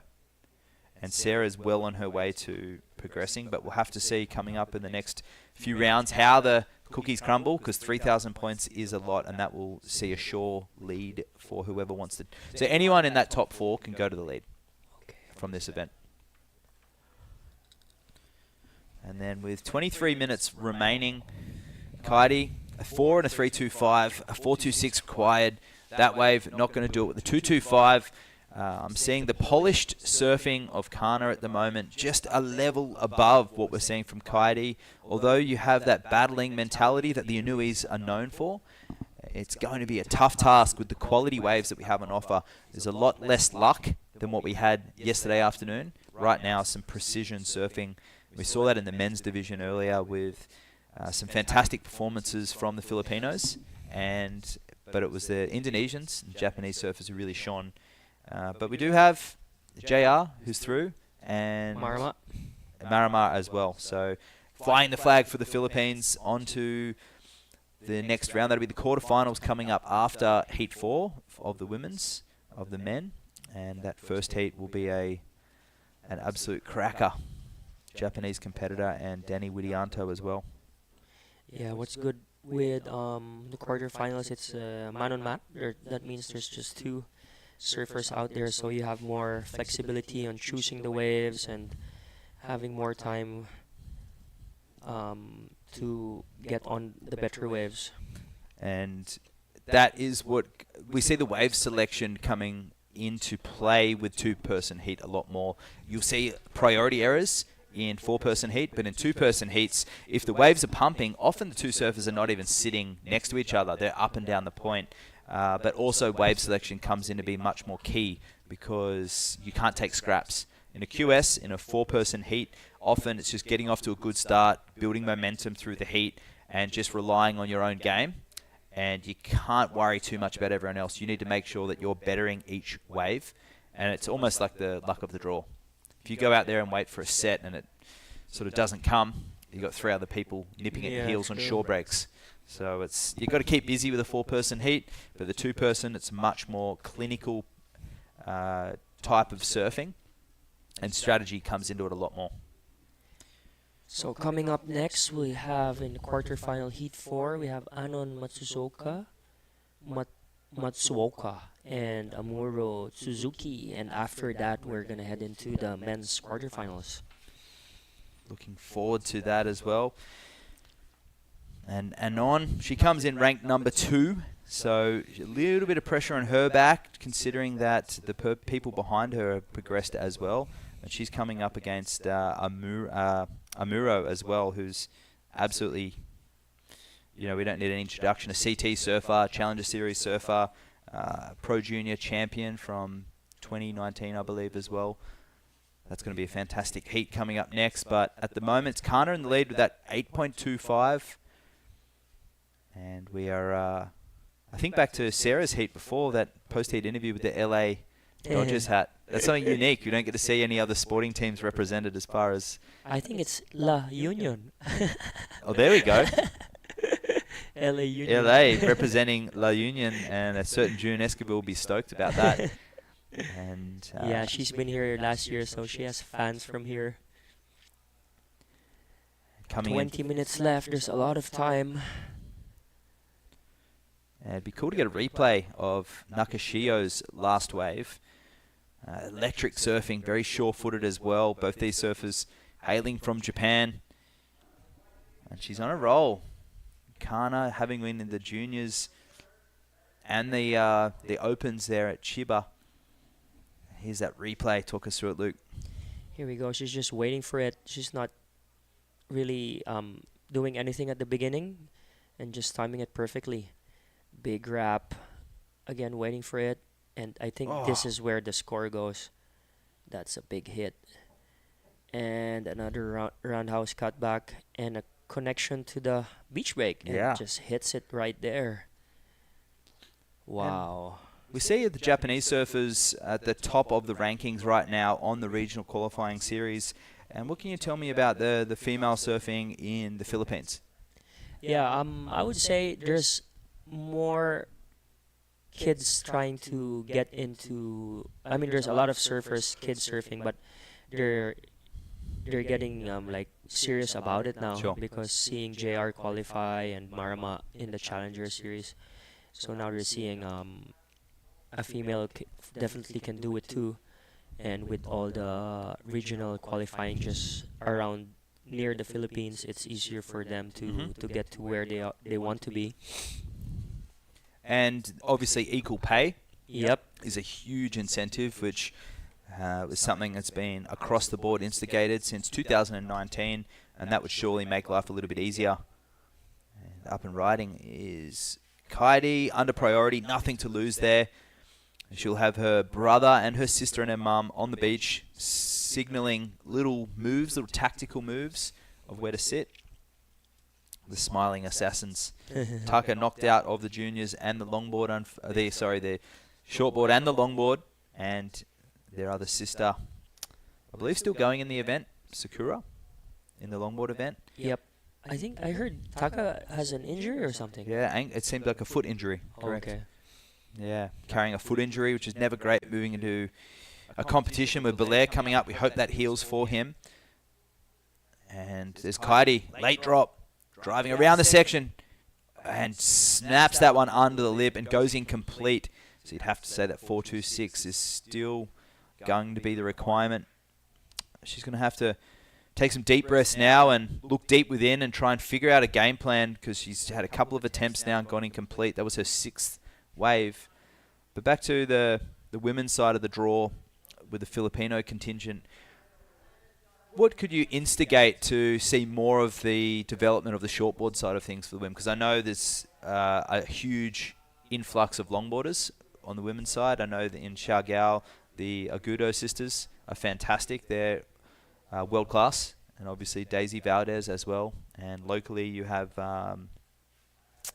Ashley Lopez as well. Yeah, because here in La Union because of the waves, that's why there's more longboarders, and in Siargao there's waves that are suitable for longboard too. And I think that's why there's a lot of longboarders, is because they look up to Daisy, they look up to Josie, they look up to Ikit, they look up to Iping, and they're so graceful and it looks beautiful on photos and social media and videos. And all the young female surfers, they idolize those girls, and that's why there's a lot more up and coming girls that are getting into the longboarding than the shortboarding.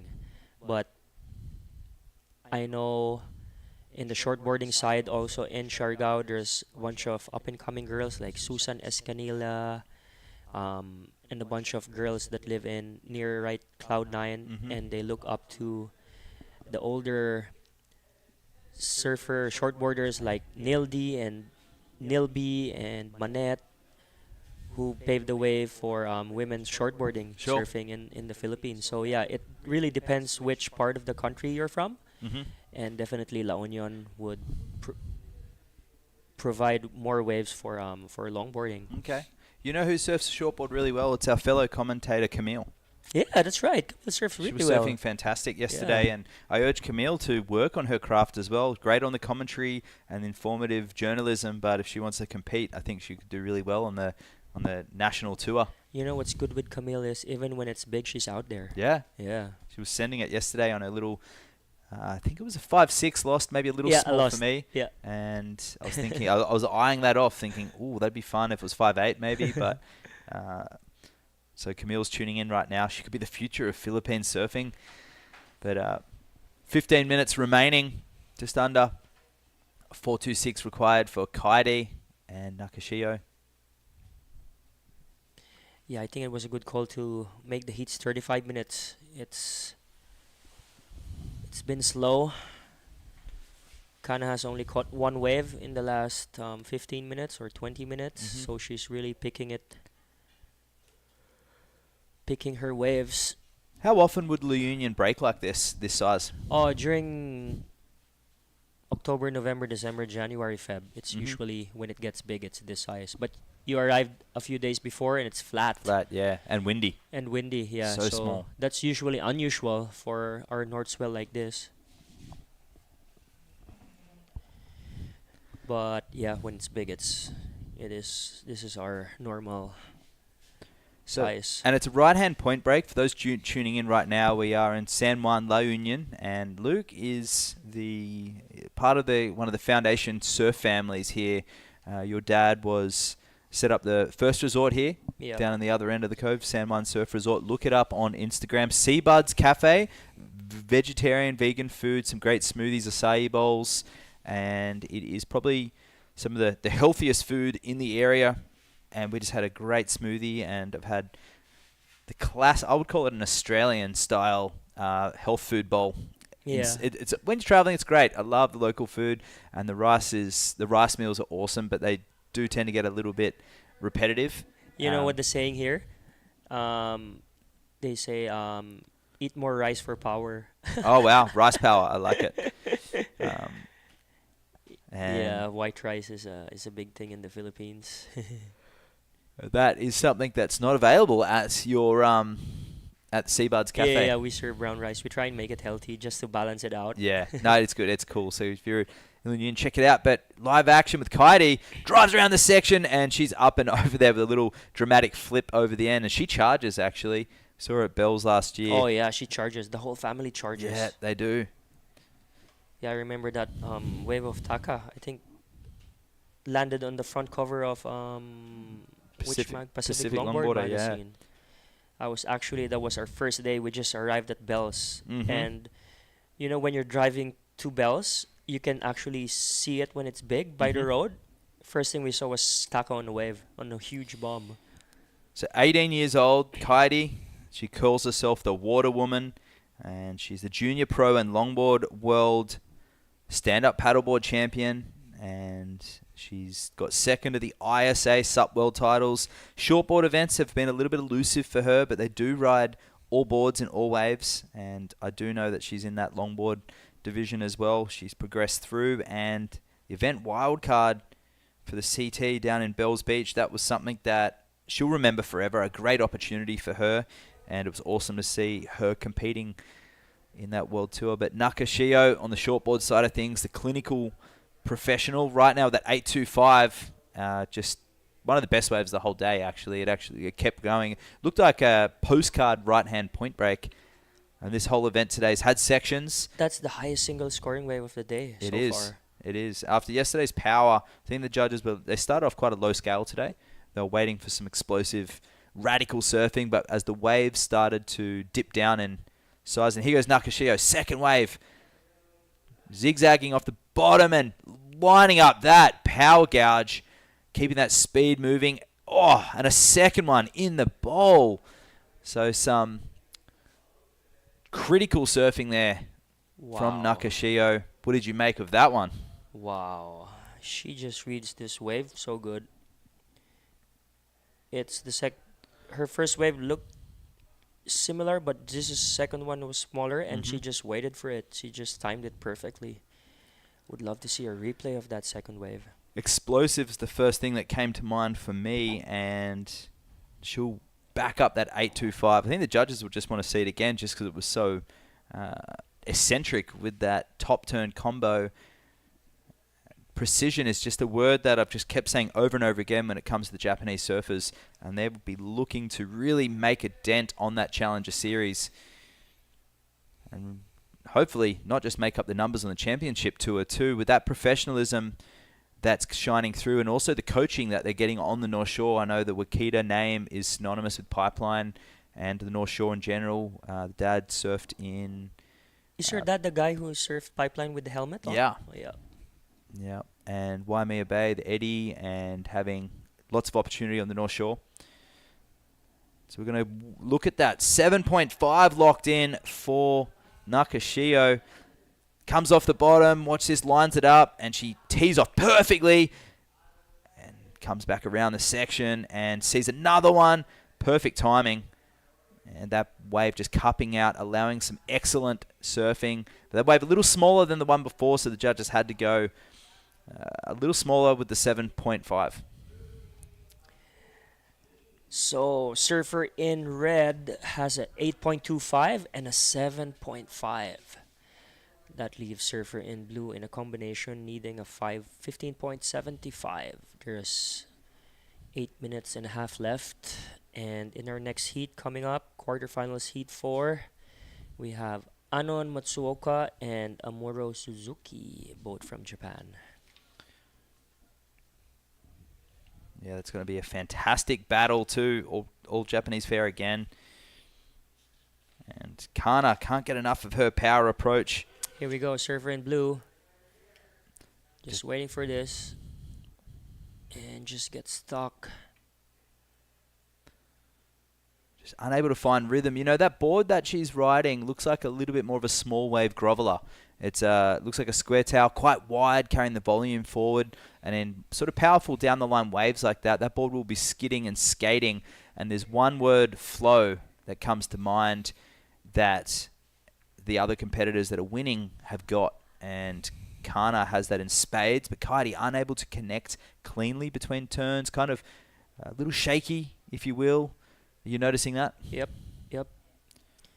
It's looks like I think I've seen his brother or her brother Taka use that board. Same too. board, yeah. That could vary. And he borrowed her board in the initial heat as well on the longboard. So it's funny, they are all swapping boards.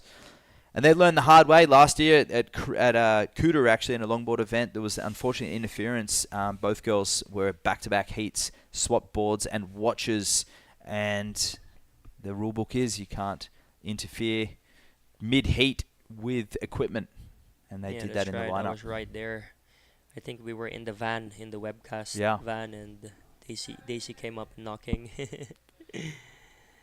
Yeah, well, the rules are rules, and we've seen 2 major interferences throughout the event so far.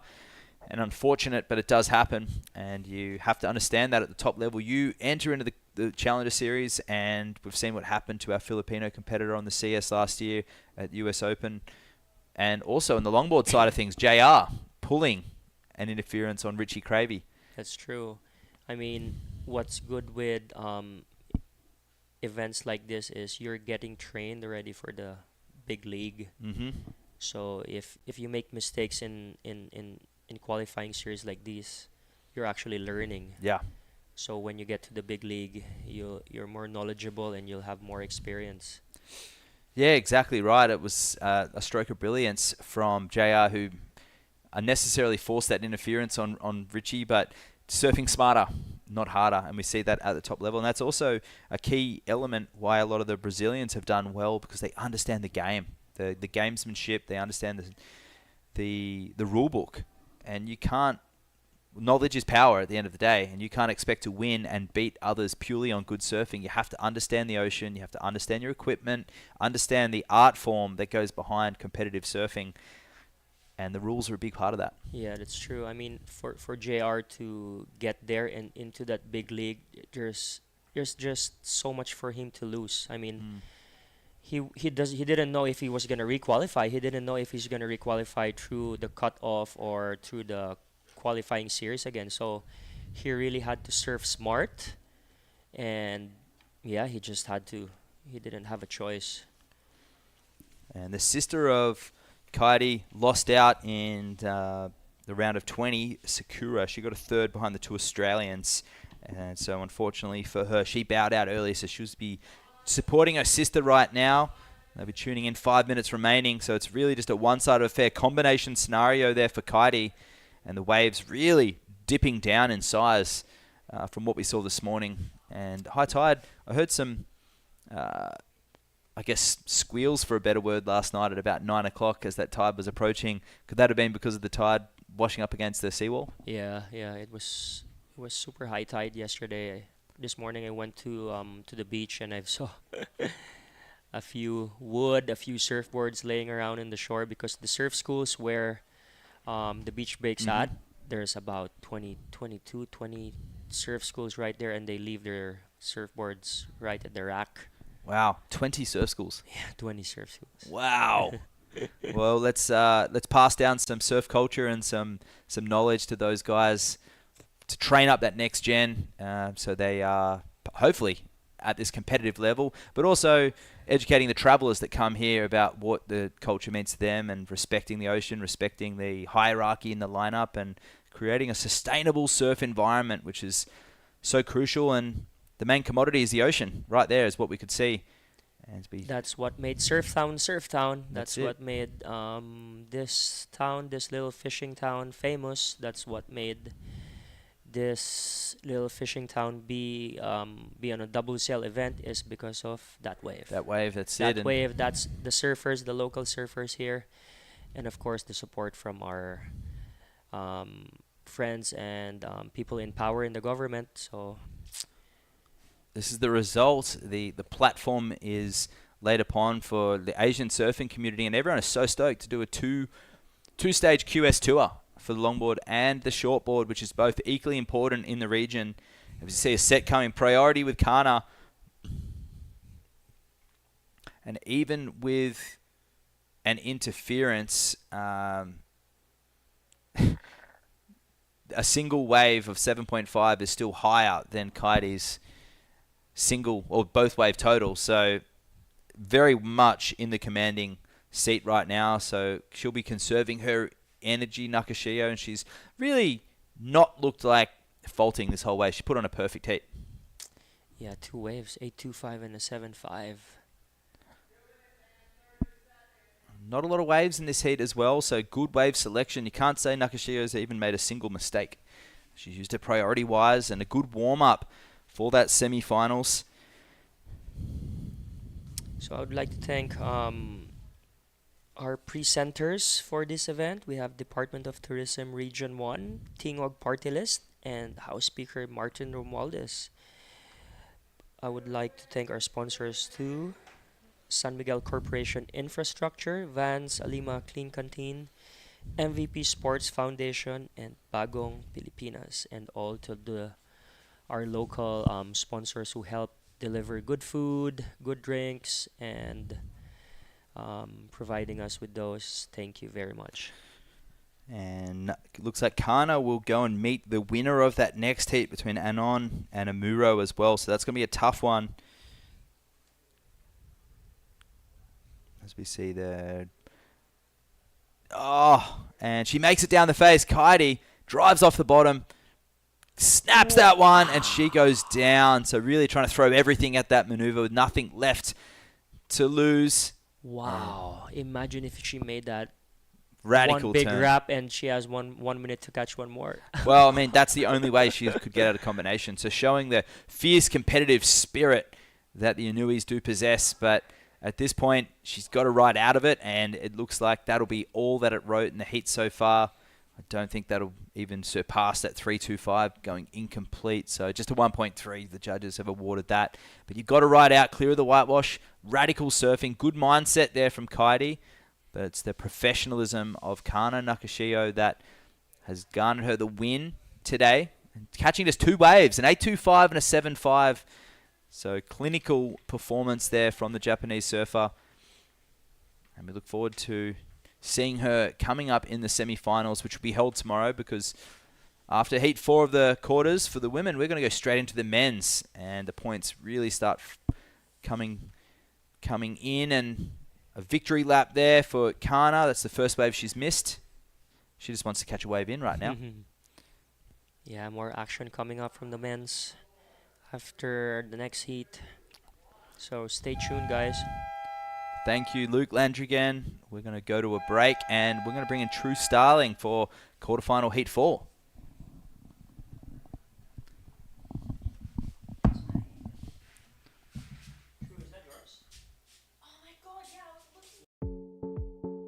The WSL La Union International Pro 2024 is brought to you by Tingog Party List, House Speaker Martin Romualdez, and the Department of Tourism Region 1. The WSL La Union International Pro 2024 is sanctioned by the World Surf League and organised by the United Philippine Surfing Association in collaboration with the provincial government of La Union, the municipality of San Juan, and the La Union Surf Club. This event is sponsored by Alima, Clean Canteen, and SMC Infrastructure. This event is recognised by the Philippine Olympic Committee and the Philippine Sports Commission.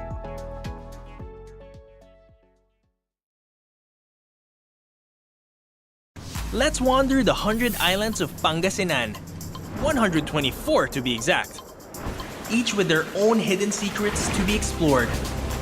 The islands are connected by the Lingayen Gulf, and bridges, and even zip lines that let you fly from one island to the next. Woohoo! There's hundreds of adventures to dive into when there's 100 islands to explore.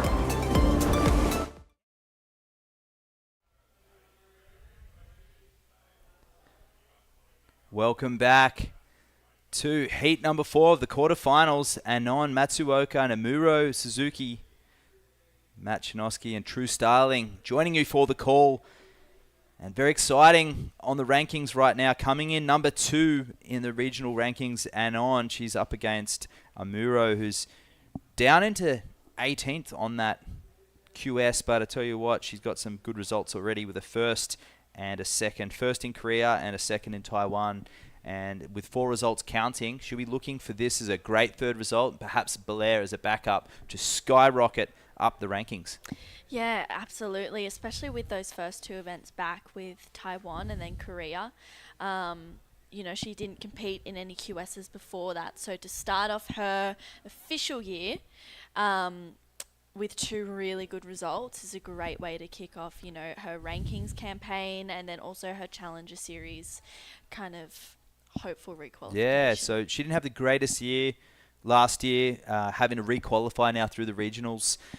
So a lot of travel, and it can take it all out of you. But a lot of those surfers that have been knocked off are doing really well in this event so far, especially on the men's side. And the women's right now, Miro is going to be looking to climb up those rankings. And 2021, she made that CT mid-season cut, victim of that mid-season cut. And she was on the Challenger Series through 21, 22, and 23. World Junior Champion in 2019. So pretty much, even through COVID, a super competitive 5 years that she's had and no downtime. So that's a testament to the professionalism, the training that's coming out of the Japanese camp. And is that something that you've seen increase in your career? Yeah, absolutely. The Japanese females, especially, I've been, you know, keeping a close eye on. The training that they put in is, leaps and bounds ahead of anyone else. I feel like, you know, they're super committed. They want to, you know, focus on what they can do best. And I think as well, you know, sometimes the competitors are sacrificing event results for, you know, a bettering of surfing kind of career. Anon, she's not going to be going to Belair. She's heading to Hawaii because she wants to better her surfing. Great insight. Wow, that's very interesting. Coming in to rank number 2, she probably doesn't need that necessarily at 3,000 result. And here she goes, opening up her account right now. So a little priority hustle out there at the moment. You see that shoulder to shoulder there, True? Yeah, both Anon and Amuro are pretty fierce competitors. They like to get the inside. They like to be on the first wave as well. So I think Amuro did pretty well there to kind of, I think she might have sold Anon into that one so that she could get that priority. So a bit of a mistake maybe from Anon. She does like to start off a heat with, a good score. But, sometimes it doesn't work in our favour, so you just got to adapt to that. And that's really nice to hear that Anon won't be going to Belair, funnily enough, although we want to be excited to see her surf, seeing the results that she's already had on that tour. So first in Krui, which is the 5,000, huge result for her. Korea semi-finals, quarterfinals, which is also a good 1,430 points that she would have got from that. Also Taiwan, defeated by Sarah Wakita in both Taiwan and Korea. So there's a little chip on her shoulder. And if she can get through this and get through to the semi-final, she'll be probably, at this point, seeing Sarah the next time they meet is in the final. So a little bit of revenge coming for Wakita from Matsuoka, and Shagao first as well. So no stranger to reef breaks, feeling comfortable on the long lefts of Krui. She came second here last year as well. So Philippines treating Matsuoka really good. She feels comfortable in these waters, and the Asian region, well, between Anon and Sarah, they've just been going back and forth with who's winning, and if it doesn't seem like Sarah knocks her out, Anon probably goes on to win, judging by the statistics. Yeah, and another thing to note as well is Anon is actually still a junior. So she is 18. Yeah, she's 18. I'm fairly certain, Matt, correct me if I'm wrong because you were there, but I'm pretty sure that she was actually competing in the World Junior Champs over in America. And she's also was in the ISA World Junior Champions as well. Last year. World Junior Champion last year, ISA. Yes. And Amuro 2019 WSL World Junior Champ. So child prodigies, and somebody who just moved on to their next round in the semifinals, who'll be coming up against the winner of this heat, is Kana Nakashio. She's with Camille down the sand right now. Okay, before I start, I want to say thank you to Luke and Matt for the kind words they said about my surfing during the commentary earlier. But for the sake of the future of Philippine shortboarding in the female division, I want to give a shout out to Vea Estrellado from Sorsogon. That's our #1 current overall champion of the 2023 tour. And speaking of powerful female shortboarders, I am here with Kana Nakashio putting together the highest heat total. You've surfed so well. That's been the most powerful surfing we've seen in the event so far. I would even dare say even sharper and more powerful than the men's.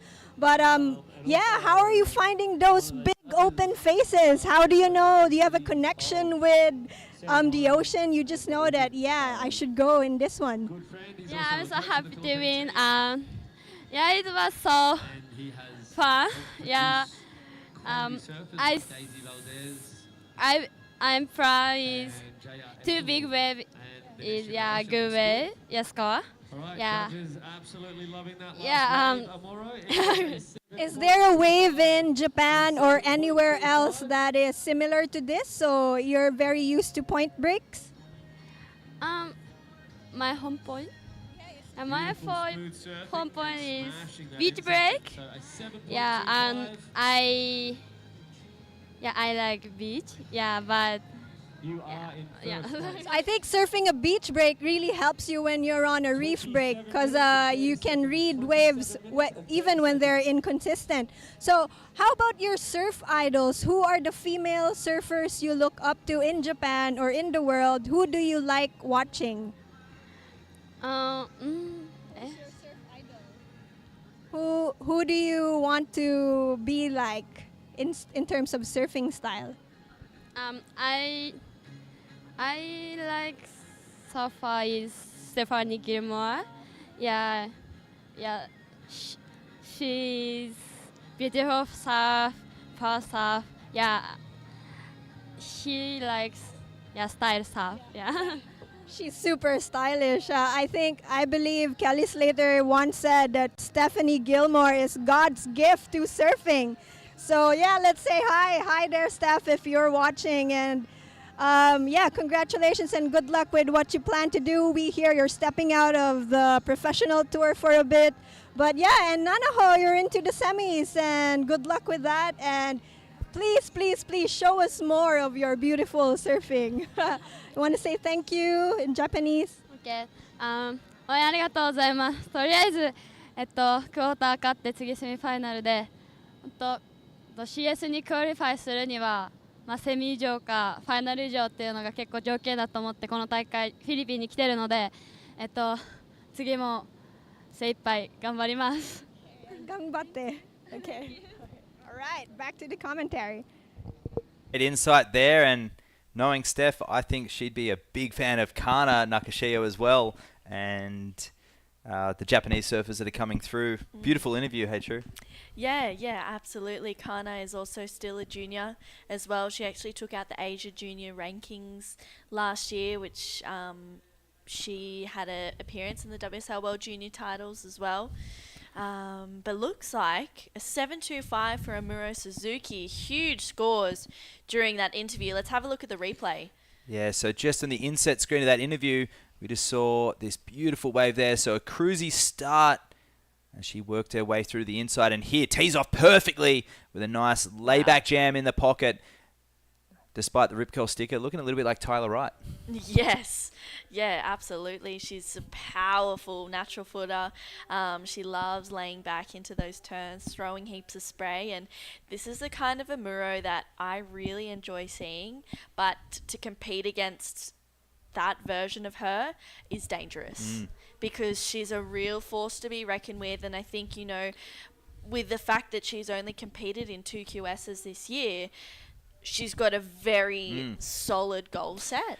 And I think when she's in that zone, she's hard to beat. And she needs points, knowing that in this heat right now, Matsuoka coming in second. Sarah's already progressed through number 1 in the rankings with 3 people progressing through. Yep. And only the 4th is the wild card. It's, I'm sure she would want to be going to Hawaii instead of competing in small way. Not that it's a chore to come over here to the Philippines. It's a short trip and it's relatively cost efficient as well, with some great points on board. But I mean, if she doesn't have to go to Australia, that would be very beneficial for her. If she can get 2 really good results here and skyrocket up the rankings, or even go to Australia with a little less pressure, perhaps with the dual sanctioning events being at Avoca and in Newcastle as well. The field there, much more sparse. Traditionally, and you can speak from experience, True, a lot more different nationalities in those events, even just people that are traveling.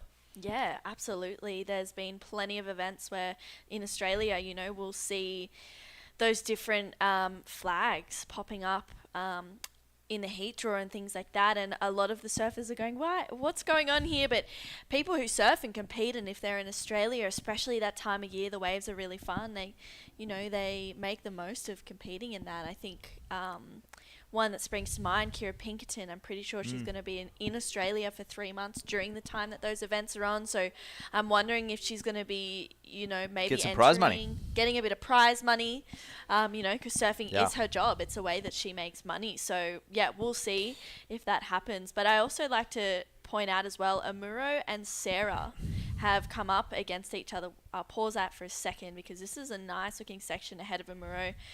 Bit of a 2-stage carve there, but this one starts to really line up for her, bangs it in the pocket. Wow, that was a nice turn there for Amuro Suzuki. Starting to fatten out a little bit on this one. But yeah, her and Sarah, they were in the final together in Taiwan, and Sarah took the win.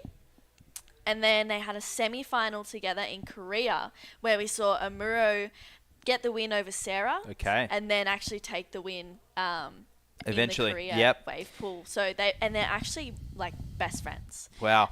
Yeah, so it's cool to see that rivalry, but also that camaraderie. So Sarah's she's on the dartboard for a few of these surfers right now with a lot of close defeats. Matsuoka on this one, driving off the bottom, nice backhand turn there. And lining up this inside, trying to find a clean line. Oh, she gets a nice foam climb straight into this next carve, holding the rail. And she's going to line up this inside too. Great tee off, good timing, tricky wave to surf.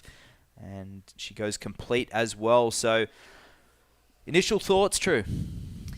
I liked it. I think we can see more from Anon though. I think, those couple of snaps, they were really nice in the pocket, but she didn't quite get that, critical vertical section. But I think, that's just a keeper for her at this stage. Although this last one of Amuro might shake the cages of Anon Matsuoka. Yeah, I think so, because that 7.25 and a 6.75 just dropped for Amuro Suzuki. So she's rocketed out into the lead, making a 9.5 situation there for Anon until she drops that next score, which we're waiting on right now. It's not going to be the 9.5 using all of my experience. That wave was well completed, but I wouldn't really say it's going to go excellent. Yeah, I think so. I think maybe in the 5 range, maybe a little bit higher was a nice wave. The score's coming through right now. It's a 5.75, so it was a good score for Anon, but I think, if she can find one of those critical sections like we saw Amuro on for those last 2 waves, I think we'll see her get in that, 6+ range. So the Japanese, all the fans right now will be tuning in, and they'll be on the edge of their seats because some of their brightest prospects are through to the pointy end of the competition. It's an all-Japanese affair through the quarterfinals, and we say goodbye to a few of them right now. But a Japanese surfer will win on the women's side of the draw, and that's very, very exciting because they are commanding the lead on the Asian rankings, and we will see, it looks like at this point, it's going to be 3 Japanese surfers on that Challenger Series. Yeah, which is super exciting. I think, where everyone talks about the Brazilian storm, but I think there's a new wave of Japanese surfers coming through, and it's exciting to see. I feel like Kanoa, inspiring a lot of the Japanese competitors to follow in that footsteps. We've now got Connor O'Leary representing Japan as well. So, some really great idols there for these surfers wanting to qualify and surf on the Dream Tour as well. But, it's one of those things where you work so hard to qualify from the QS to the Challenger Series, and you have to work twice as hard to get from the Challenger Series to the Championship Tour. And then once again, you've got to double that. And that's, we talked about with Luke a lot as well, sustainable surf coaching and longevity, and understanding how to put 3 turns together and do an air reverse is no longer the status quo. It's not sustainable, and it will not get you just onto the CT. It's understanding bigger waves. It's having no flaws, no chinks in your armor, being able to surf backside, frontside, reefs, beach breaks, and points. The Championship Tour this year is truly the Dream Tour. The waves on tour, you think of the challenging locations. Bells Beach, Sunset Beach. Think of like Margaret River. Think of Cloudbreak, Chopu, just Pipeline. It's mind-boggling, these spots. Portugal, which you're probably going to get really barreled on as well. And if it's Brazil, as we've seen in the last 5 years, more often than not, it's well overhead. So it's not the small wave tour that it's been unfortunately roped into the last few years because of the conditions. If El Nino really does rear its head, it looks like it's going to be a bumper year. And what got you through heats on the regional tour, the judging will be the same, but the surfing will be another level up. We're going to go to a replay of that 6.75. Yeah, I really like this one of Amuro's. I think she shows it really well and attacked this section nicely, and then this is where we see that, huge connection. Really a bulk of the scores coming from that single turn.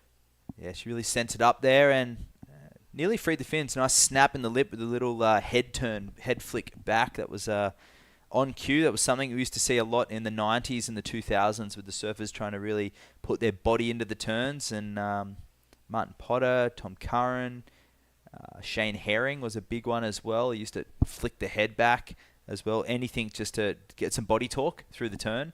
And when you're of smaller frame, shorter frame, you've really got to utilize your whole body to your advantage. You don't have the ability of those longer limbs to flex out and project your body and utilize that and leverage those longer limbs. When you're shorter, you have to be over and centered on your board, and commitment has to be key. Very neutral footed. You have to go back foot to front foot, very crucial. We see John, he's got a very long torso, And he's pretty lanky in general, but long arms as well. And you see the way that he pivots through a turn. He's very unique in the fact that he'll go through a carve and he has so much more to give in the last 25% of the turn. And he'll be able to slide the fins and get, before he even reaches down the bottom of the wave, and he'll be able to do a very critical, almost underrated turn under the lip, where most surfers have to go down on the face all the way around and come back up. Well, he'll do that same radius turn high and tight under the lip. Extremely critical, but he uses his body shape to his advantage. Yeah, and that's sometimes the key of surfing as well. You know, if you're of shorter stature, you do have to kind of make up for that in technique as well, because with technique then you can kind of throw some spray. I think of Coco Ho, you know. She's perfect example. Yeah, she's not very tall, but she is technically perfect, and she uses that technique to throw spray just like Amuro Suzuki on this one. So opening up, nice carve. And goes vertical and rides out too. So that, viewers, ladies and gentlemen, that is going to be an amazing score, because whenever the judges, or whenever we are left gobsmacked, generally that requires some appropriate judging. Yeah, absolutely. I think, first opening carve, and that next section, bit of risk, medium-sized wave. It might be somewhere between the 675 and the 725. Yeah, I reckon. Somewhere between that. I think each wave she just seems to be feeling more and more comfortable, and that was a big risky move to finish that wave off. And using her body shape to her advantage. Exactly. And Amuro, if you see her, she's strong. She's got really strong legs. And again, she's not very tall. She's probably about kind of my height. I'm like 5'3" on a good day, so I'd say that. But we've got big scores looking in for Amuro. So Camille's going to be getting the tape measure out on the beach for the post-heat interview. And an excellent 9-point ride, so superseding our expectations. It was one of the best turns we've seen all day. So let's have a look. True. Yeah, really nice opening carve. She doesn't kind of two-stage it. And this section here, critical section, critical turn, and hitting it a little bit late, you know, as well. So it was really risky, and riding out pretty much perfectly. And 9.0 for Amuro. Solid surfing there. And I think, you know, she's once again stepping up in this event and applying even more pressure to Anon, who now needs 16.25 combination. And combination of maneuvers there as well. Judges looking for big surfing, big sections, with that nice opening carve, really able to combine that momentum off that carve and then identify that next section. Late to the party, but got over her board, landed, and that strength in the lower body and the core is what is able to absorb down when that white water is coming from behind you. Strong knees, strong ankles, strong joints, strong hips, and you're able to withstand that whitewash and ride out with calm, cool, and collected. That was excellent surfing. Yeah, the score's reflecting that 9.0. Excellent heat total so far as well. Yeah, huge feather in the cap for Amuro Suzuki, but 13 minutes, anything can happen, and Anon is not one to give up. She is very fiery competitor. She does not like to lose. Even in a 4-man heat, coming second she's not happy an option. with that. Have you had any heats with Anon personally? Yeah, I had my last heat with her in this event. That's right. In the round of 16, she came second, and I know she was happy to get through, but you know she's always striving for betterment. Yeah, I think last year in Avoca we had a heat together, and it was the first time I really had seen Anon surfing, and she was super impressive. Her backhand is really strong when she finds that critical section. She can really put it up there and throw heaps of spray. Yeah, winning the ISA World Junior Championships as well. That's certainly a mean feat. That would have been in Brazil. Yes. Yes, Yeah. so winning over there in Brazil, and backing that up over at Oceanside at the World Junior Championships. I don't think she didn't feature on finals day. She was defeated earlier on in the rounds, but great signs from the Japanese surfers in the junior rounds as well. Absolutely. Well, a bit about her road to get to Brazil. Prior to that, there was 3 events going on. So we had Siargao, and then we went over to Taiwan, and then after Taiwan, we went to South Korea. So they were 3 huge events back to back. She got a win in Siargao. She had a couple of good, as you said, results in Taiwan and then Korea. So to kind of move into the ISA in Brazil was a huge feather in the cap for Anon. And I think as well, like that momentum, a lot of surfers roll off momentum, off, good results. They gain that confidence. Yeah. And Anon is a confident surfer. So she's got to reset 11-minute 20 heat, but Suzuki down in priority. Great flow, driving through this one, carving that one back off the foam, and really managing the bumps and lumps of this sideshore point break right now really well. And that one, no dynamic end section, but under priority, just trying to put a bit of pressure on Anon and perhaps getting her to give up that priority. Yeah, I think so. And it didn't work this time on Anon, but I think, that was a really nice carve for Amura. I think if she had got a critical vertical section, she probably would have been up in the 7s once again. And getting rid of that 7.25. Yeah. So Anon, you can see her actively paddling right now. She's up for the challenge, you'd have to say, with her 2023 results and the momentum that she's carried. She's absolutely no stranger here, as we said earlier. Second last year at this event, and Krui taking the win, the big long left-hand point break. 2/5 defeated by Wakita, so she'll be aiming for Wakita if they meet up in the finals, and Siargao a first as well, so no stranger to the Philippines. When you're in a combination situation like this, Drew, and you know that you've got the skills, do you run through, being a pro surfer yourself, do you run through these strategies? Yeah, for sure. Absolutely. You kind of get yourself into a position where you figure out how to get a 6. Or in her case, she needs a 6.25. So she can figure out, what have I done in these last few heats to get a 6.5? How can I replicate that? And she's really good at doing that. I think for right now, she probably needs to aim for about the 8s to make that a bit more of, an easier achievement. But Anon, she can, when she gets those vertical sections, those steep sections, she goes straight off the bottom, straight off the top. And that's the thing of being on your backside. She only needs 2 critical sections, and being on your backside, you can invert with your bottom turns. I think back to Wilco at Bells and at Snapper. I think to Mark Ocalupo at the Skins event in Bells. I think to Ace Buchan, Owen Wright, and Miguel Pupo, Tatiana, and on the women's side of the draw, of course. And you think of vertical surfing. Who's got the best backside attack on the women's draw in history? In history? Oh, that's going to be a big call. Well, let's do it. Chelsea Hedges should be up there. She's still ripping. Absolutely. Well. Some of her performances on right-handers have just been back then compared to Luke Egan. Yeah. And this might be a rogue one, I don't know, but I'm a huge fan of Joanne DeFay's backside. Strong. Absolutely. Yeah, huge fan. Sage Erickson's got a pretty mean, attack as well. Laura on her Yeah, back. Laura's committed. You'd have to say the backside coming from narrowbands maybe even better than the front side. Yeah. Oh, absolutely. Yeah, she's got absolutely. Ooh. Well, her backside is...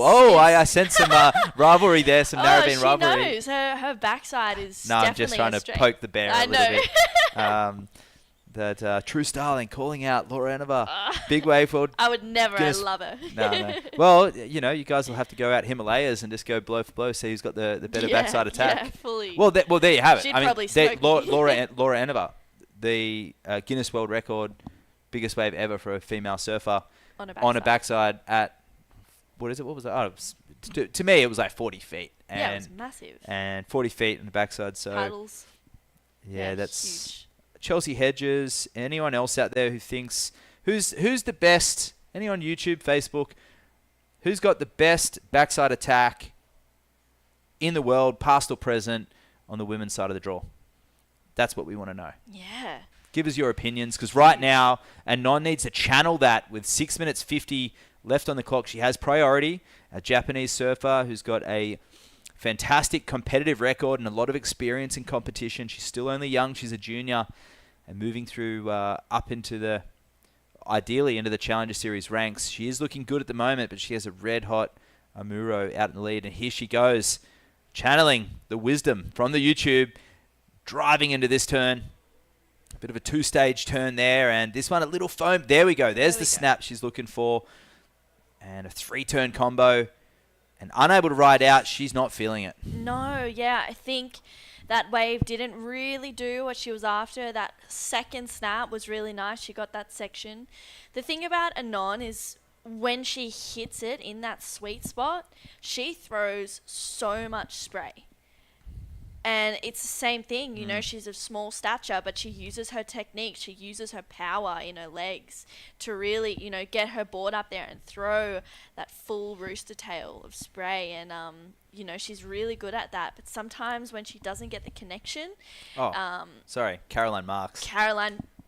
World champion, Caroline. How did that even... Oh my gosh. You said rooster tails, and I was thinking, and I was like, oh, well, Caroline throws more spray than almost anyone. One of the shortest surfers in the tour. So if Caroline Marks can rub off a little bit on and on right now, she can channel Caroline at places like Honolulu Bay, J Bay, for example, Mexico, El Salvador. Some of those performances we've seen at Snapper from Caroline Marks.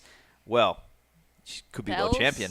Oh, bells, Caroline Marks, incredible. We're having mind blanks today. What is going on? Yeah, I was thinking for some reason further down the line, just with all the chat about Steph and Carissa Moore, this is the future of what we've got going on right now out in the water. We're here at the regional challenge, qualifying series 3000 here in La Union, and we're going to crown a Japanese champion. Yeah. It could be a goofy, it could be a natural. We're trying to find out if anyone joining us right now.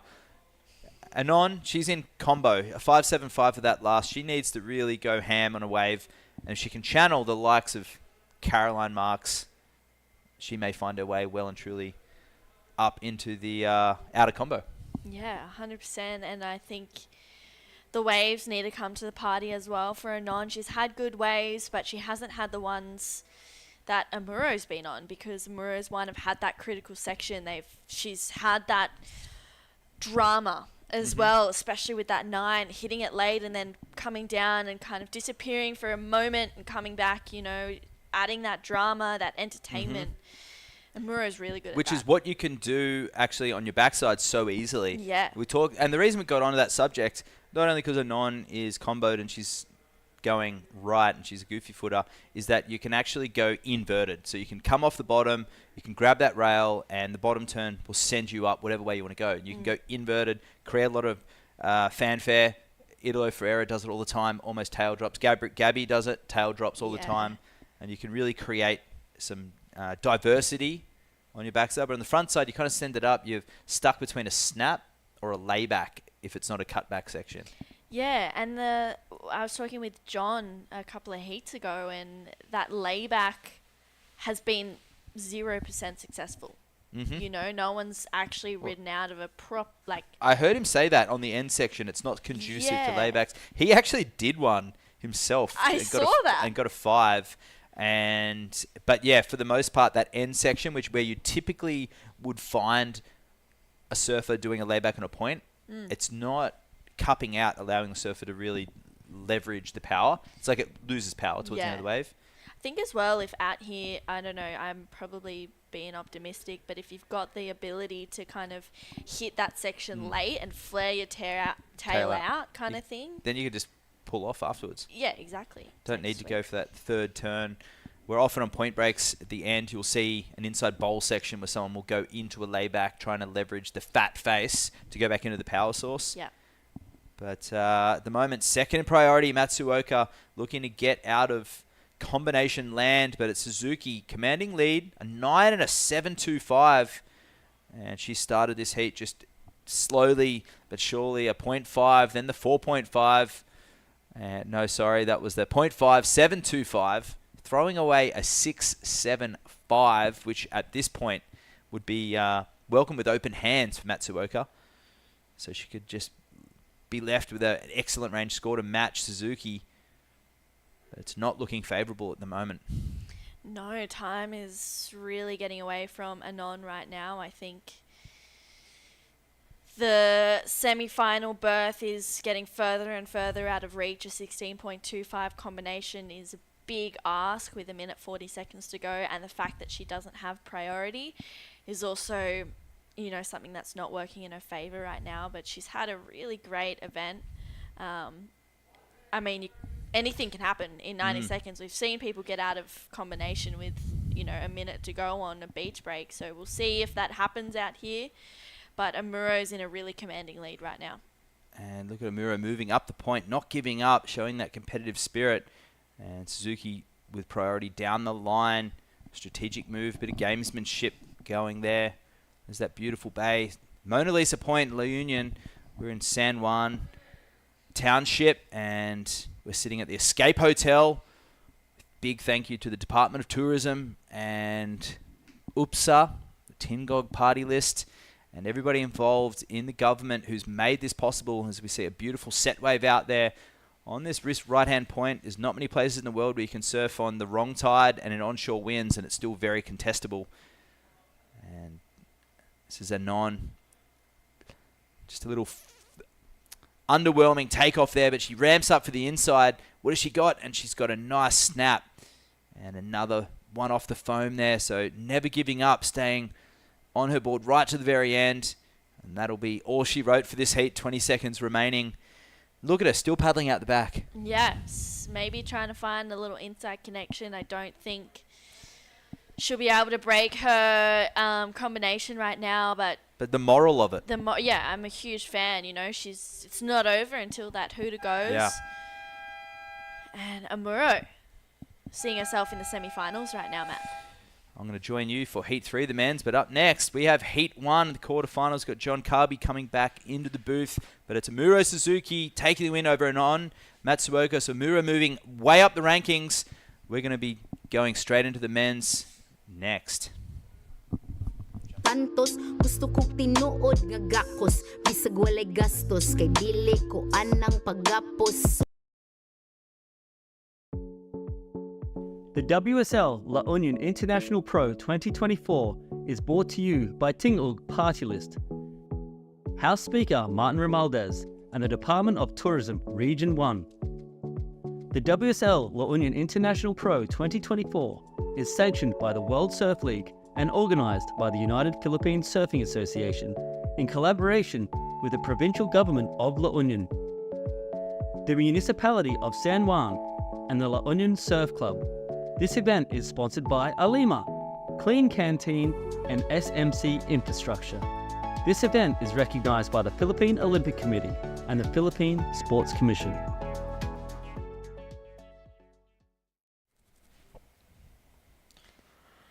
Welcome back to the La Union International Pro. We've moved on through to the men's quarterfinals. We just saw Amuro Suzuki have a pretty or near perfect heat, 16.25 combination, locking in a 9, which was next level. Unfortunately, we saw Anon Matsuoka bow out of the quarterfinals, but I'm True Styling joined in the booth with John Carby. And John, you've been out there assessing the vibe of the place. That was a great heat, that last one. Yeah. That 9.0 was an absolute send. But out there at the moment, quarterfinal heat 1, we have Rinta Otto and Danny Widianto from Indonesia, and obviously Rinta Otto from Japan, shaping up to be another great quarterfinal. Super amazing. Good surfing. The wind's not too bad out there at the moment, which is also another plus. It's coming more straight onshore at the moment.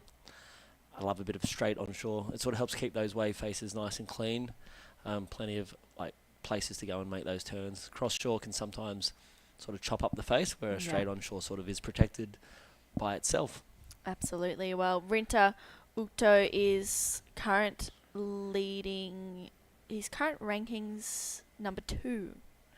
So this is really important for Good spot Rinta. to be in. We have 5 slots available for the Challenger Series, plus 1 wild card out of Asia. So even if you're not in that top 5, you've impressed the crew enough throughout the campaign, then you can actually find yourself on the tour also, which is pretty cool. Yeah, absolutely. Everyone is craving that Challenger Series spot. They're all wanting to, be in that top 5. 5 results count for the Asia Series.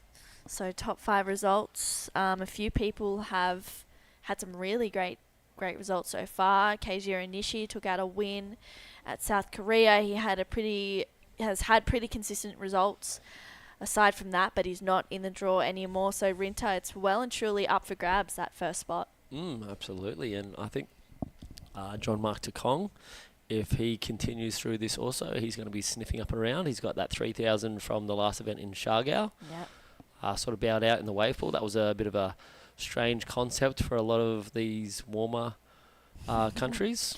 Yes. Indonesia and Filipinos not really used to... how cold was it there? It was freezing, yeah. What was the water temperature? So the first day, it was 5 degrees, which was... Is that the water temp? Yeah. The water temperature was 5 degrees on the first day, but then luckily we were treated and the pool was heated. Yep. And it went to a beautiful 15 degrees. Nice. Still, thick wetsuit, booties and gloves, but the outside temperature was, I don't think it went over 7 degrees. Maybe one day it got up to 10. Yep. But that was for not very long. I love it though, because that's a part of, we talk about these pathways a lot, and imagine ending up on the Challenger Series or on the CT and not knowing how to surf in a wetsuit. Yeah, absolutely. I think I was talking to Marima on the first day or the day before the contest, and he goes, I'm just going to wear a wetsuit, no booties, no gloves. And I was like, yeah, no.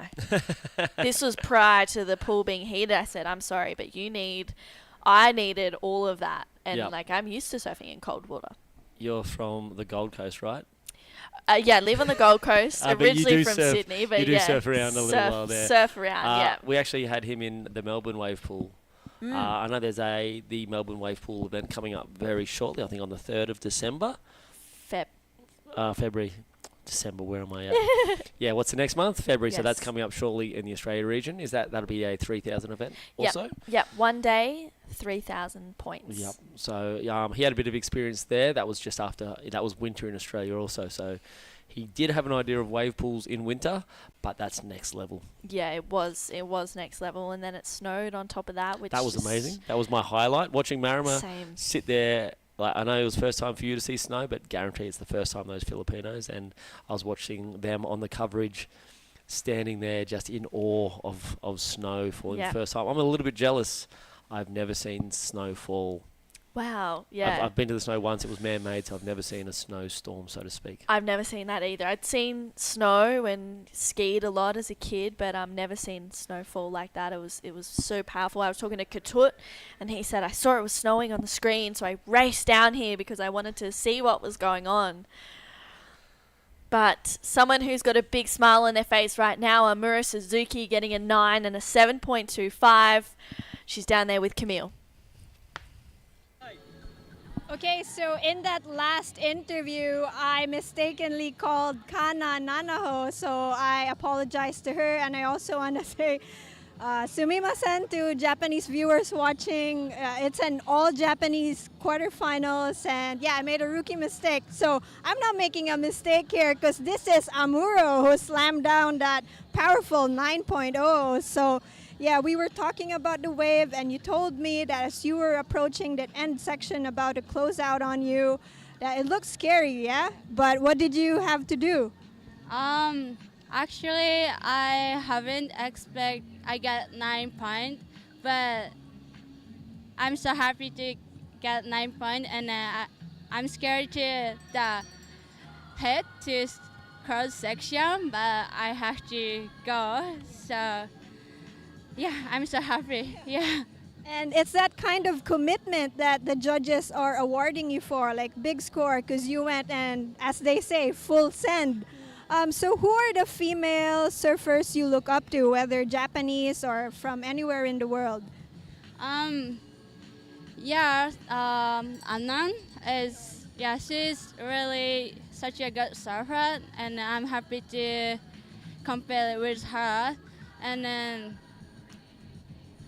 I'm just kind of like competing with everyone, and then like kind of pushing each other and then yeah, I just wanna do pushing each other to with girls. Yeah.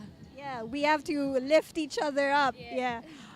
So let's say you make it into the Challenger Series and eventually in the Championship Tour. Who would you want to be in a heat with? Who do you want to surf against? It's hard to choose, but I choose Carissa Moores. Yeah, she's my hero, and then yeah, it's Carissa. So maybe, yeah, one day, whether or not in a heat or maybe just in a lineup, you can share a lineup with Carissa Moore. So, okay, a message to your friends and family? 応援ありがとうございます。次もいいライディングできるように頑張ります。Thank you. So thank you again, Amuro. Back to you guys at the commentary. Thank you. Thank you. I think we have the opening ride going on right now. Great interview. Thank you, Camille. And what a like, she talks about commitment on that. That was huge. Yeah, it was huge. At 9, she said she was a little bit scared to hit it, but she goes, can't let fear rule what I'm about to do, you know, and I think... Free surf, you're going to go around that section. 100%, but in the heat, you've got no other option. You have no It's option. hit it or you don't get a 9. Hit it or miss it. Yeah. Well, that was Danny Widianto. Nice way to start off his heat. Very nice. Did we catch the opening of that one? No, I think we might have just missed the opening. 25 minutes in, so he took 9 minutes to get that wave. The girls were basically paddle out, go again, paddle out, go again. A little bit quiet for the opening of this quarterfinal heat 1, but I think we'll get a catch of that blue wave right now. Yeah, let's have a look at this opening wave of Danny Widianto. Straight off the bottom into, wow, a hard carve for the Indonesian surfer. Up and over for another one, releasing the fins a little bit there. Driving through and gets a couple of bonus sections here, John. He does. Look at this, there it goes. And that's how you want that wave to finish. Nice little blowtail reverse there. That's leaving a good taste in the judge's mouth. So 5.50. Might have been just a little bit of a smaller wave. I think they're just keeping that scale nice and safe after what just happened in that quarterfinal of the women's. Yeah. They're expecting these guys to blow it out. So some of you might be looking at that going, that was only a 5.50. I guarantee the judges are leaving a lot of room for some of that big, massive, powerful surfing that we saw from the women's quarterfinals. Yeah, absolutely. I think they're expecting the same from the men. So I'm looking forward to seeing where this plays out. Rinta, he's a super powerful surfer once again.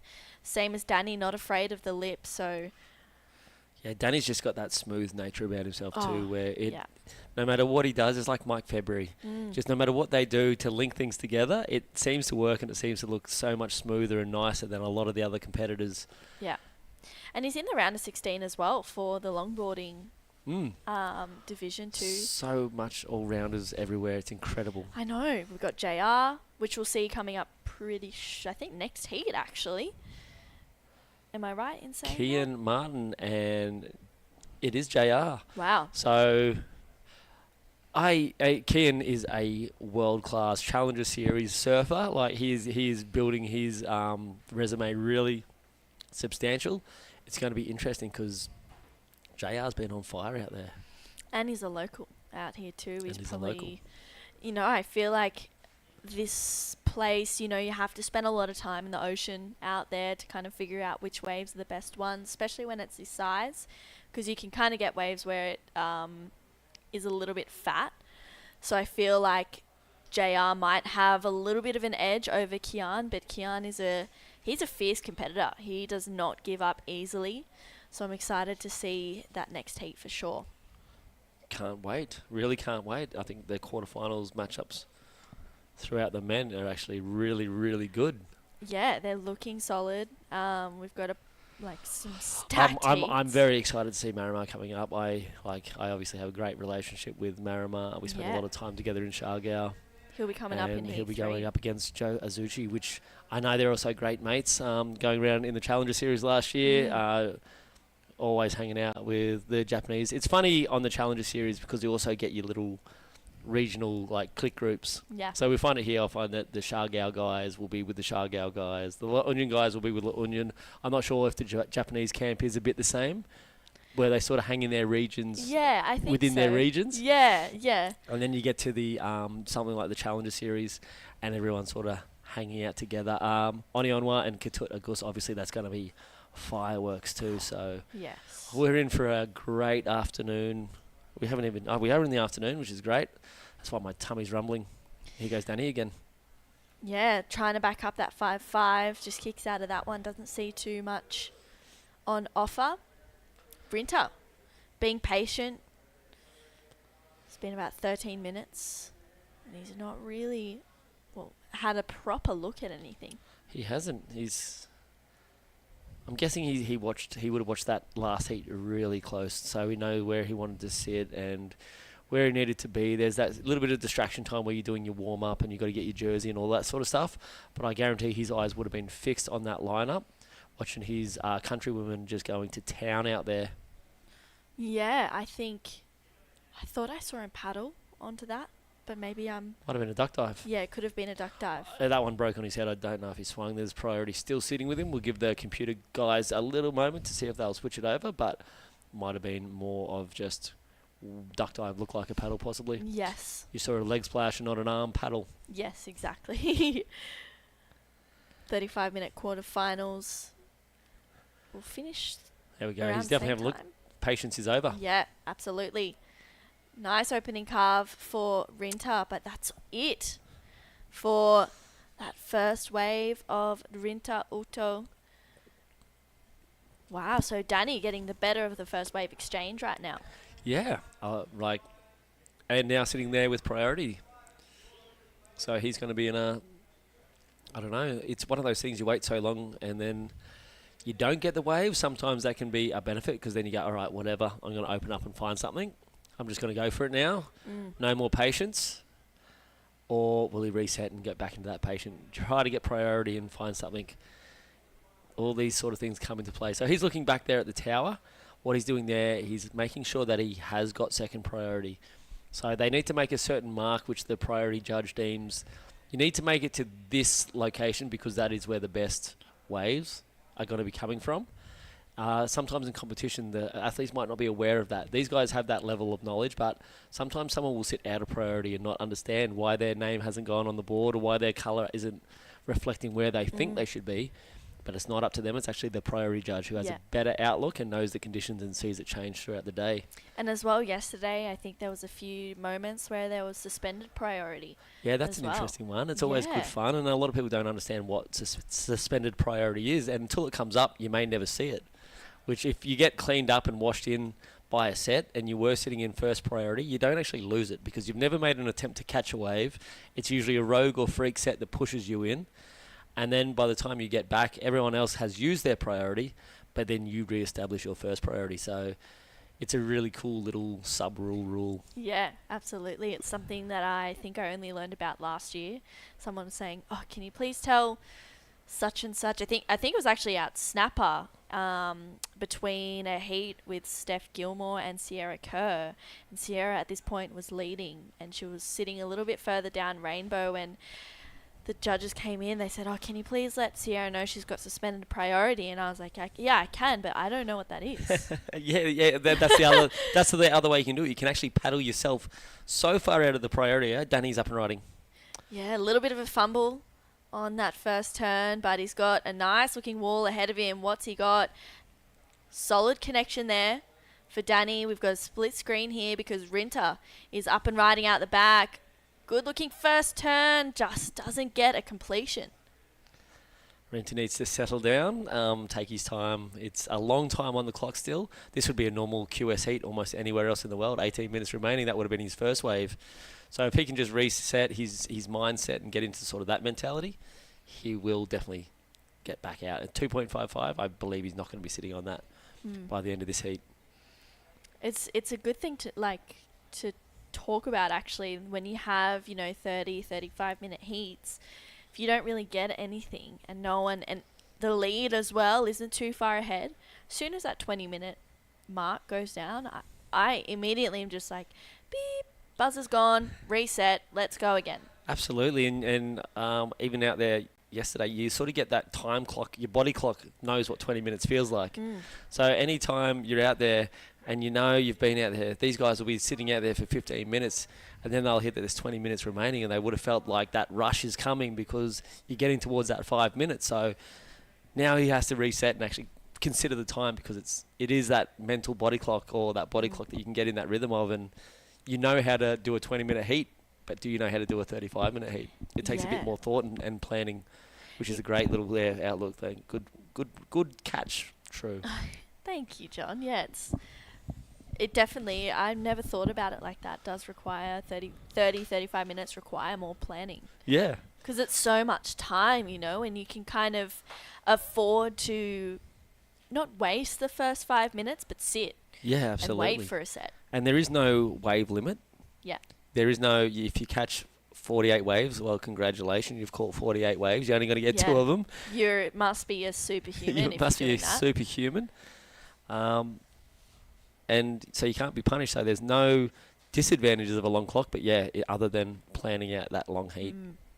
Absolutely. Big wave guys, they go up to 60 minutes in their heat. So sitting out there, but if you've ever been out in big surf, you want more time. Yeah.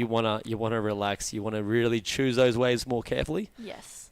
It's 100%. One of the things I talked to a big wave surfer, and I said, like, is it terrifying? He said, you're so much more calculated in everything that you do because the consequence is so big.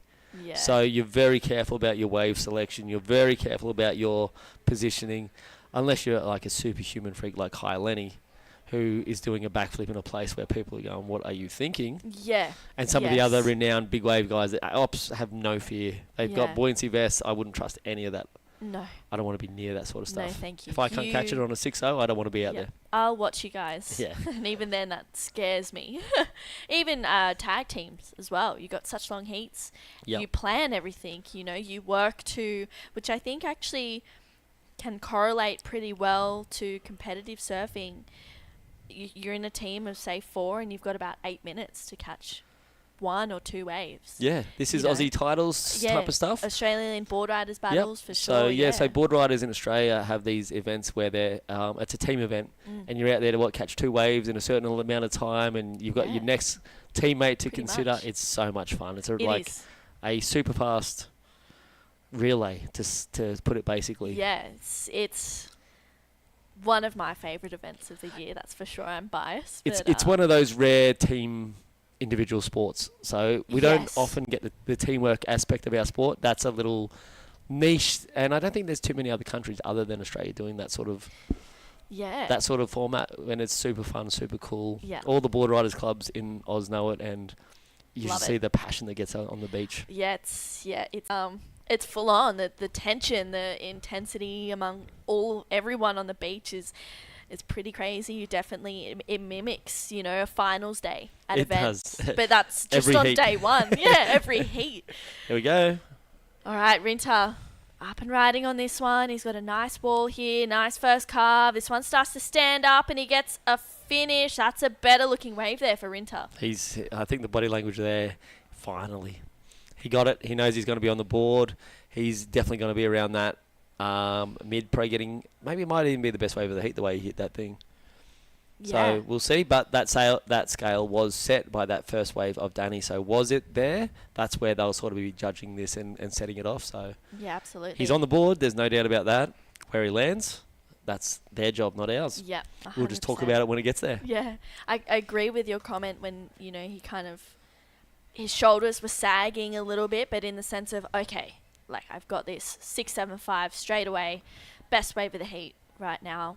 And Rinta is still in second, needs a 2.25, and I think he can release a breath. Yes, absolutely. Okay. And if we do get a replay of it, it's that finish. I love that finish. It's textbook surfing 101. You come off that section, you get your chest back over that front leg, you get nice and low, and you get away from all that stuff going on around you. So you'll see it if we get the replay of that. That section he hits, then he gets his chest over the bulk of his board, gets his center of gravity nice and low, and just gets out of the trouble zone, gets a completion. Yeah, let's have a look at the replay. It was kind of a wave that didn't really look like it was going to stand up, but he did pretty well. Here it is, 6.75, and it's all from that meet. And there I am, over the front of his board, over that front knee with his chest, riding out. Coaching 101. Love it. And 6.75. So, judges loving the commitment to that hit. Yeah, commitment is going to get some solid scores. So now we have an actual heat on our hands. We've got 2 scores, but we just need some backups here. In the ocean, it is a little bit sleepy right now, but when the waves come through, they're pretty good. They are. They're pumping. Absolutely. The wind's kicked up a little bit, I dare say, from the women's quarterfinal. Hopefully we stay around this level. It is forecast to stay about here for the rest of the day. So, very nice. Very nice conditions. And I think we're going to be leaving it up to, I heard some rumours, some whispers out there that there's a chance they're going to run finals, but it's going to be up to the competitors. Today. One of the great things that they sort of do is they take advice from surfers in these formats, and the WSL, they rely on input from them, because 4 heats could be a lot in one day, especially when we're looking at these 35-minute heats. But if the majority of them say, hey, we just want to run this thing out, because there was also talk, hang on, Danny's up and riding again. Yeah, it's a bit of a smaller wave. Nice opening carve for Danny. Starts to jack up a little bit. Whoa. Pretty much. Who did it better? Wow. That's seriously. All right, Rinta out behind him. Nice opening driving carve. Straight up into the lip for a second turn there. And right in front of Danny Widianto. He's still going on this one. Trying to find another steep connection, which he gets it. That was solid, straight off the bottom into it. Wow, like those last 2 turns. I'm going to call that wave of the heat, but it's going to be super, super amazing to see that comparison between those last 2 waves. Yeah, it'll be really cool. It's pretty much identical. Yeah, so the last wave of Danny compared to the previous wave of Otto, it's going to be super close. Yeah, and yeah, it's going to be splitting hairs on that one. So I'm pretty sure the judges are going to have to look back at the 675. He'll go back-to-back replays. Yeah, so this is this last one of Danny Widianto. Still waiting on the score. Opens up with a hard carve, kind of bouncing here, and then tags it there. And then this is, I believe, the 675. Oh, no, sorry. This is the last one of Rinta, straight up over it. I agree. I like these last 2 turns. Yeah, that's that exclamation point. We often talk about finishes. There hasn't been much of this inside work going on. So as this thing stands up here, his eyes would have been that tight wrap into that snap. Beautiful combination, and probably the highlight of that wave, and there was some great work before that. So yeah, really good to see, and there hasn't been much happening on that inside. So yeah, and no downtime in between those last 2 turns as well. It was smooth and it was beautiful, and bring sort of that speed, power, flow criteria in with some critical moves. So absolutely. So I call it best wave of the heat. I might be wrong. I'm more interested in those 2 that looked really similar. Yeah, well, 475 for that last one of Danny Widianto. So Rinta did it better, according to the judges. Might have been, and when I was looking at that replay, I think Rinta's was probably a little bit bigger and more consequential on that section, and the judges have a better perspective of that from us. But just watching that replay, I think it was a little bit more critical and maybe a little bit bigger wave. Not that that's a part of the criteria, but it definitely helps add to that commitment sort of part of it. Yeah, for sure. Well, last one of Rinta also locks in at a 5.9. So the judges liking the 6.75, those 2 turns a bit better, maybe a bit of downtime at the start. There we go. But yeah, it was still a pretty good wave. And a great backup. 6.75 and a 5.90 when there's only been 4 waves ridden per athlete out there. Yes. And they both got basically 2 throwaways and 2 keepers. Well, looks like we are going to be off after the completion of the men's quarterfinals.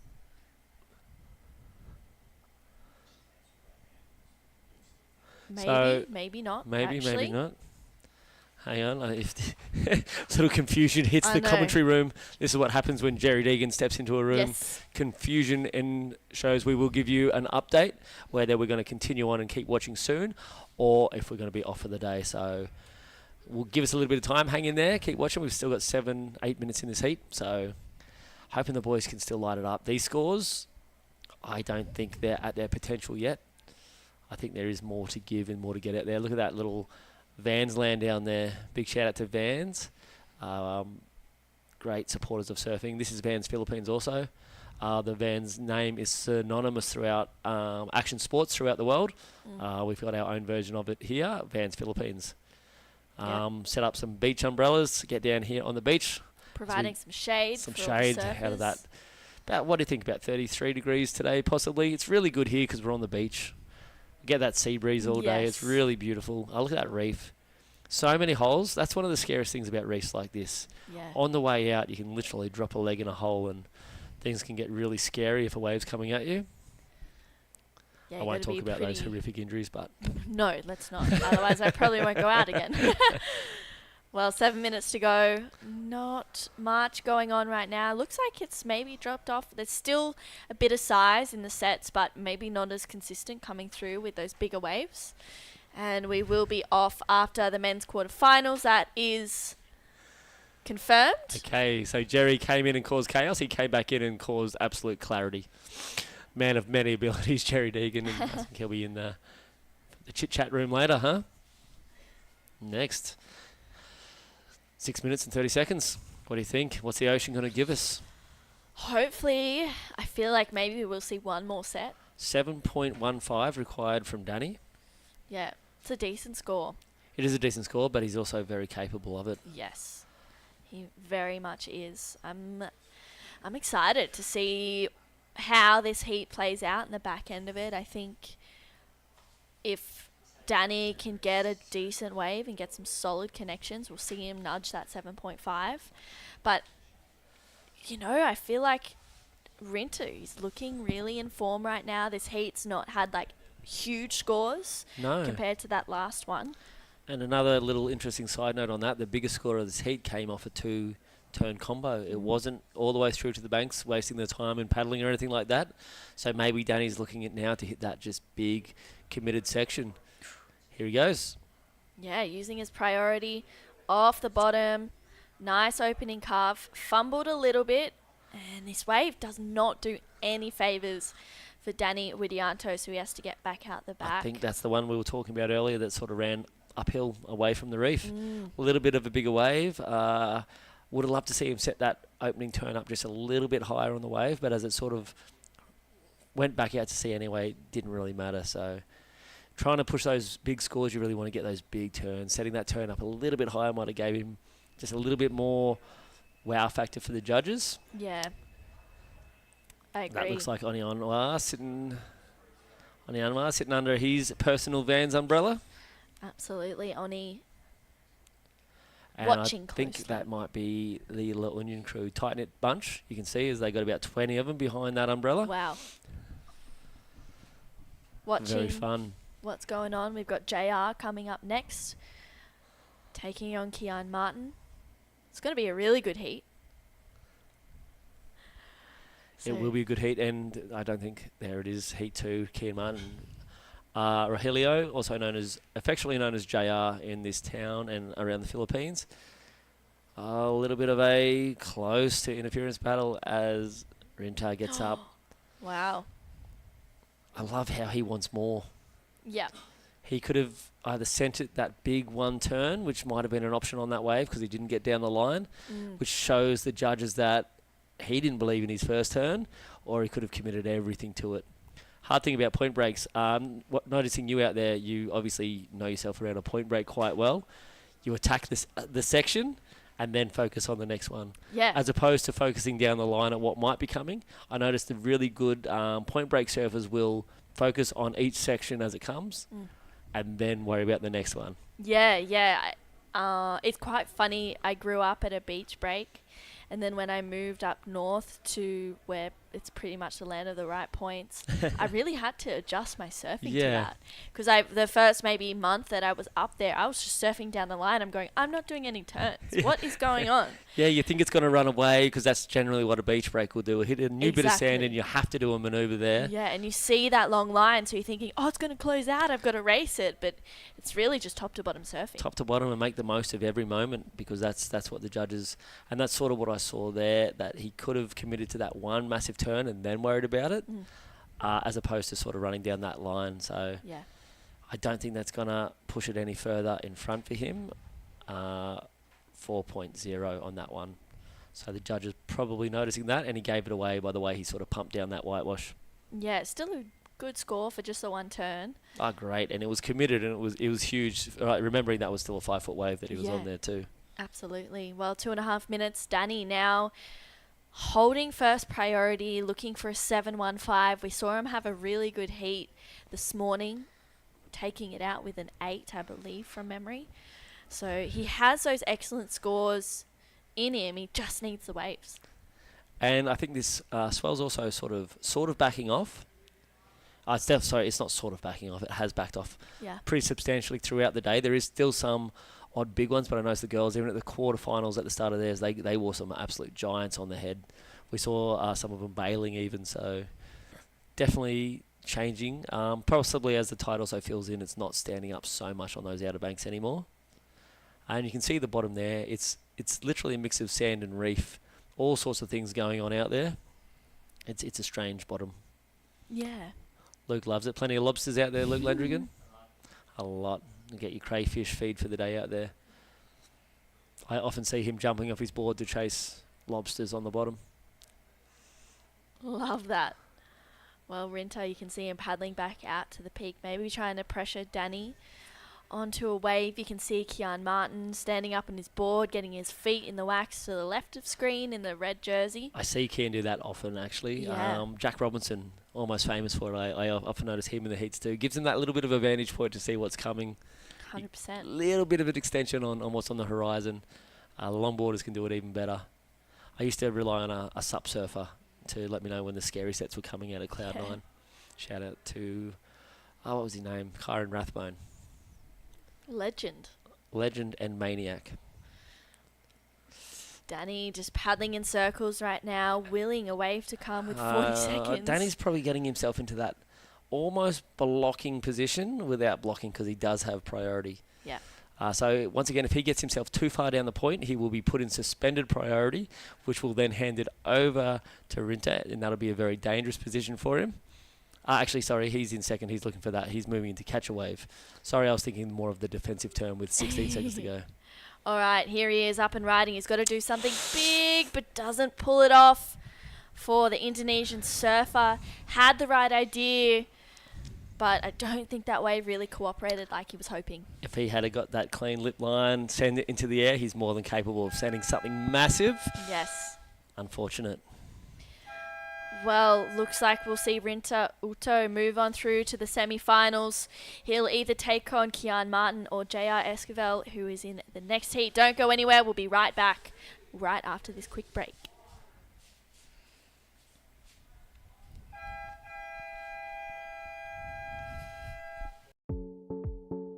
The WSL La Union International Pro 2024 is brought to you by Tingog Party List, House Speaker Martin Romualdez, and the Department of Tourism Region 1. The WSL La Union International Pro 2024 is sanctioned by the World Surf League and organised by the United Philippine Surfing Association in collaboration with the provincial government of La Union, the municipality of San Juan, and the La Union Surf Club.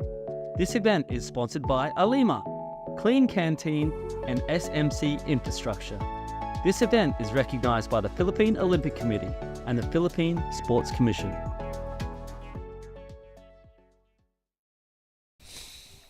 And we're back. We're back. I'm sitting there with my leg up quite casually.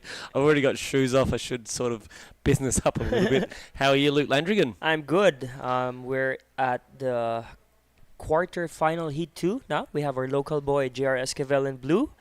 And we have Kian Martin in red. Out of Sweden. Technically out of Indonesia. Surfs for our region. Lived in Indo his whole life, if there's any questions out there. So he does compete for the QS Asian region. And he does not just take prize money, but he can also take points out of this region. And he represents Asia on the Challenger Series. How's your guy? I say our guy, but he's your guy. LU local and mentoree of Luke Landrigan. How's he going to go in this heat, you think? Definitely he has a lot of more experience than his fellow competitor, so here he goes. Nice quick start for JR. He likes to start early, huh? Yep. He's such a dynamic surfer, and we'll see that on these opening turns. He's just got a little zip about him. When he hits the lip, he hits it with absolutely everything. Oh, he likes it. Body language that. straight away. Wow. Early start, and That was strong. Would love to see a replay of that. well, he was about 3 minutes in. He sat on the inside. There you go. Want to talk us through it? Here we go. This one breaks a little bit in the channel. Just drifts that fin. And then hits this again. And then just waiting for this lip to build up. And there you go. What do you call that? Lip line? Lip line smash? Definitely, yeah, definitely more of a lip line smash. He was definitely committed. I'd say that was just a full off the lip. Good old school cutback off the lip. I think I learned a new slang from Thai yesterday. What did he call that? Afternoon bash, was Going it? for an afternoon bash. Arvo bash, was it? Arvo bash. Luke having to learn. You're half Australian, I'm Luke. half You should know Australian. these things. And you should definitely enjoy both sides of your culture. I love the Philippine culture. You should love your Australian culture. There you go. Oof. Surfer in blue, a local boy. Straight into it, an 8.5. Whoa. Epic. That was straight up, and he did that so smooth. He did that so fast, and he did it 100% with commitment. So from that last heat, we had a little bit of a sleepy. We didn't actually see anyone get that busy that fast, or even get a hold of a wave that looked so smooth like that. So here it is again, and even this little fin drift at the start just gave that little bit of flavour to show. Here he goes, kept his speed through this turn, nice and critical. A little bit of spray coming off, and then straight up, getting almost inverted. Everything connected.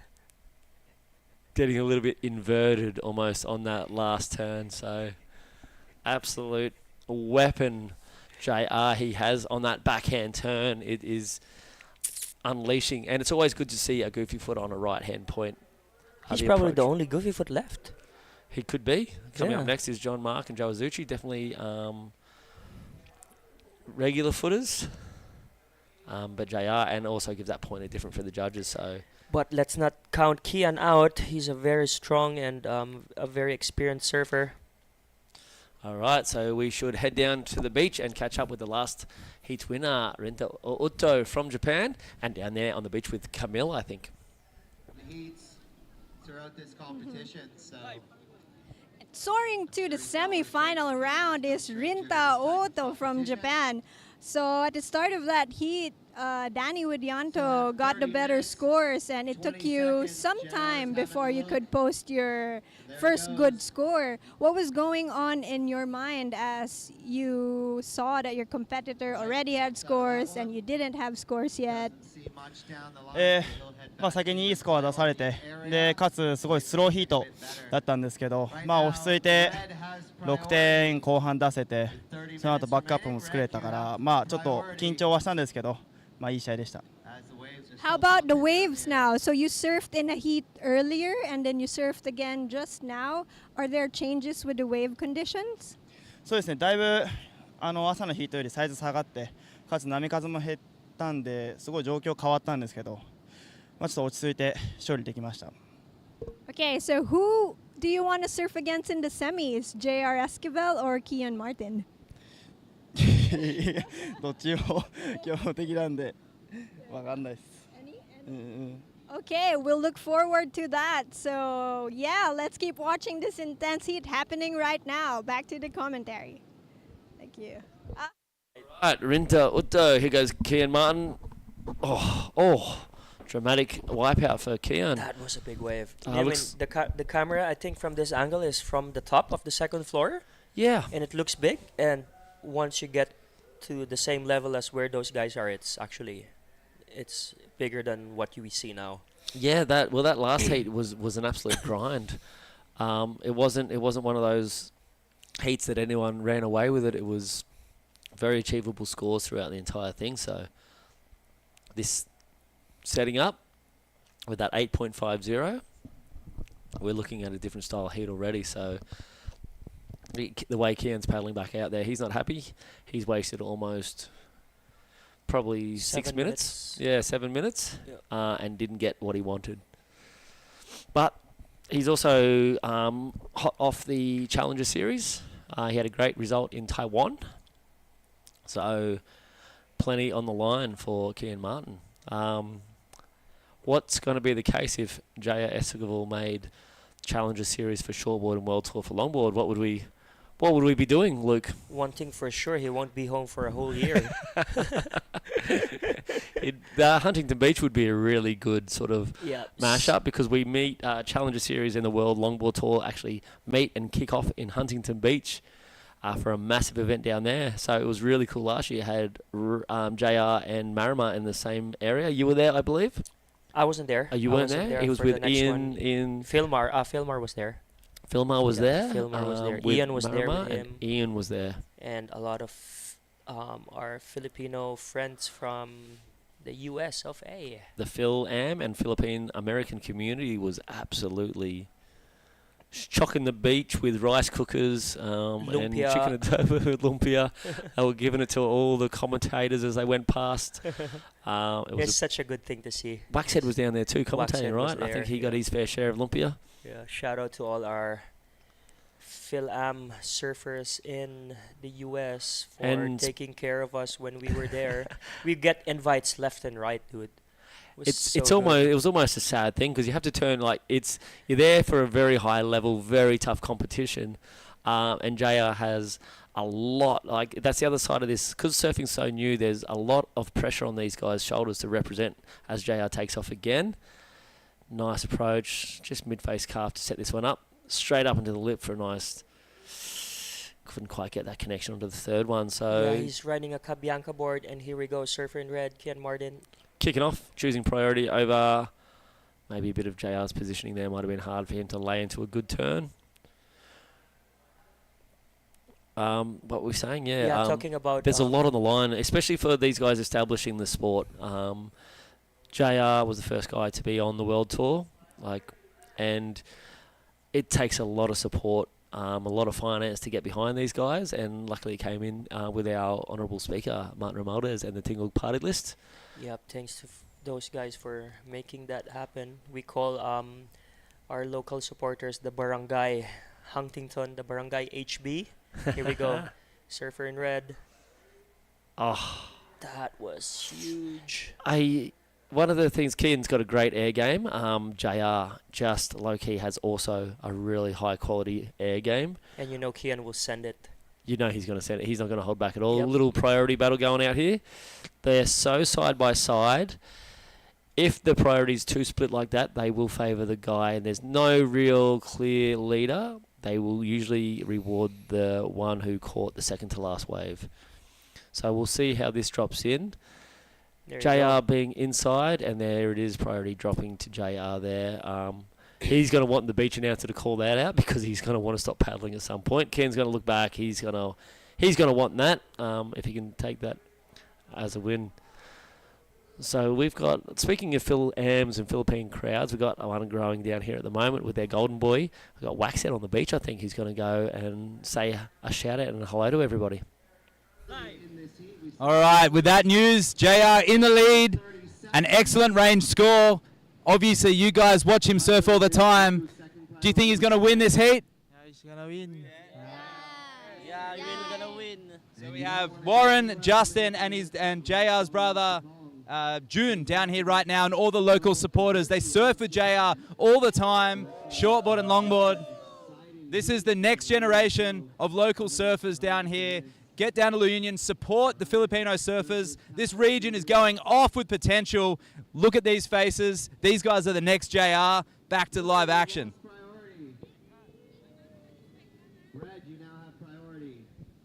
I think it's the afternoon heat. They need to eat more rice and drink more coconuts. More rice, more power. I think they're just confident that their kuya, their uncle.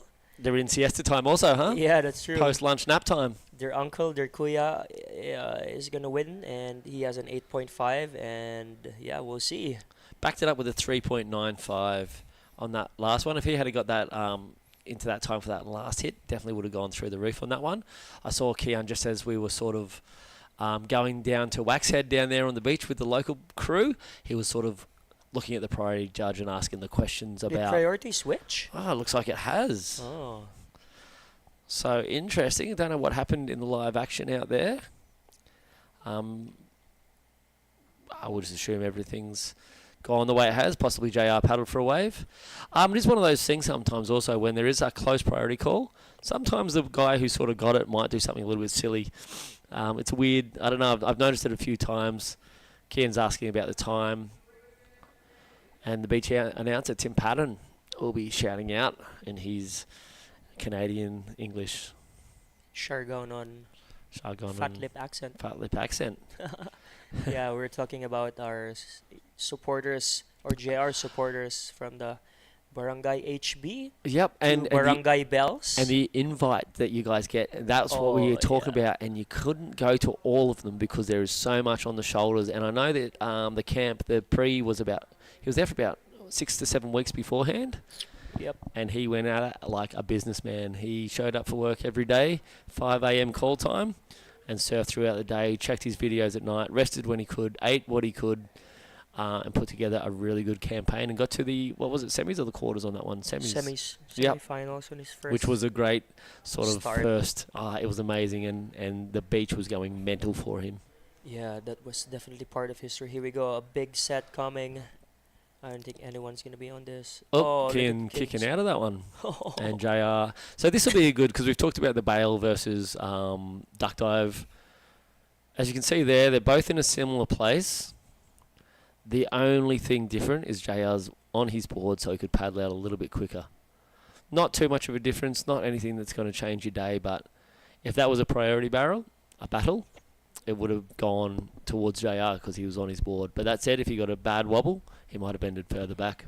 Yeah, I think JR's riding a Cabianca board. It's his first time to ride those boards and looks very good under his feet. First time, again, I think he did that in the longboard also. He jumped on a board that he was unfamiliar with in his opening heat, and he absolutely rocked his heat. Here we go. So if he didn't lose priority, he definitely would have won that one. JR Goofy Footer probably could have gone that left-hander and sent a little air reverse of his own. Do you see many airs down here? At the point, not too much. The beach break more. Yep. The beach break. I saw the boys surfing there the other day. Remar and Philmar and all the other local crew.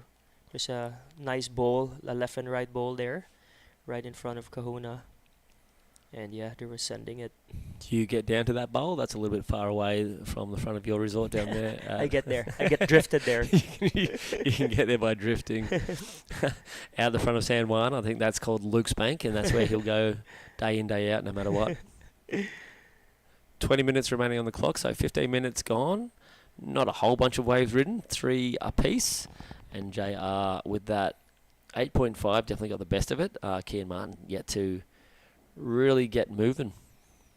Yeah, we would like to thank our sponsors, Department of Tourism Region 1. Shout out to our fellow La Union local surfer, Jeff Ortega, for always supporting and helping out for events like this. And our provincial government of La Union, headed by Rafi Ortega, and our municipal mayor, Mayor Arturo Valdez. 20 minutes, there's a lot of time left in this heat. We'll see. Kian has a lot of time. Just going back to those municipalities and governors and Department of Tourism, how much does it mean to you guys being in Surftown La Union, having the government behind you? Yeah, events like this will never happen without their support. Definitely the community needs them, and luckily enough they're always there for us and for events and for any help that the surfing community needs. Yep, and it is an amazing place to be in. Surfing's always been one of those sports that traditionally was sort of anti-establishment, and we've been through that period here in the Philippines. Definitely you guys done the hard yards back in the day when surfing was looked at as not such a maybe mainstream sport. So you had your battles, and it's great that at the end of the day the war is being won by all together. JR having a look at that one. So yeah, big shout out to those government supporters for just seeing the potential that's in this amazing sport. Yes, Luke, you agree wholeheartedly. For sure. For sure. You've been through them. You know. Gone were the days where you travel and trying to keep it secret just to yourself. I mean, there's still spots like that. Here we go, surfer in red. Kian Martin, a big, nice, clean wrap. Blow And tail reverse. wow. Body language. He finally. That's one of those ones we saw in the last heat. We saw Rinta do that also. It was like just get that out of the way and I can get moving. So there he is. We what good do you to think? see a replay of that. Where do you think it's going to land? Just off the top of your knowledge head. Here we go. Here we go, Kian, big wrap, bounce the foam, and then just waiting for it. He sees the section now, he eyes it, and there you go, he releases it and spins around. Really interesting the way that he approached that section. He didn't drop down to the bottom part of the wave. He actually stayed really high and tight, and I think that was a stroke of genius. We've seen a lot of the guys go down and go for that big foam blowout with the reverse, or even a layback. He actually stayed a different approach, went high and tight, and manages to blow the tail around. Not real. I wouldn't really call it. I'd call that more of a blow tail reverse, but judges also liking that unique line, and the numbers that are dropping in look like they're going to definitely put Kian back into this heat. 6.0. There you go. There we can see the spread across the judges. 6.5, 5.5s, and a 6.5. So we're dropping the top and bottom, getting the average, which lands bang on a 6, even if we kept them all. Kian Martin back in the heat. Now he needs a 6.46. So somewhere along those lines again. I'm sure he would like to have a bit more opportunity on that opening move to sort of put a bit more emphasis on that first wrap. But definitely a unique and very Kian Martin approach to that blow tail reverse, and that's sort of that experience that he has taken. He's very interested in the time. Wants to know the updates. That wind picking up, so he just wants to know how long he's got, because now he knows what he needs to do. Big thank you to our major sponsors, also SMC, which is the San Miguel Corporation Infrastructure vans. You can see the van stands down there on the beach. Alima, you're wearing an Alima shirt right now. Your brand, Luke? Yep. How long have you guys been running? Almost 2 years now. 2 years, getting established. You got some Instagrams. You got online shopping or what? Yeah, we have online. We have a store in Siargao and store in La Union. Here we go, surfer in blue. Hits that lip, just gets stuck on that one. Not going to go to his top two. He's looking to throw away 3.95. Definitely not going to get him out of that region. I know right now he's going to want to back that 8.5 up with a lot more than a 3.95, because Kian Martin did just drop that 6. So he's biting at the heels. Yeah, that's the thing. Doesn't mean you have an 8. Doesn't mean you're going to win. Not against a surfer in these quarterfinals across the board. You can expect good to excellent surfing from almost everybody on this draw. So when I say almost everybody, I mean everybody. And here he goes again, loading up. Nice smooth clean wrap from it. And a floater. Oh, lip line float. Oh, I hope he's okay from that one. It's always a bit of a worry when you see that front leg still attached to the board. Looks like his back foot slipped. And yeah, it's always one of those worrying for my hamstrings automatically clench up. Crack. Clench up, so hope he'll be alright with that. Judge is not taking long. So imagine if he had got that lip line float, because it was pretty critical by nature, and then he may have loaded up for a few more little smacks down the line, and he dropped a 3.85, so not enough to get himself into the lead. JR now can take that breath. He's got priority back, and he's going to wait and pick that one. Amazing that in that opening wave he was sitting a lot closer in. He actually got it from a very different position to what he's sitting in now, and he got an 8, so I'm surprised he's not moving back into that section, because he knows what he's looking for. But he's gone out to the more traditional, what we've seen throughout most of the heats where they've all been sitting. Yeah, you see some bumps on the horizon. How's JR with stress? How does he handle the big pressure situations out there? Poker face. He's such a poker face. He wins, he has the same face. He loses, he has the same face. He is an interesting character, isn't he? He's Sometimes I look at him and go, it's a happy moment now. Are you happy? And he goes, yeah, I'm so happy. Really? So you need to tell your face to show us all what's going on in there. So now I'm sure he's just thinking 13 minutes with priority. But he's also got the confidence to know that he wants to set a score. So I think it's just good to know that when you get the good wave and you hit the right spots on the wave, you can get an excellent score. Yeah. That's just such a like a confidence builder for yourself, that you know you're getting rewarded and you can do it in these conditions, and you can just do it again. And what he put on wasn't anything out of his bag either. He was very in his comfort zone. JR's one of the just technical surfers. Put the board at 12 o'clock and commit to the section, and he'll do it again and again and again. It doesn't matter if he loses contact with the wave face. He's just got this ability to keep nice, stable. And I guess maybe being on that longboard helps him keep that sort of stable frame, because he knows how much it means not to wobble around too much. So he's very stable in his stance, and his like body form helps him look good. Yep, shout out to JR's other sponsors too, Surftown La Union. Shout out to Errol, who now is based in the US. He's helped a lot of local surfers here through his brand Surftown La Union. Kuya Errol, everybody Kuya knows Errol. him. He does a lot for the surfing community and a standout guy. Surftown La Union, Errol. Famous in surfing circles, especially in the north. Who's in the next heat? We have Marama and Joe Azuchi, your boy, is on the next heat. Yep, I'll be down on the beach, heart in mouth, as I usually am when Marama surfs. But he seems to be settled into a really nice rhythm.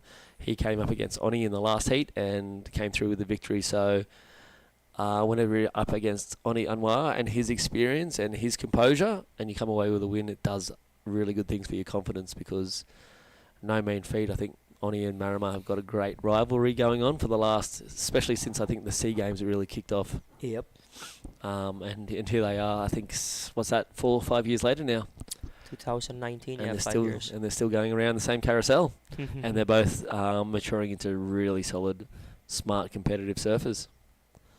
Both on the Challenger Series, pretty spectacular. What do you think of Rio Waida? Yeah, that kid just amazes me every time I look on Insta and see his clips. He just gets better every surf. He's so, what do you call it? Focused? So focused now. Laser focus. Yeah. And that's and I sort of look at JR, and that's the same sort of like what you said, that composure. It's focus. He has got that focus. Oh, that is crazy. What do you call that? That was definitely a tail high reverse, and it had some steez in it. He sort of slowed that thing down, so he's thrown that thing tail high. Seems like he went like lift off and was just slow-mo up there. And that's the advantage of coming down on that nose. It almost puts that board up a little bit higher, gets a tail high, and that was just lofty. That was crazy. I would love to see another replay of that. And we're in the spot where airs haven't been really making a dent, but we haven't seen an air like this. Here we go, so a mid-size wave, and he knows he needs to send it, and just, Judges are going to take note of that. It wasn't the highest above the lip, but the way he projected down the line and the way that board was 100% vertical, he didn't have to do anything on the inside. He could have pulled off that one, and that's what he does. His body language is good chance he might take this thing over. A 6.46, I dare say JR is going to be looking for a requirement after that one. He's going to have to back up that 8.5, and here he goes. Back to traditional surfing. JR's going to want to jump back up, and hopefully he can get back out for priority with 9 minutes. There is a lot of time. He just, I think, had a quick look at where Kian is, and he knows he's going to get priority, so he can just settle down. But be ready for a number. The judges are going to look at that, and they're going to look at that because we haven't seen too many airs, and we haven't seen an air like that yet. Yeah. I think Jayward El Ciso threw an air coming into the round of 16. He didn't go very high. It was probably a similar height, but there's some numbers dropping in now. You can see on screen there, an 8.0 and a 7.0. So safe to say, averagely, we're going to drop in about a 7.5. Averagely. You like that word? That's new, huh? It's new. It's like it's going for an RV bash. Here we go. One more score. There it is, a 7.25 from Surfer in Red. Getting into the very good range. Now Surfer in Red is in the lead. 4.75 requirement for JR, and we're going to see this air again. And just look how vertical this board gets as he sort of lofts it round. That's where all the points came from.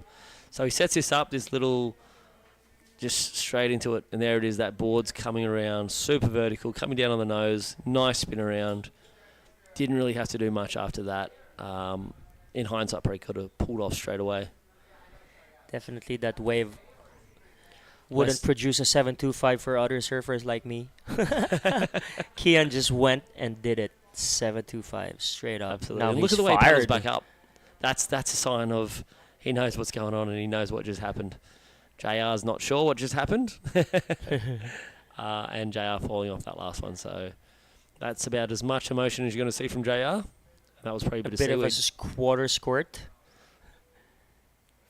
Here we go. This looks like a nice looking wave. Just waiting for this to build up. Nice zippy zappy. And he's just waiting for the inside. Nice zippy zappy. And he's out of there. He's no really huge exclamation marks on that wave. Looking to get rid of a 395. I think it's going to be around there. He might push up a little bit, but he's got a 475 he's got to get to. I don't know if that had enough huge moments. Definitely not in the high 4.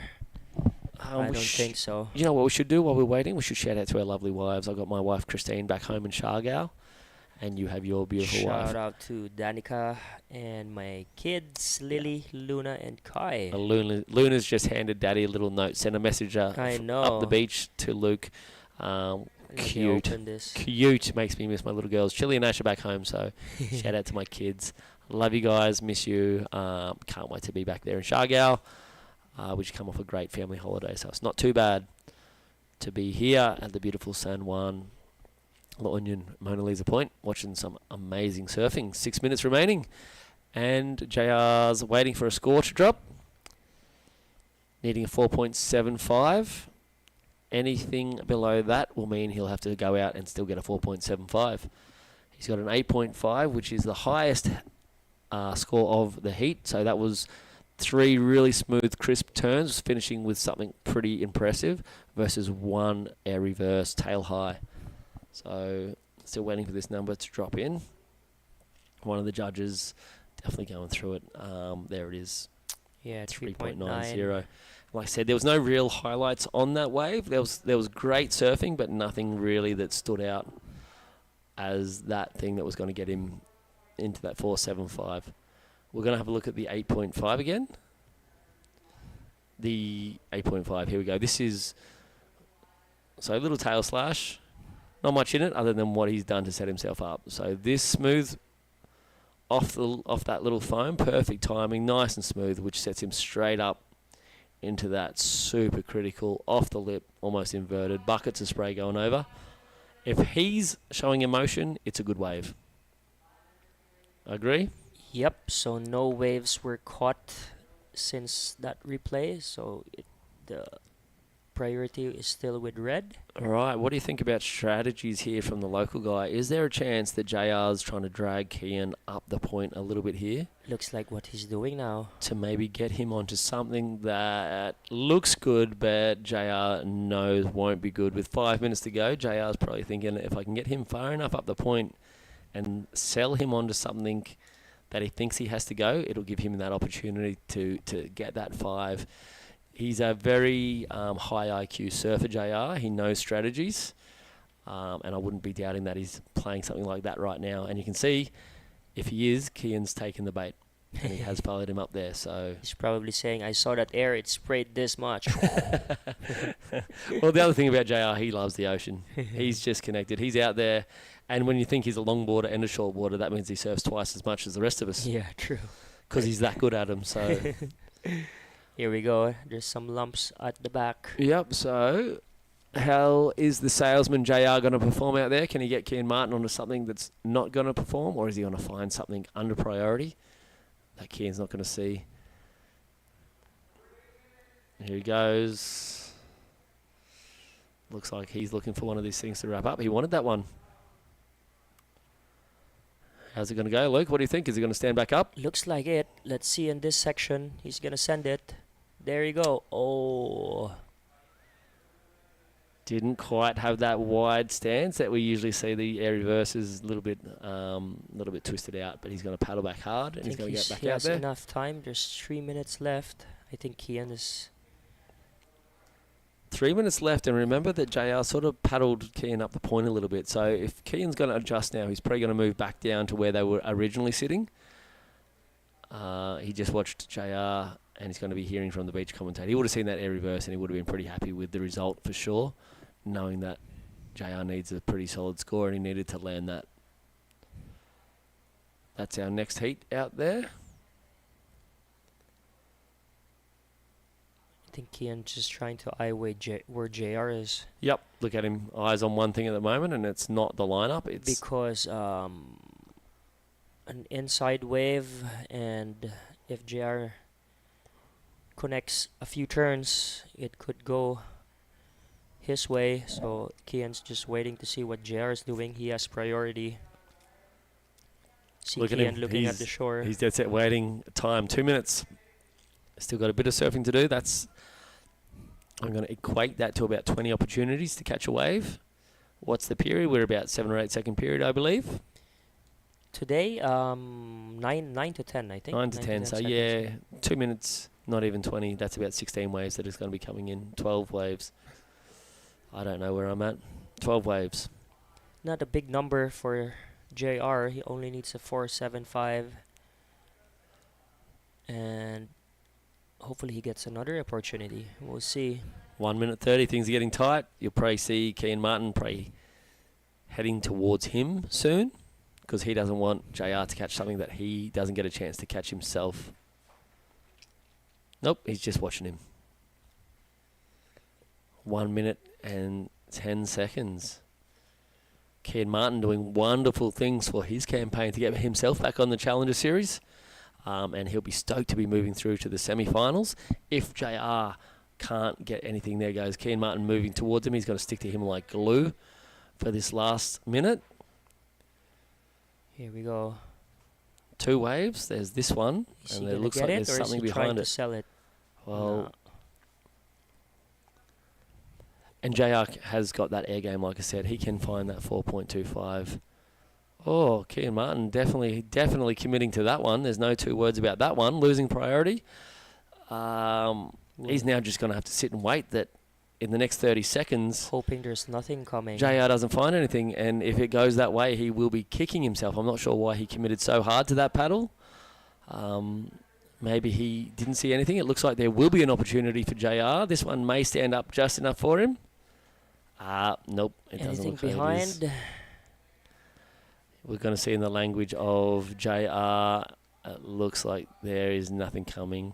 He's trying to get to this one in time, but it's not going to happen.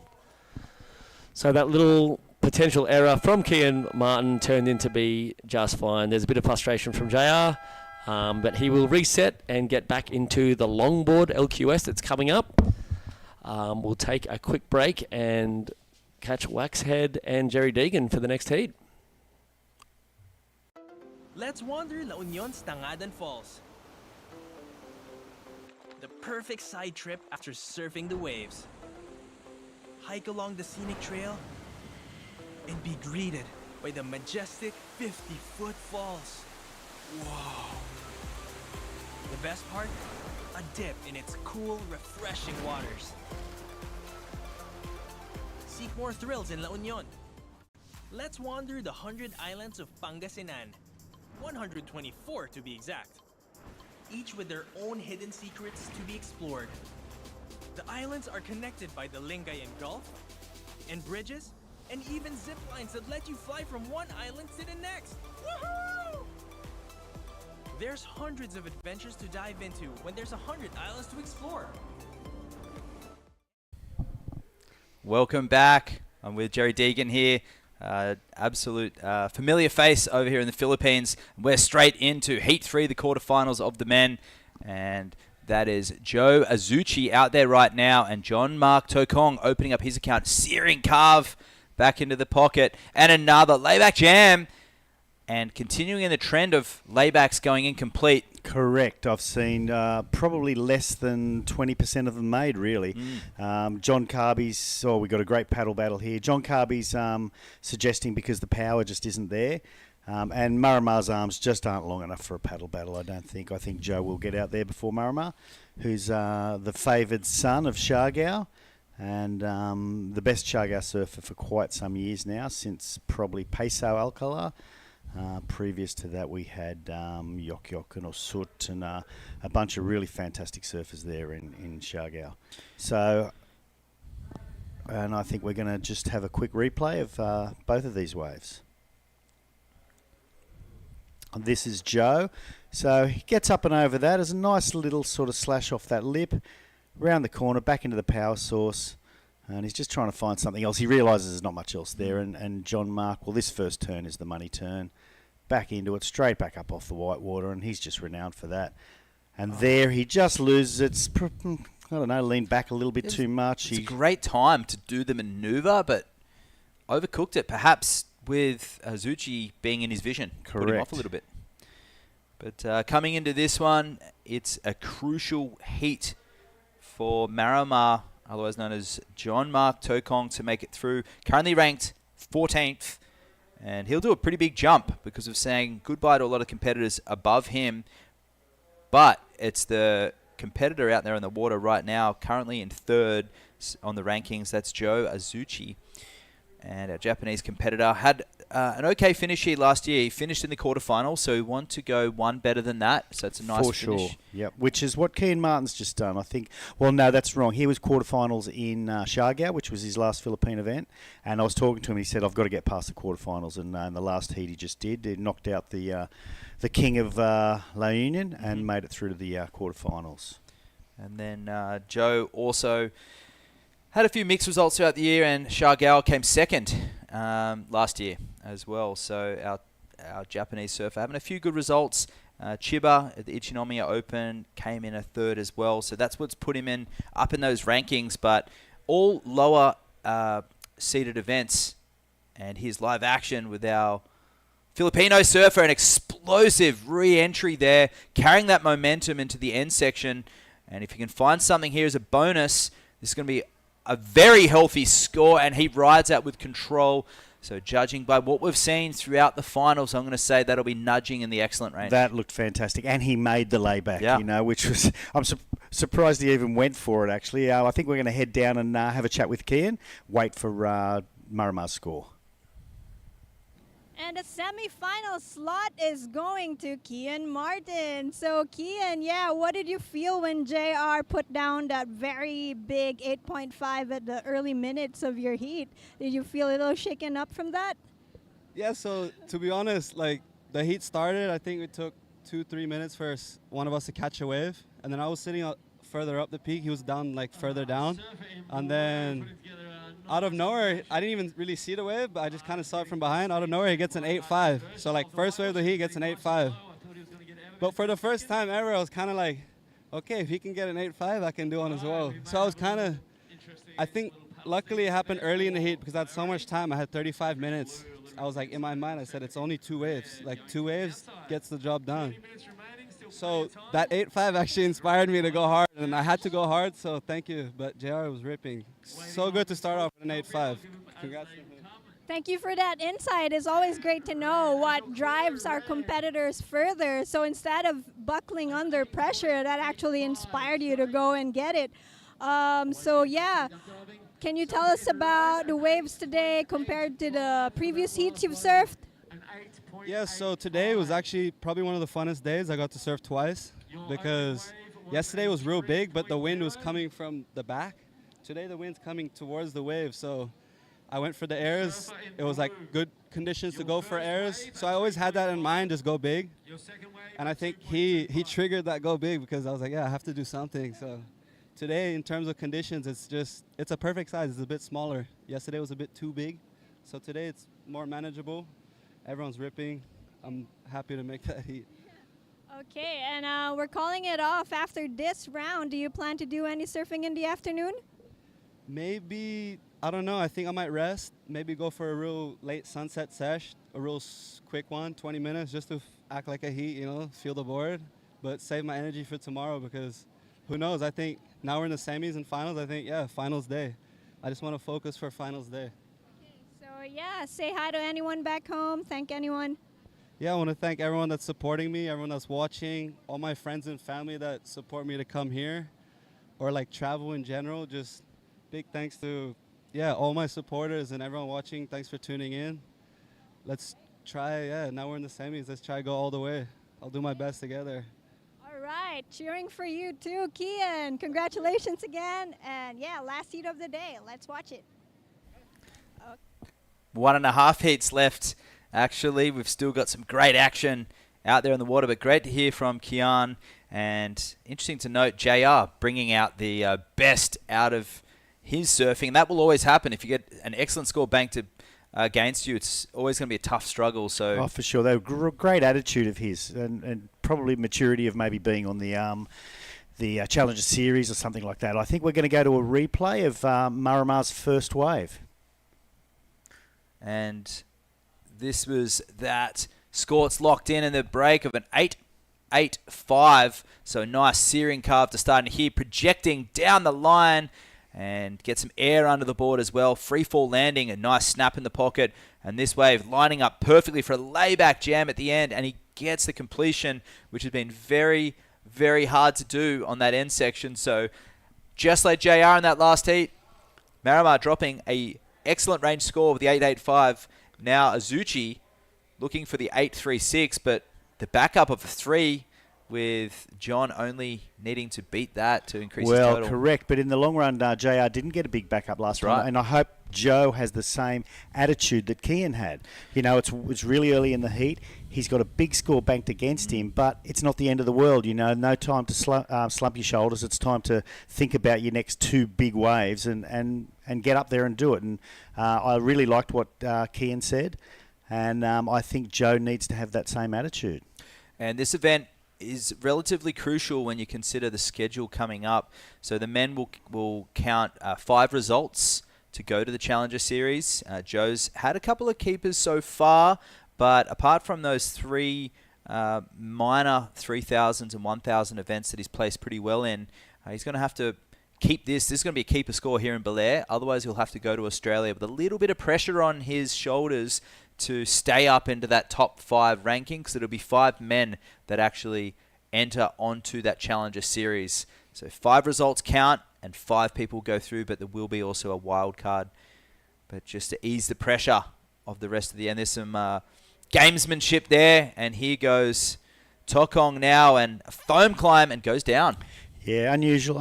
I think he just wanted to take that way from Joe more than anything. He saw that it had some potential. Sadly, the potential didn't work out for him, but he did take it away from Joe. He's lost priority, but he's not that far in, so he'll be back out there quite quickly. And you said that Joe came second in Shargau, so this is a replay of the Shargau final. It is.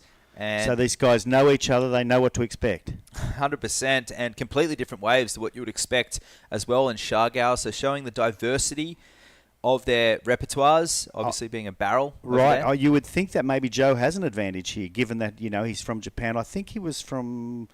I did look. He's actually from the West Coast. Yeah, he's from Shizuoka, but he's training in Chiba, so majority beach breaks. Yeah. So beach breaks, and it is a point break, but kind of breaks like a beach break. And Marama certainly comes from thick round barrels, so you would think there'd be a slight advantage for Joe, but Marama got the better of him last time, and maybe that plays on his mind as well. And certainly a 8.85 is going to play on your mind as well. And I got my townships mixed up. So it's actually from the west side of Japan, Shikoku, which is not open to a lot of different swells. Correct, yeah. So he trains in the Chiba region, which is a much smarter idea. And we see that from a lot of European countries, a lot of people from... Sweden, for example. Kian, yes. Yeah, exactly. They moved to Portugal, France, Spain, or perhaps over to Bali, like a lot of the Russians. The Polish surf team are over there as well. Yep. And anything that they can gain some momentum. I know a lot of people from Midwest America, any surfers that grow up over there, or perhaps on the east coast of America, where it can be a bit slow. They go down to El Salvador, for example, or Mexico. Yeah, just because you come from a place like that doesn't mean you can't be world champ. And take Slater as an example, you know. And he's Lisa from Anderson. Cocoa Beach, and Cocoa Beach doesn't get a stack as well. And it's not the greatest place. I think from Cocoa they go down to Melbourne and other places, Melbourne, Florida, to surf because they get some decent banks. But I was in Cocoa and there just wasn't a bank within 100 miles of anywhere. Yep. And when I say bank, I mean a sandbank, obviously. Sandbar, yeah. Yeah. It's funny, the bank and bar debacle. I had some Americans staying at my house over a decade ago, and they were doing a full road trip, and I kept saying, like, look at that bank in the distance, and it was after about a week they turned around and looked at me and they just said, we thought you're going crazy. You're pointing to a bank, like a money bank in the middle of the ocean. Yeah. They'd never heard that reference, but in Australia, Really? we'll refer to a sandbar as a sandbank, and we talk about banks. See, sandbar for us is an exposed sandbar that you can walk Correct. on. Oh, that's pretty interesting. I know Glenn Rickson's listening there down in Shargow. He's surfed many, many times with Murramar, and he's cheering him on, as is all the boys down there, all the boys, all the girls. They'll all be watching this with bated breath, so love to everyone down there in Shargow who is cheering for Murramar. He's had a wonderful start, and for all his fans, I hope he can carry on. And with 22 minutes remaining, we haven't seen Murramar add to that two-wave total yet. He's had another few goes at it, so almost replicating JR's form in that last heat. So let's hope he can get that out of that slump and build some momentum. And we do see on the championship tour, time and time again, people who score the perfect 10-point ride have actually gone on to lose quite a number of heats I've as well. seen it. I saw it in Shargow many years ago when it was a invitational. Steve Hare, who's a very good friend of mine from Cronulla, came and joined the comp. Very first wave in the comp, he just got the greatest 10. Like, if you could have given him an 11, you would have given him an 11. And then he couldn't manage a backup and didn't actually make it through the heat. So sorry to remind you again of that story, Steve Hare, but... I tell that story quite often, but it's still his claim to fame, a 10 in a comp at Cloud9. Well, of course, even just getting a 4 at Cloud9 is coming out of the barrel. Look, Cloud9 is an amazing way because... Twos or tens. And it can be 2 foot, and you can get fully shacked at 2 foot, and it's amazing that that's the case, but it is. And I remember in the early days, people wouldn't go out at 2 foot, and you'd be thinking, this is good, I'm just going to go out and catch a couple of little barrels. And these days, the locals are so onto it. You know, when I first went there, no one got up early, no one did anything in it. And Neldy Blancada actually was one of the first ones to get up early and start surfing with me there. Kevin Davidson, of course, was as well. And but the early surf at Cloud9 now is, like everywhere in the world, probably the busiest surf. Yeah, it is. That morning shift. And over there in Japan, the surf scene in Chiba, all the surfers drive up to the beach, reverse their cars up. They have their quiver set up. They have their changing mats. And, nearly a little barrel section for Azuchi. And he hunts a mid-sized wave with a nice running section. And he gets a dynamic snap as well as he drives down the line. And this higher tide coming, really making it look like a legitimate point break now. And a lot less of those single-turn waves that we saw earlier. Correct. Jerry. Yeah, absolutely. And that was a good down-the-line wave. He milked it really well, and here's Murramar directly behind him just to answer and hopefully he's going to get out and get priority. That was a pretty good score from Joe. I don't know that it's going to go up into the 8.85. It wasn't quite as dynamic as Murramar's, nor was it as big. But I think it's, could be well up in the sixes somewhere. It'll get him back into the heat. He won't be searching for an excellent range score. Correct, yeah. And nor will he be... what's the word? He needs 2 waves. He will combo. Had so yeah, Murramar if got a good Murramar wave, just get 2-turn combo, he's probably going to get a 5, right? Yes. And that would put Azuchi into a combo situation. But at this point, we'll wait to see. The judges will be replaying that right now. And he linked it well. He got around the sections, and he didn't waste any sections either. Yeah, look forward to seeing a replay of that. And the judges have been, it's a thankless job, but they've been doing a fantastic job so far. And it comes around the section, smaller wave, and searing cutback, a very snapper rocks-esque turn there. And here, that's the best turn of that wave. A little bit of downtime here, a bit foamy, a little carve back into the whitewash. Stays with it, bit of juice on the inside, and he gets a really clean finish as well. So a little caught up towards the end of that. So a 6.5 based purely on the combination of maneuvers there with that major single turn.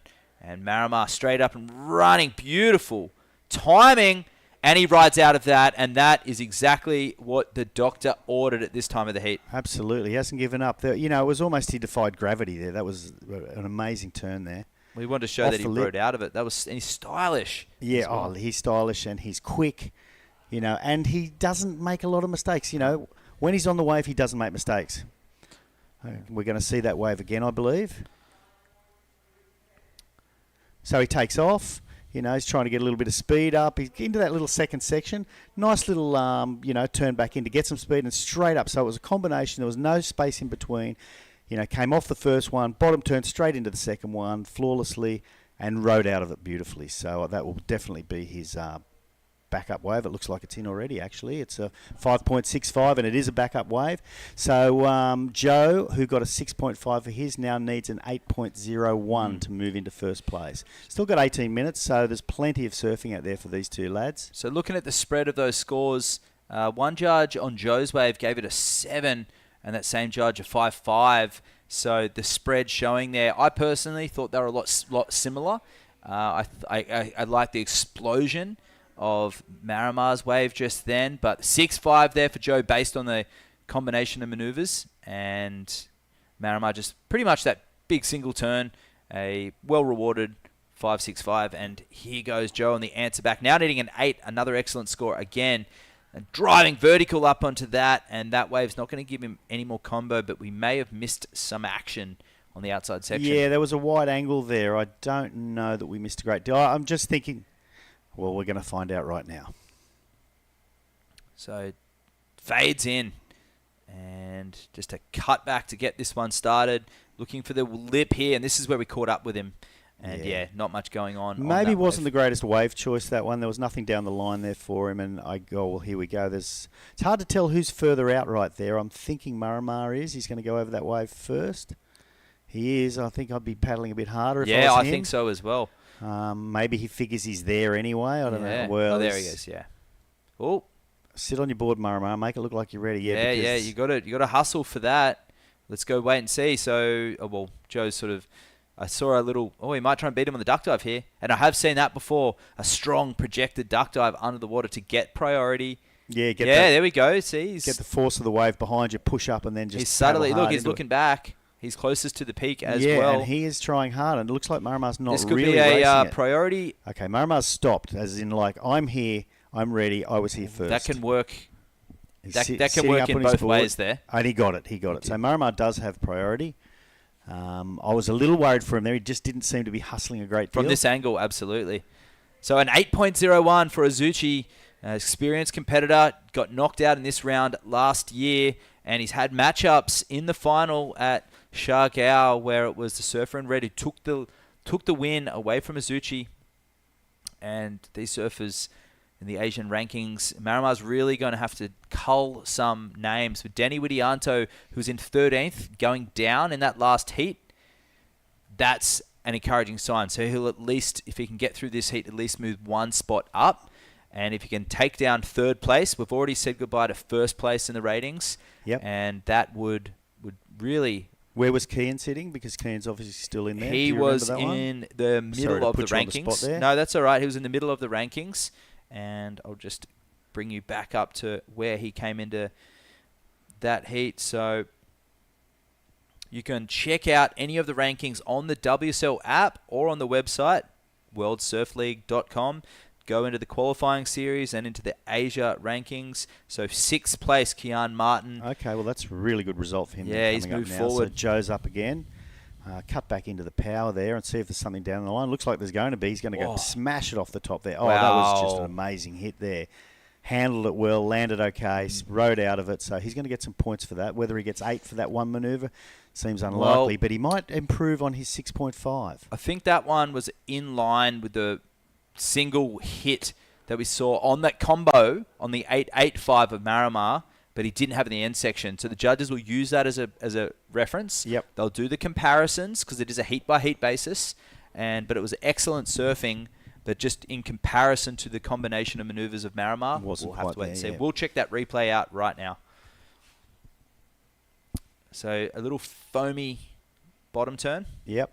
Back into it, and he lines it up. You can see it from miles out. You know what he's going to do. It looks a bit heavier than I thought it was going to be, and it was heavy, and he survived it quite well. I mean, almost a barrel section. It was almost a barrel section. That's exactly right. When he started to aim up there, I thought, oh, he could have almost tucked under that. But I haven't seen a barrel. Have you seen a barrel yet today? No, I haven't. And if you perform maneuvers like that when we think it's a barrel section, you're always going to go excellent. 7.25 for the single turn.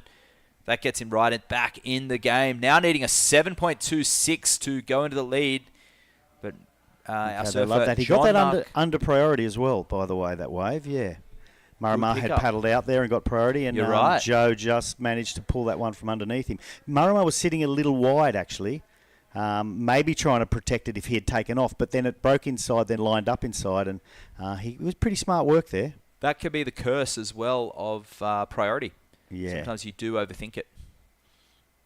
Yeah, Maramar's, I don't know if he's chasing up Joe. I think it's a bit early to be chasing up Joe and hanging with him. He's still got 13 minutes remaining.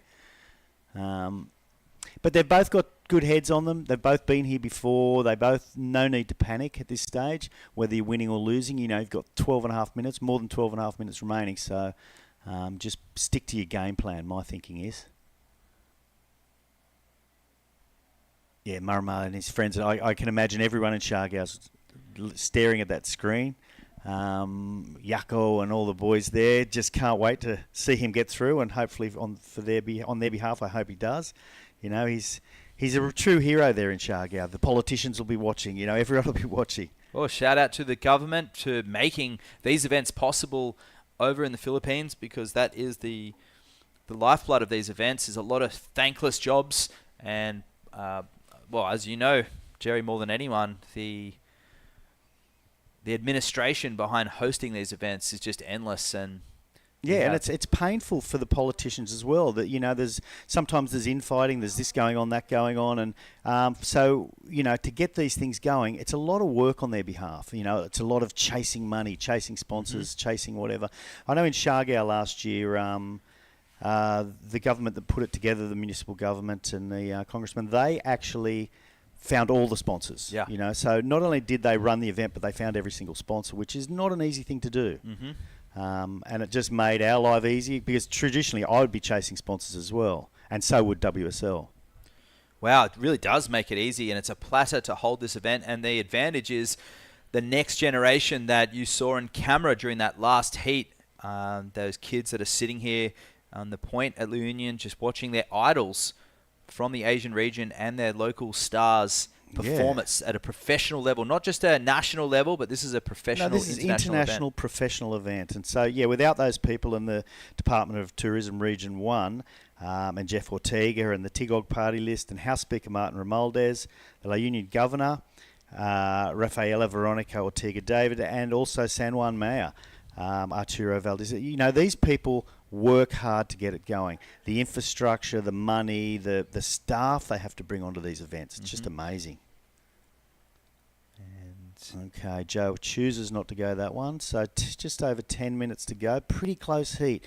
You know, I'd certainly rather be sitting where Maramar is than where Joe is. Not in position, but as far as where they are on the who's coming first and second. But it's open to anyone. We've had an 8.85, so anything's possible here. And we're just approaching that 10-minute mark. It's going to come right down to the wire, and these surfers are staying active. And this is what the pressure is like on that Challenger Series. Man-on-man heats, and the surfers will need to deal with priority at a different level to what you see in a four-person QS heat. It's a little bit different, and it comes down to more quality over quantity. The four-man heats, you have to roll the dice and get the ball rolling, and unfortunately, often surfers just simply run out of time instead of you're fighting three other guys for that one wave, and here they can really take their time. But I mean, I'm still a firm believer of go when you think it's going to be decent. Hold on to priority at the end if you want to hold someone out, but during the actual first 30 odd minutes, surf waves, because it's like anything. It's like getting more foam on your board. The more waves you get, the better you get, and the better you feel. And certain strategies as well. Certain surfers, when you know you're up against a big gun, you need to be able to match fire with fire. You can't go out there against someone like, for example, well, like Marimar, you can't go out there and expect that he's going to get 2 5s because he is an explosive surfer. He is somebody who's known to go excellent on an air. He has the air game. He has the progression.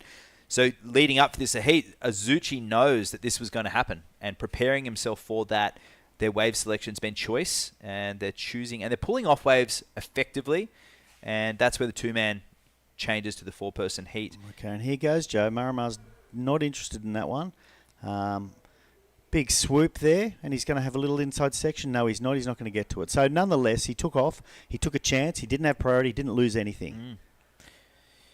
That's right, and perhaps just looking to the left, you can see him looking over his shoulder, perhaps identifying what that wave did down the line, and that's something that, as a coach as well, I tell my students, when you pull off or you fall off or you nosedive or you fall off the back of the wave, have a look at what the wave did, because at least you can learn why. Was it your fault, or was the wave simply just a bad wave? Yeah, or it can be one of each. Yeah, or did you blow it? Yeah. Yeah. It's important to recognise that, because as the tides change, not so much here, the very long, gradual tides. Yep. But at most places with tidal influx, a 35-minute heat is enough to see a pretty, especially in decent Cloud9. change in tide. Yeah, absolutely. Yeah. Or beach breaks as well. Every time I fall off a wave, I know that wave was perfect after I fell off. Whether it was or not, no it's matter your fault. what, It was the error. It's always my fault. Yeah. All right, Joe's going to get a bit of a chip in on this one, is he? He's going to roll the dice. Why not? And he's just playing some games here. See Marimar moving on the inside. Almost that time to start sitting on him and identify it. But as long as he's on the inside, as long as our surfer in red on the left side of blue is sitting on the inside, he can take whatever Azuchi wants to take off on. Yeah, I remember when they brought that rule in, and it blew me away the first time I saw someone. I think it was maybe Slater at Kira or something like that. I think everyone remembers Slater that to Parko, yeah. Slater to Parko, yeah. And I just looked at it and I thought it was horrible, but that was what it was all about. That was knowing what to do. For sure. I think Julian Wilson did at that event too, and it was quite surprising to see how blatant it was. But that's where we are, and all the new juniors coming through and the seasoned vets, they're all used to that ruling now, except couple of mishaps, more so because the sun was in the way. And I think back to one of those Aoi, I think it was a Japanese competitor who was winning the heat, went from first down to fourth with a priority issue. And the idea is, especially those 4-man heats, less hassling and a little more water. Yeah. And the idea is to see better surfing and up and riding. This is Joe now from Japan. Oh, just a little bit mistimed. So compared to that 725 similar wave. And right behind him, Marimar is going to get a little whitewater climb there. Well, a bit more than a whitewater climb. Joe was almost in the way there. He's going to finish it off. I think he's going to need something else inside there to beat his 5.65. It was a good wave for both surfers, but both of them, a few mishaps. Yeah, and I see Joe is, there's Susan Escamilla and Sheila May, a couple of Shargal. Susan surfs the shortboards and Sheila May surfs the longboards. Two really good surfers and really lovely young locals there. I'm wondering if Joe is taking off on all these small ones, hoping to get an air section, because we've seen some pretty big scores on the air from surfers in the air, and that's a good way, a one-wave manoeuvre on a small wave, get up over the lip, land it clean, get yourself a 7, you know. And the girls on the beach supporting all these guys, and it's not the women's. We're in just before. We won't be running the semi-finals of the men's or the women's after this. We're going to be breaking for the day. And there's the Indo crew. They'll be supporting Katut coming up next. And there's Daya on the left-hand side. And the Indos getting ready for a battle next. So we said goodbye to Widianto in that last heat. But Katut up against Oni Anwar. Yeah, it's almost a shame, isn't it, that there's two Indonesians like that previous. There's Bjorn and the boys, the beach crew. Marshals. Hey, guys. They're doing a great job down there. Yeah, we love you all. La Union, shout out as well. It was a shame to see those three Shargau boys against one Indonesian previously. But that's the way the cookie crumbles, and that's the way the draw is. Someone texted me and said, "What are you doing? You've put 3 again." I'm like, it's got nothing to do with me. You know, that's the way the draw goes. And if they all make it through, there'll be 4. Yeah, well, there you go. The 4-man final, so they're all going to surf against each other at one point. Yeah. And you can learn more about those two brothers who came up against each other earlier on in the round of 16. We interviewed them, and They've got a little take on the Instagram page. The OOPSA Instagram page have posted them up in their posted interview. And good. I know Tata, the older Tata, fairly well. He was sponsored by Hippie from Hippie Surf Shop. There's the Coast Guards ready to save some lives. Thank you for your help. And so a shout out to Hippie, who did sponsor the older Tata in his early days and really helped him along, helped him where he is. So good on you, Hip. Shame you're not on the island. She had to leave the island after the massive typhoon. Oh. Her house got knocked down, her shop got blown away, and it affected a lot of people. She's back in England now, hoping to get back before too long. And way up the point there, taking his priority, Azuchi, big bottom turn, and he goes vertical on that turn. So great technique, snapping the board out of that one, and and goes down on his way to that score. Could have been anything there. I didn't expect him to go down there. He looked really in control. And high energy as well. He was really motivated. You could tell that body language, activated surfing. I think he was well and truly on that way to a 7, whether it was the requirement, but he went down anyway, so it won't be. I was actually shocked to see him take off. I saw the guy in the blue waiting for the next heat, and I'm thinking, who's this guy up the inside? But it was Joe, LU obviously. shout-outs. They're all stoked. Hey, guys. Okay, Murray's going to hang on now. Going to hang on and probably shadow Joe unless something really nice comes his way. Love seeing the crowd on the beach there. Great camera angles. Okay, he's going to pull the trigger here. He loves to surf, so he's not going to lose his priority. Joe's a fair way in. Well, he's waiting for the score. It's a 4.75. And there he is on the inside. And this is live action with Joe way down the point, staying away from Miramar. And it's probably wise to stay away from Miramar, but here we go. He's not going to get a wide one that's going to give him any love, and it's going to take him a minute and a half to paddle back out there. That 4.75 was really the That wave. was his chance, yeah. I mean, it isn't over. It's never over till the fat lady sings, but are you allowed to say fat lady these days? I don't know if you're allowed to say that. I'll get in trouble. Well, it's been said now, and we're back onto the heat with 2 minutes to go. And Azuchi searching for the 7.26. Oh, there's the police. Thank you, guys. We're hoping you don't have to do anything, but we appreciate you guys are here.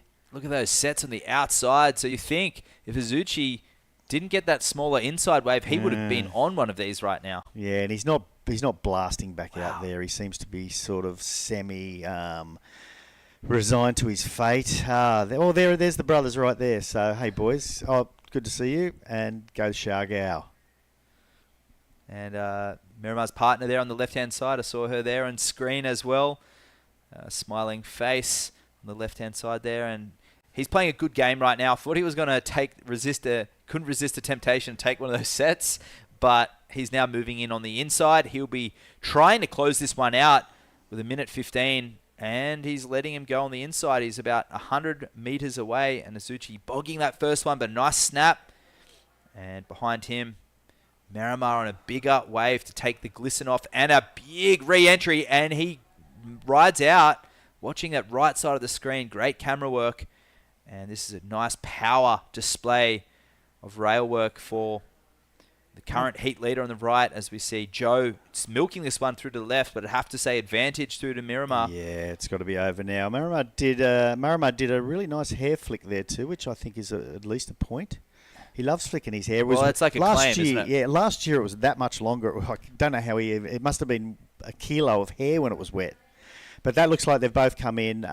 Joe is not going to get that wave. With 28 seconds, they're going to call it quits. And big congratulations to Miramar. You will be moving through to the semi-finals tomorrow.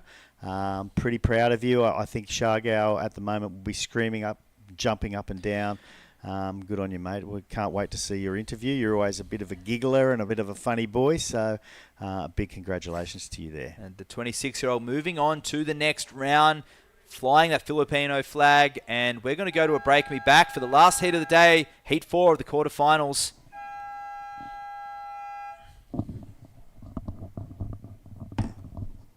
Let's wander the Ilocos Norte sand dunes. If you want to get down and dirty, this paradise is thirsty for adventure. Just choose your ride and rush through landscapes that are always changing.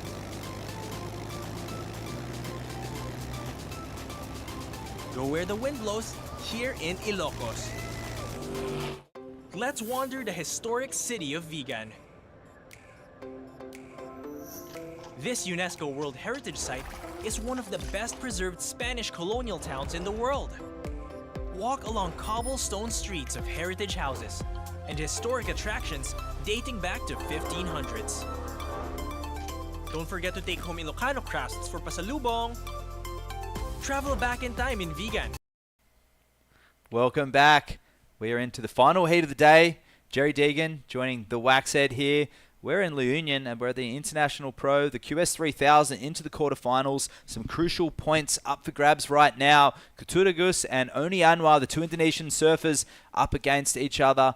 And for both of them vying for valuable points to go into their totals. This is the first of two QSs in the Philippines. The next event will be at Belair. What have you been making of the event so far, Jerry?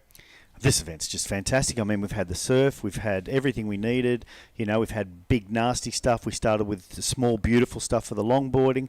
We're going to have terrific finals in the morning, and then we'll move on to finish the longboarding over the next couple of days. I'm not the event director. Luke Landrigan is, but had I been, I'd be absolutely beside myself because this is what you ask for. You know, this is what you need, and this is what came. And the only downside there, we have a very stoked winner of that last heat, the Filipino surfer John Mark Tokong, and we'll have his post-heat interview coming up shortly. But 35-minute heat, last one of the day. You can see that's our escape hotel there with the Vans tents out the front. And thank you for hosting us here today. Yeah, they've been fantastic. Like, we're using their space, and they've just been incredibly gracious about it all. So really good. I'm wondering if Johnny Carby's going to run down there to do the interview with Marama. They're pretty good buds, and he's his coach. So I'll be shocked if John isn't down there giving the little fella a hug. Yeah, I'm sure he'll be doing that post-heat interview, which is why he's not in here right now. And so, yeah, we're supporting him again. We let him surf. We let him go on the comp. We let him do whatever he wants. John Carby runs the show these days, and we love him for it. So, two Indonesians out here. So, sometimes, you think to yourself, it's a shame if you're Indonesian, they're against each other. The beauty is one will make it through to finals day. Yes. Whether it's Kutut or Oni, we don't know at this stage.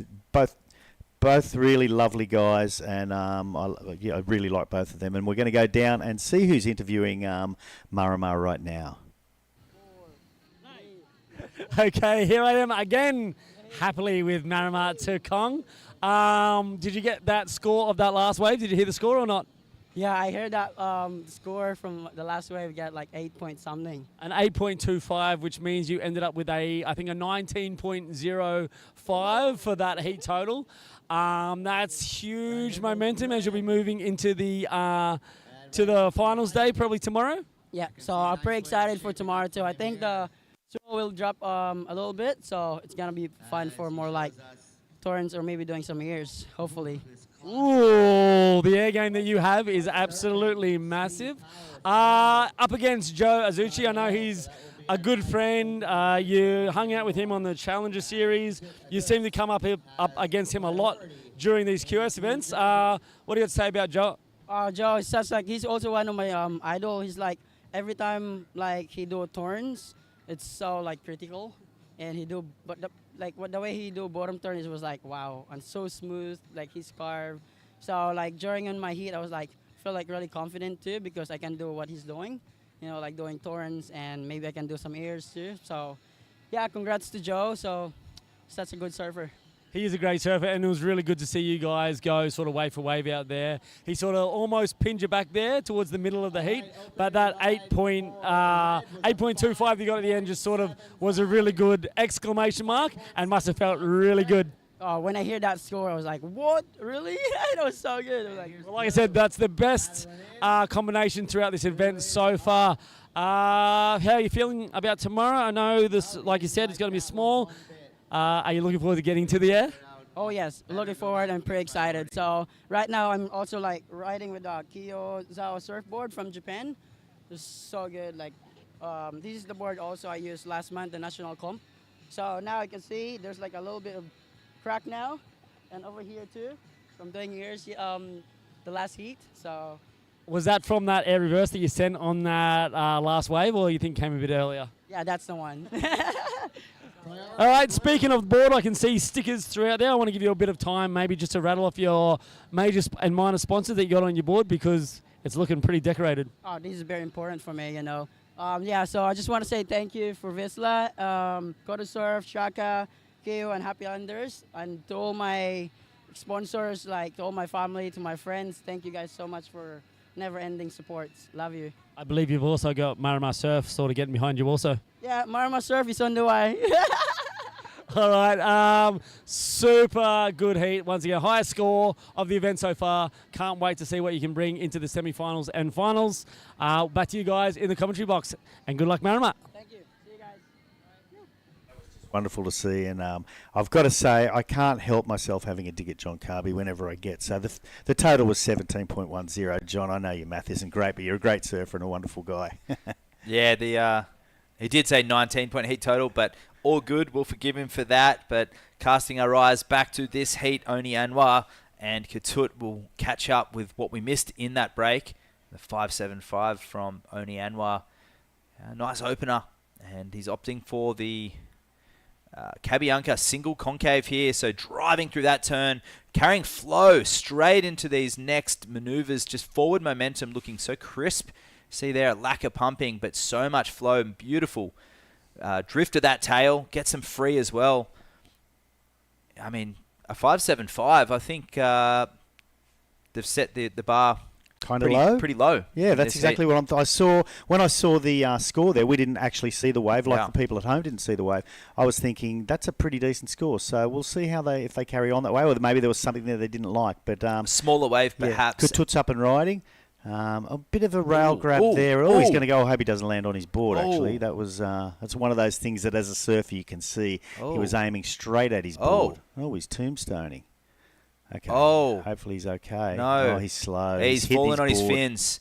Okay. That's not a great scenario, and that's why we went, So what happened there is that he did a turn, decided he didn't like it, went to pull off, and the wave bowled up on him. His board went down, and he followed it in close succession, kicking the fins with his feet, and he's suffering a light impingement of his back as well, so that wouldn't have helped. No. His L3, L4, 5 area is a bit injured. So here, now he stays high, catches a bit of a rail, and then here goes high. That was a nice turn. Wants to get out, and he would have fallen connected with his feet or his body on those fins. No, there's no surfer at home that didn't know he hit his board there. Yeah. I mean, you could see that was going to happen. It's what you really hate doing. And you can get some pretty serious injuries that way, not to mention break a board or rip a fin out, do all kinds of stuff. Yeah. So he's paddling back out. He has checked his board, and Oni's going to make him pay for it, I guess. So let's see what he can do. Wow. That was pretty impressive. Yeah, And way above the lip, rail grab and all. Yeah, not a great finishing manoeuvre, although he did finish it. out. Well, he may or may not have. So he'll get paid for that one manoeuvre. I'll let you call what the airs are, because they get a bit technical these days, and I come from an era of no real airs. No, that's right. So this air was interesting because he had a lot of speed, but because of that single concave, what it does is it's a true concave. So it's a lot more like surfing like a single fin, for example. So it grips the wave a lot, doesn't release as much. But the advantage is you carry speed through your maneuver if your technique is right. So what he did there is he carried good flow through, bottom turned, and he carried the speed into the air, and slid up the board. And we'll get a replay of Red's last wave. He slid up the board and nose picked it down, so sort of stabbed it back down again and spun it into reverse. So here, see, very subtle body language. He waits for it. It goes in, and it actually completely inverted, grabs that rail, and stabs it. So that was a great combination of maneuvers. A 5.5 just for that air.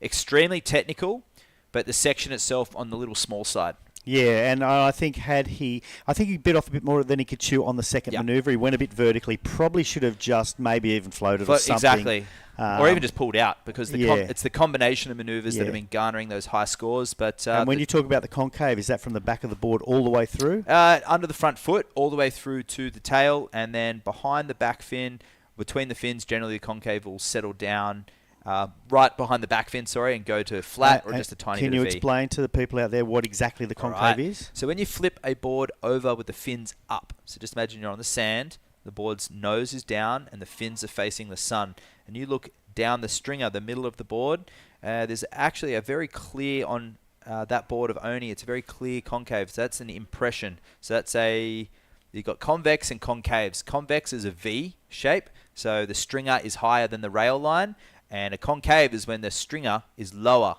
than the rail line. A double concave is just two little humps. Okay, so it's almost a flat tunnel underneath. It's a tunnel. It's a single tunnel, and these are subtleties, but these boards are high-performance blades. They're 3 fins, most of them, sharp edges. That one's a composite material with EPS and a carbon stringer or a composite stringer going from nose to tail, quite thick. It stiffens up the board. And Oni doesn't like that board, actually, believe it or not. Although it's going really well, he said it's reacting a little bit unique, and perhaps that foam climb is what he means, and he wants a slight change he was talking about with his shaper, but he's ripping on it. Board design's one of my favorites, and it's nice to see a veteran competitor like Oni playing with his equipment, and the result is winning heats. Yeah, and he is winning heats, and he has been for a long time. He's been a real stalwart of the Philippines. I can't tell you exactly how many years, but I would say he's been coming to the Siargao event for 10 years. You know, since it was a 1,000, or it didn't used to be called 1,000. Here goes Ketut. Hopefully he's recovered from the last one. Just up and over that one, and bang, that was much nicer. Okay, tail waft. He's heard his board, so he's Okay. doing a board swap right now. And Ketut, he actually took out this event last year. He was the winner of the 3,000. So he knows this spot well. Yep. There was bigger conditions last year as well. And we'll try and get an update of that equipment if Camille is down on the beach, and try and get that live camera to tune us in at home with what occurred on that board. So Camille, follow that board as it goes down there, and let's get some insight from his what's the support crew. prediction? The fins will look intact. That last wave of his was pretty nice, but obviously there's an issue. Yeah, we'll see the board swap there. Most of these surfers do have a backup board. And that's an Al Merrick. He's on Team Al Merrick right now. So that board looks like either the Happy Everyday. I think that it could be the Happy Everyday model as he makes his way, or maybe the Proton. But he's making his way back out now, and 2 signature sprays on the inside. He's got that orange spray underneath. So onboard store in Bali will be watching this right now. They're the distributor for Al Merrick Channel Island surfboards over there on that island. There's another big thing about boards between, I guess, my era and your era.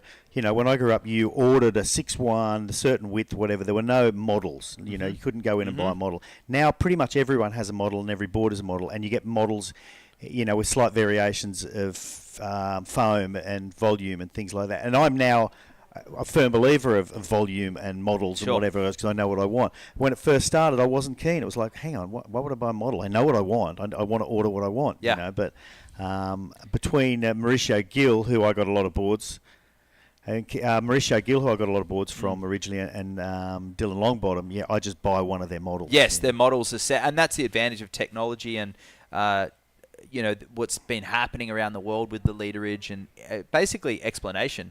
Yeah. And I think we can go have a repeat of that Ketut's last wave, which was a 6.25. We'll see the that's the best wave on a broken board, maybe. Yeah, exactly. So nice slide on the lip there, and he drives this one around, and he hammers that one in layback jam. That section was awkward, and where he did a mistake on that wave previous, where he injured himself, he made good. He did. Because he kind of was in 2 minds beforehand. And right then, he knew what he was doing, he knew where he was going. He saw the wave and he did it. But yes, super keen to know what's up with the board. But he's just about out there with 35 minutes. It hasn't taken much of his time. It's taken 3 or 4 minutes of his time to get in and get back out. So, and Oni has done nothing in the meantime. So he hasn't missed out on anything there. I'm wondering if the new board's bigger or smaller, or do you think he'd have 2 of exactly the same boards? Yes, probably. 2 of the same board, especially coming over here, not necessarily needing a step up, considering you're surfing a generally smaller right-hand point break. Yep. A 6.25 has caught Ketut right in the game. Now only needing a 5, so I think Oni Anmar will be feeling a little bit underdone. And I feel like that 5.75 could have been a little higher in my opinion based on what we've seen throughout the day, but the scale has been set. The progressive maneuvers of Oni Anwar are getting him in those mid-5s, but he's going to have to look for a set wave, and he's going to have to show some risk Yep. Away from those progressional maneuvers, it's going to have to be on a critical section on a set wave. Yeah, well, that's what we want to see, more set waves. And I hope tomorrow we're going to see a lot more set waves. It's meant to die off a little tomorrow, but hopefully it'll be clean and glassy in kind of perfect conditions tomorrow morning. So tune in after this. This will be the last heat of the day, but crucial with the scores. There's going to be 1,430 points to be taken from the person who is knocked out right now. And I'll give you the update of what they make when they make the semi-finals. So you'll be getting 1825 points if you can make the semis. So another 400 points extra. But that jump from the round of 16 through the quarters is massive. It's almost double points. Well, yeah.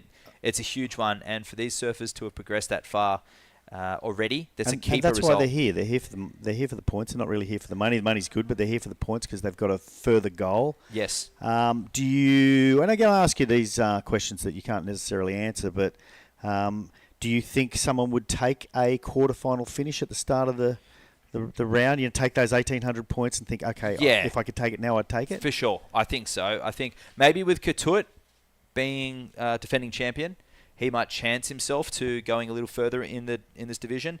But there's most of these surfers, as we saw in some of the women's divisions that have progressed through. Some of them haven't competed in all the events this year. On the women's side, it will be 4 events that count towards the end, and the men's side, 5 events that count. I think I'm right there, but I know the men's 5 events. I have no doubt you will research it and tell us tomorrow. Yes, yeah. Well, I mean, I don't want to give any misinformation. It is a little tricky to find for a lot of those surfers who are figuring out, well, you know what? They're actually entering in all of the events pretty much. If they can afford it and they've got the time in between travel.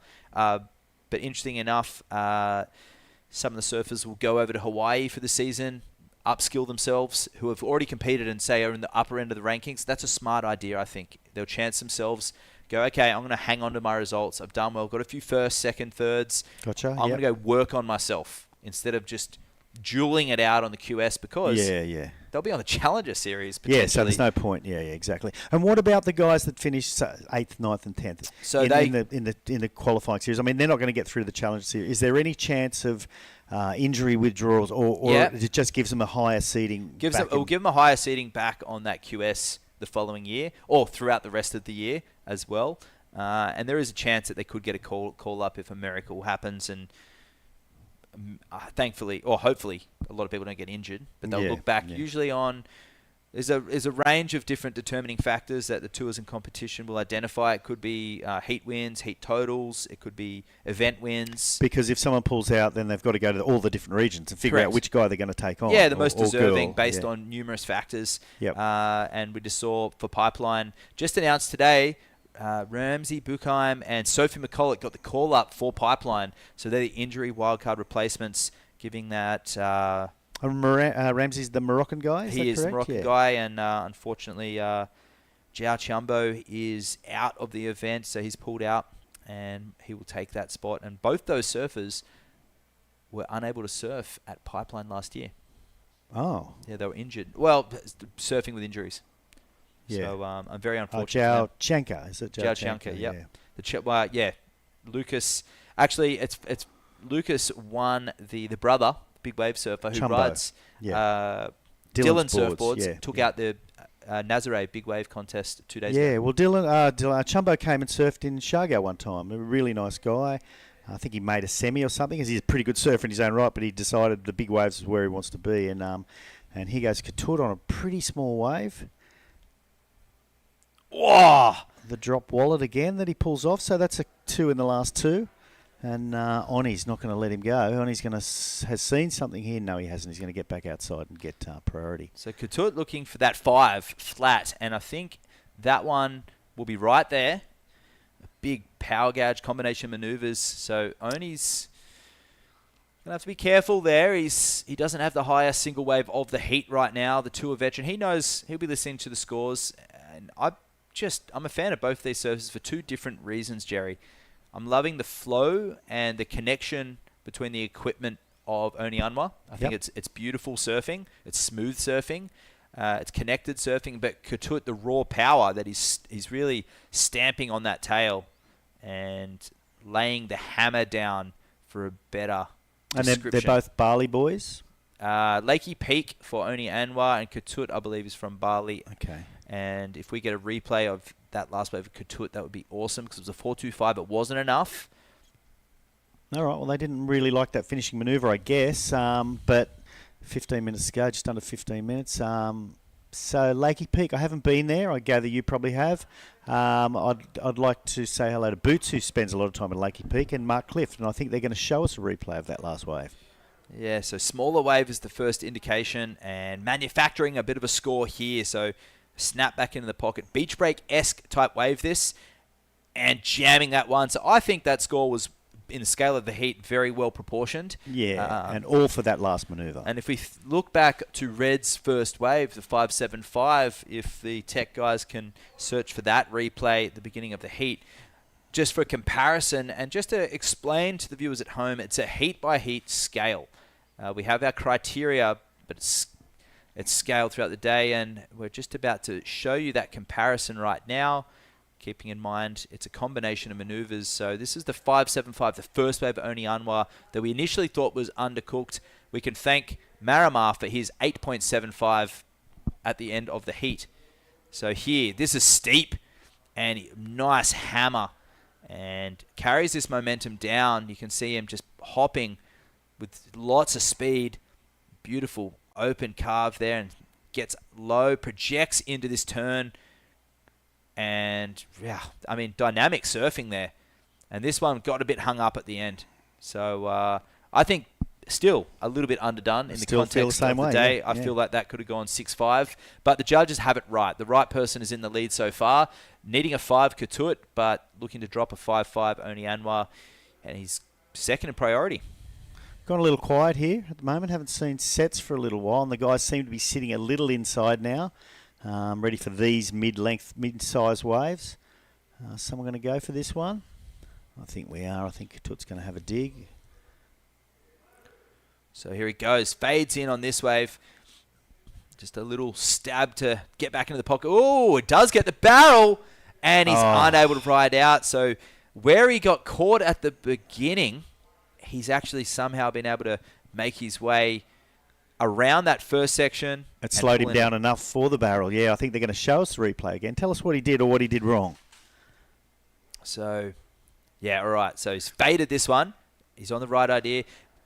A little bit of a chop here, and his only way through the section was in the barrel, and it did just shut down. Yeah. So that end section, he moved forward of the fins as well, which is good, keeping them. Oh, I mean, just going to catch up with what happened on the outside from the steezy pull-out of Oni Anwar.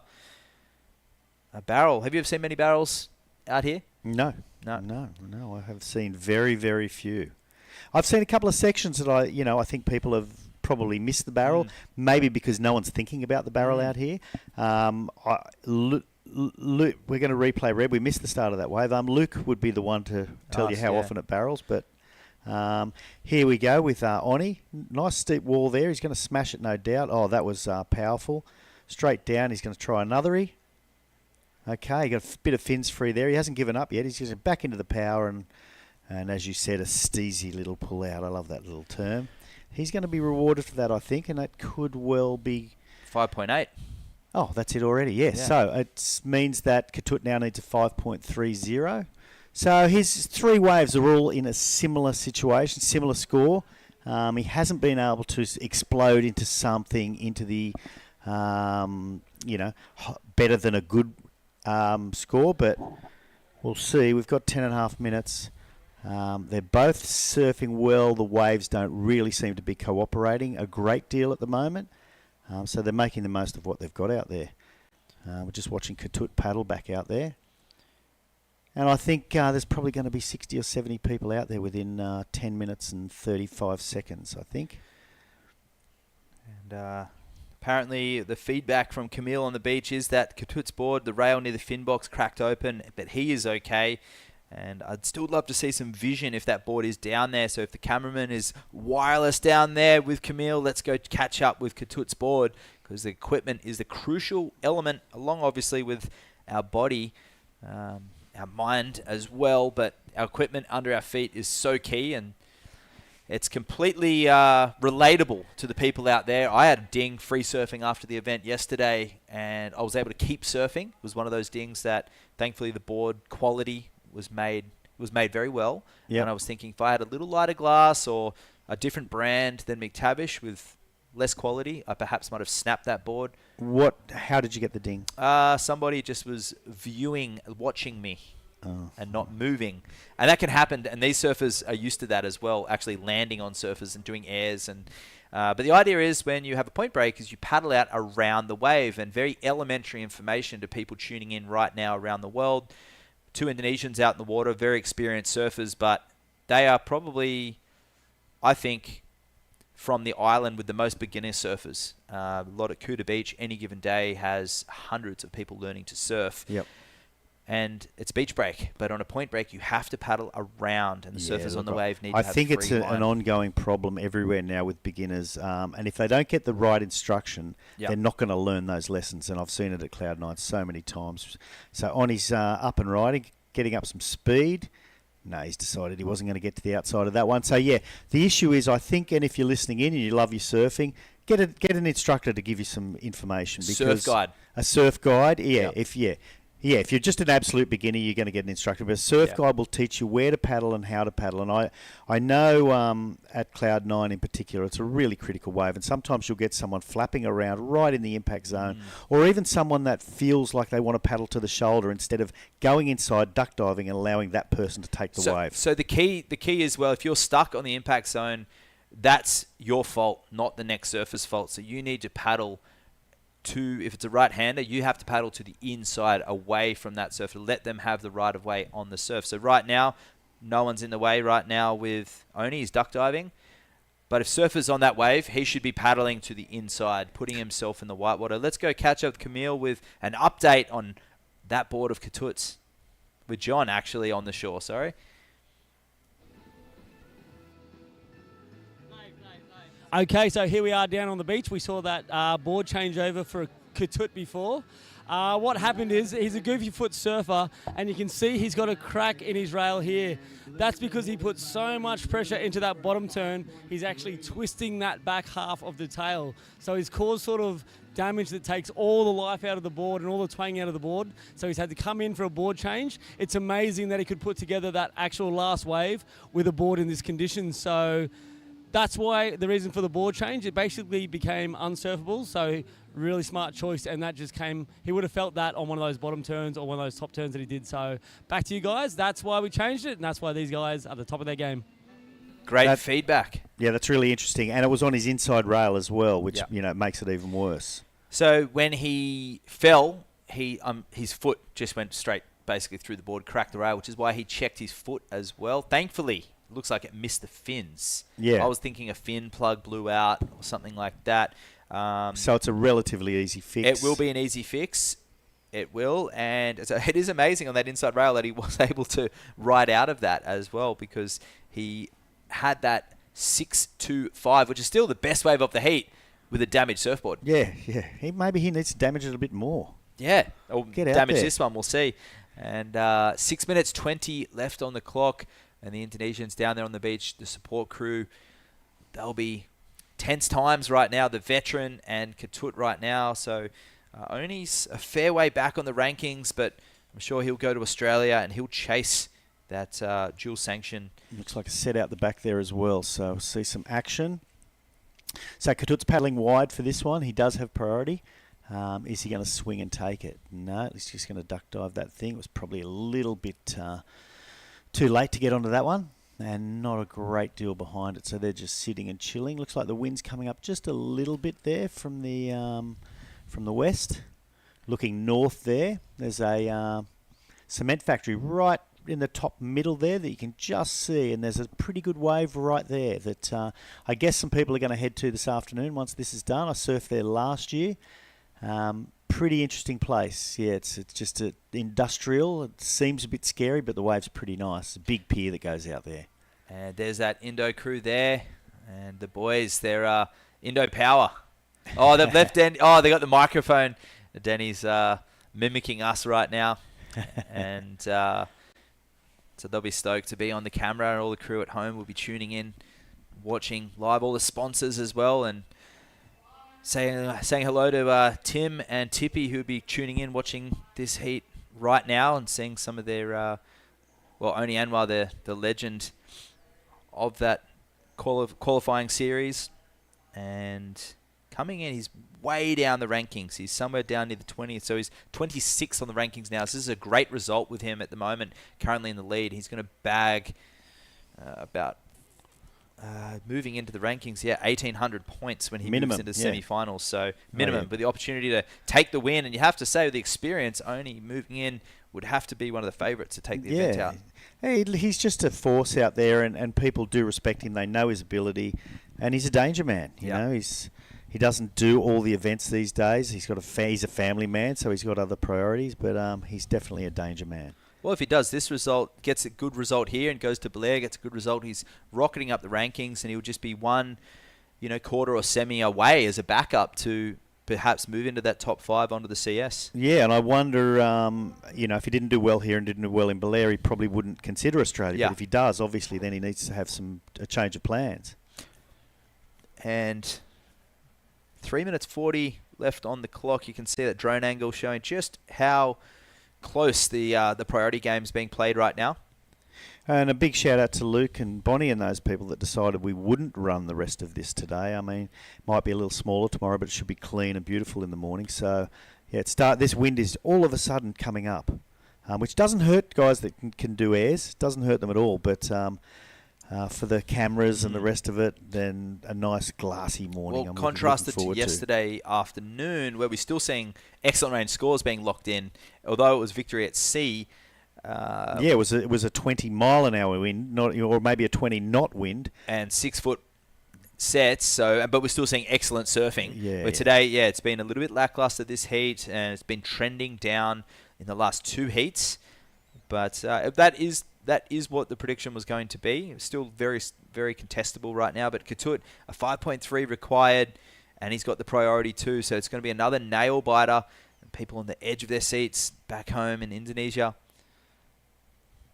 Yeah, this is like the last 5 minutes of basketball when it's even. You just don't have any idea what's going to happen. Sometimes I watch basketball and think they shouldn't even have the first hour or however much they have. I love tuning into a basketball match or even a soccer match when it's 1-1 or something in the last 5 minutes. You think, how good's this? I know. I'm tuning in at the best Thank moment. God you didn't have to suffer through the first hour of it. Well, for me, no offense to any basketball players or soccer players. I know they're valid and huge world sports. But I guess we didn't grow up with it. And surfers, and there's a lot of people who don't follow surfing, would probably be sitting here for 33 minutes. And now last 2 minutes. It's not exciting like golf. Well, or cricket. So last 2 minutes on the clock. Oni Anwar, the veteran Indonesian surfer, coming in ranked 26th, is looking to climb up into the semi-final berth and get some crucial points to enter onto that Challenger Series in April. And Ketut Agus, you'd have to say, reigning champion for this event. He was the favourite coming into this right now. Second position, needing a 5.3. Very achievable, and there's a wave on the way. Well, he's not going to get out to it. Is there one behind? He's desperate for one behind. Wow, that one breaking down the line. A very unusual wave. Yeah, that one was really wide. We haven't seen one like that for a while, to be honest. They're in the right spot. But that wave just didn't do the right thing for them. So it doesn't look like a lot out there at the moment. 1 minute's enough to see 6 or so waves, I guess. The period's about 10 seconds. So, and you can see some of that cross swell. That's some of that wind swell sneaking in right now, which is what these surfers have had to deal with. A little bit more like a beach rate. There's that wind swell. Great angle from the cameraman. A pat on the back for that. That's right on cue. And you can see the wind on the outside section that'll slowly start making its way in, you'd have to imagine. Yeah, look, I think Oni's now odds on to win this with only 30 seconds remaining. Ketut's desperate for another wave to just pop up, any kind of wave he can take off on. He does have priority, but I can see something out there now, but will there be enough seconds to go? I think he's not really he's paddling up the point, 20 seconds. I think it's this one or it's none. But he does have priority, so 10 seconds. He's not going to have an opportunity, so unfortunately, Oh, he's kicking and screaming there. Can he turn around and get on that one? No, done and dusted. So congratulations to Oni, and commiserations to Katuri. He'll be a little bit disappointed. Oni will be totally stoked. And that's the end of our surfing for today, the Wax Head. Yes, so we are going to wrap up today, and there we have it. Rinta Utu and Kian Martin up against Oni Anwar and John Mark Tokong from the Philippines. So an international affair with Japan, Sweden, and we have Philippines and Indonesia represented. And we'll find out if tomorrow will be finals day. Tomorrow, tune back in for the call at 7 a.m. This is La Union International Pro QS 3000. And I am Matt, the Waxhead Chinosky, and Jerry Deegan. We're going to go to a recap of the day and find out some of the highlights and watch some of the highlights of this amazing day of surfing.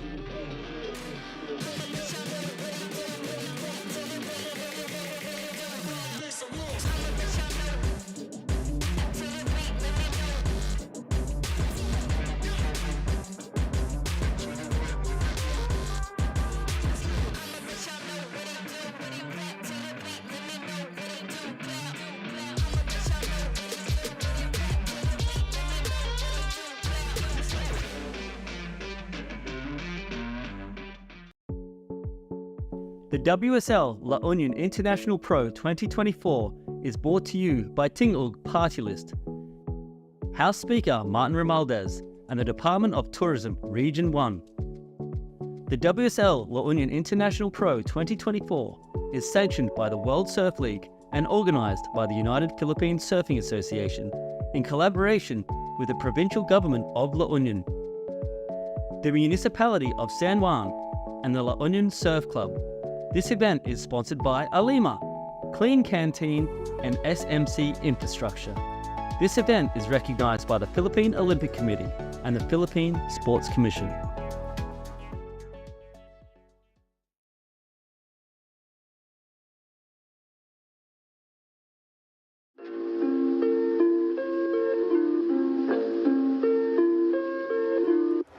Cuatro cantos, di ko mo antos sa imong kabastos kay dili ko santos. Gusto kong tinuod nga gakos, bisag walay gastos kay dili ko anang paggapos. Cuatro cantos, di ko mo antos sa imong kabastos kay dili ko santos. Gusto kong tinuod nga gakos, bisag walay gastos kay dili ko anang paggapos.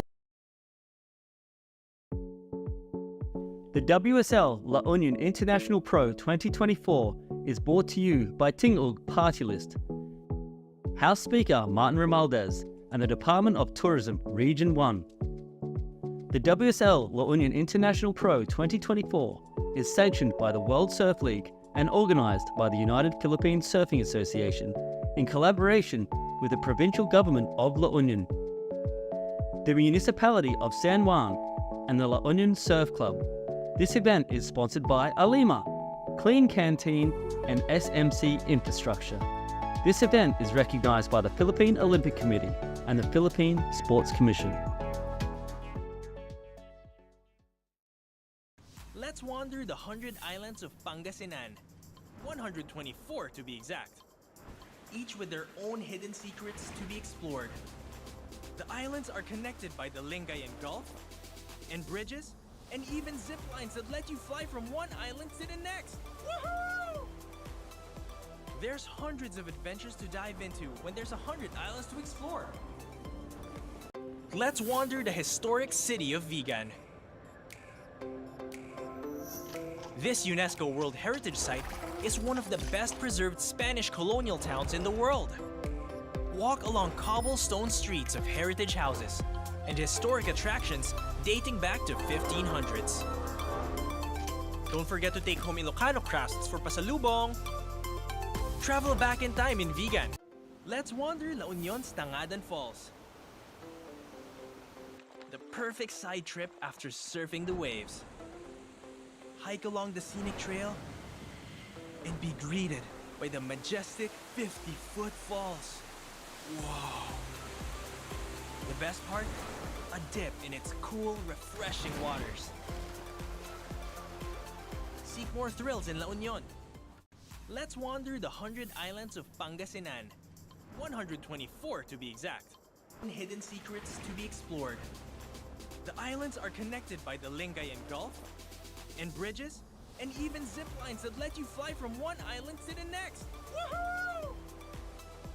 There's hundreds of adventures to dive into when there's 100 islands to explore.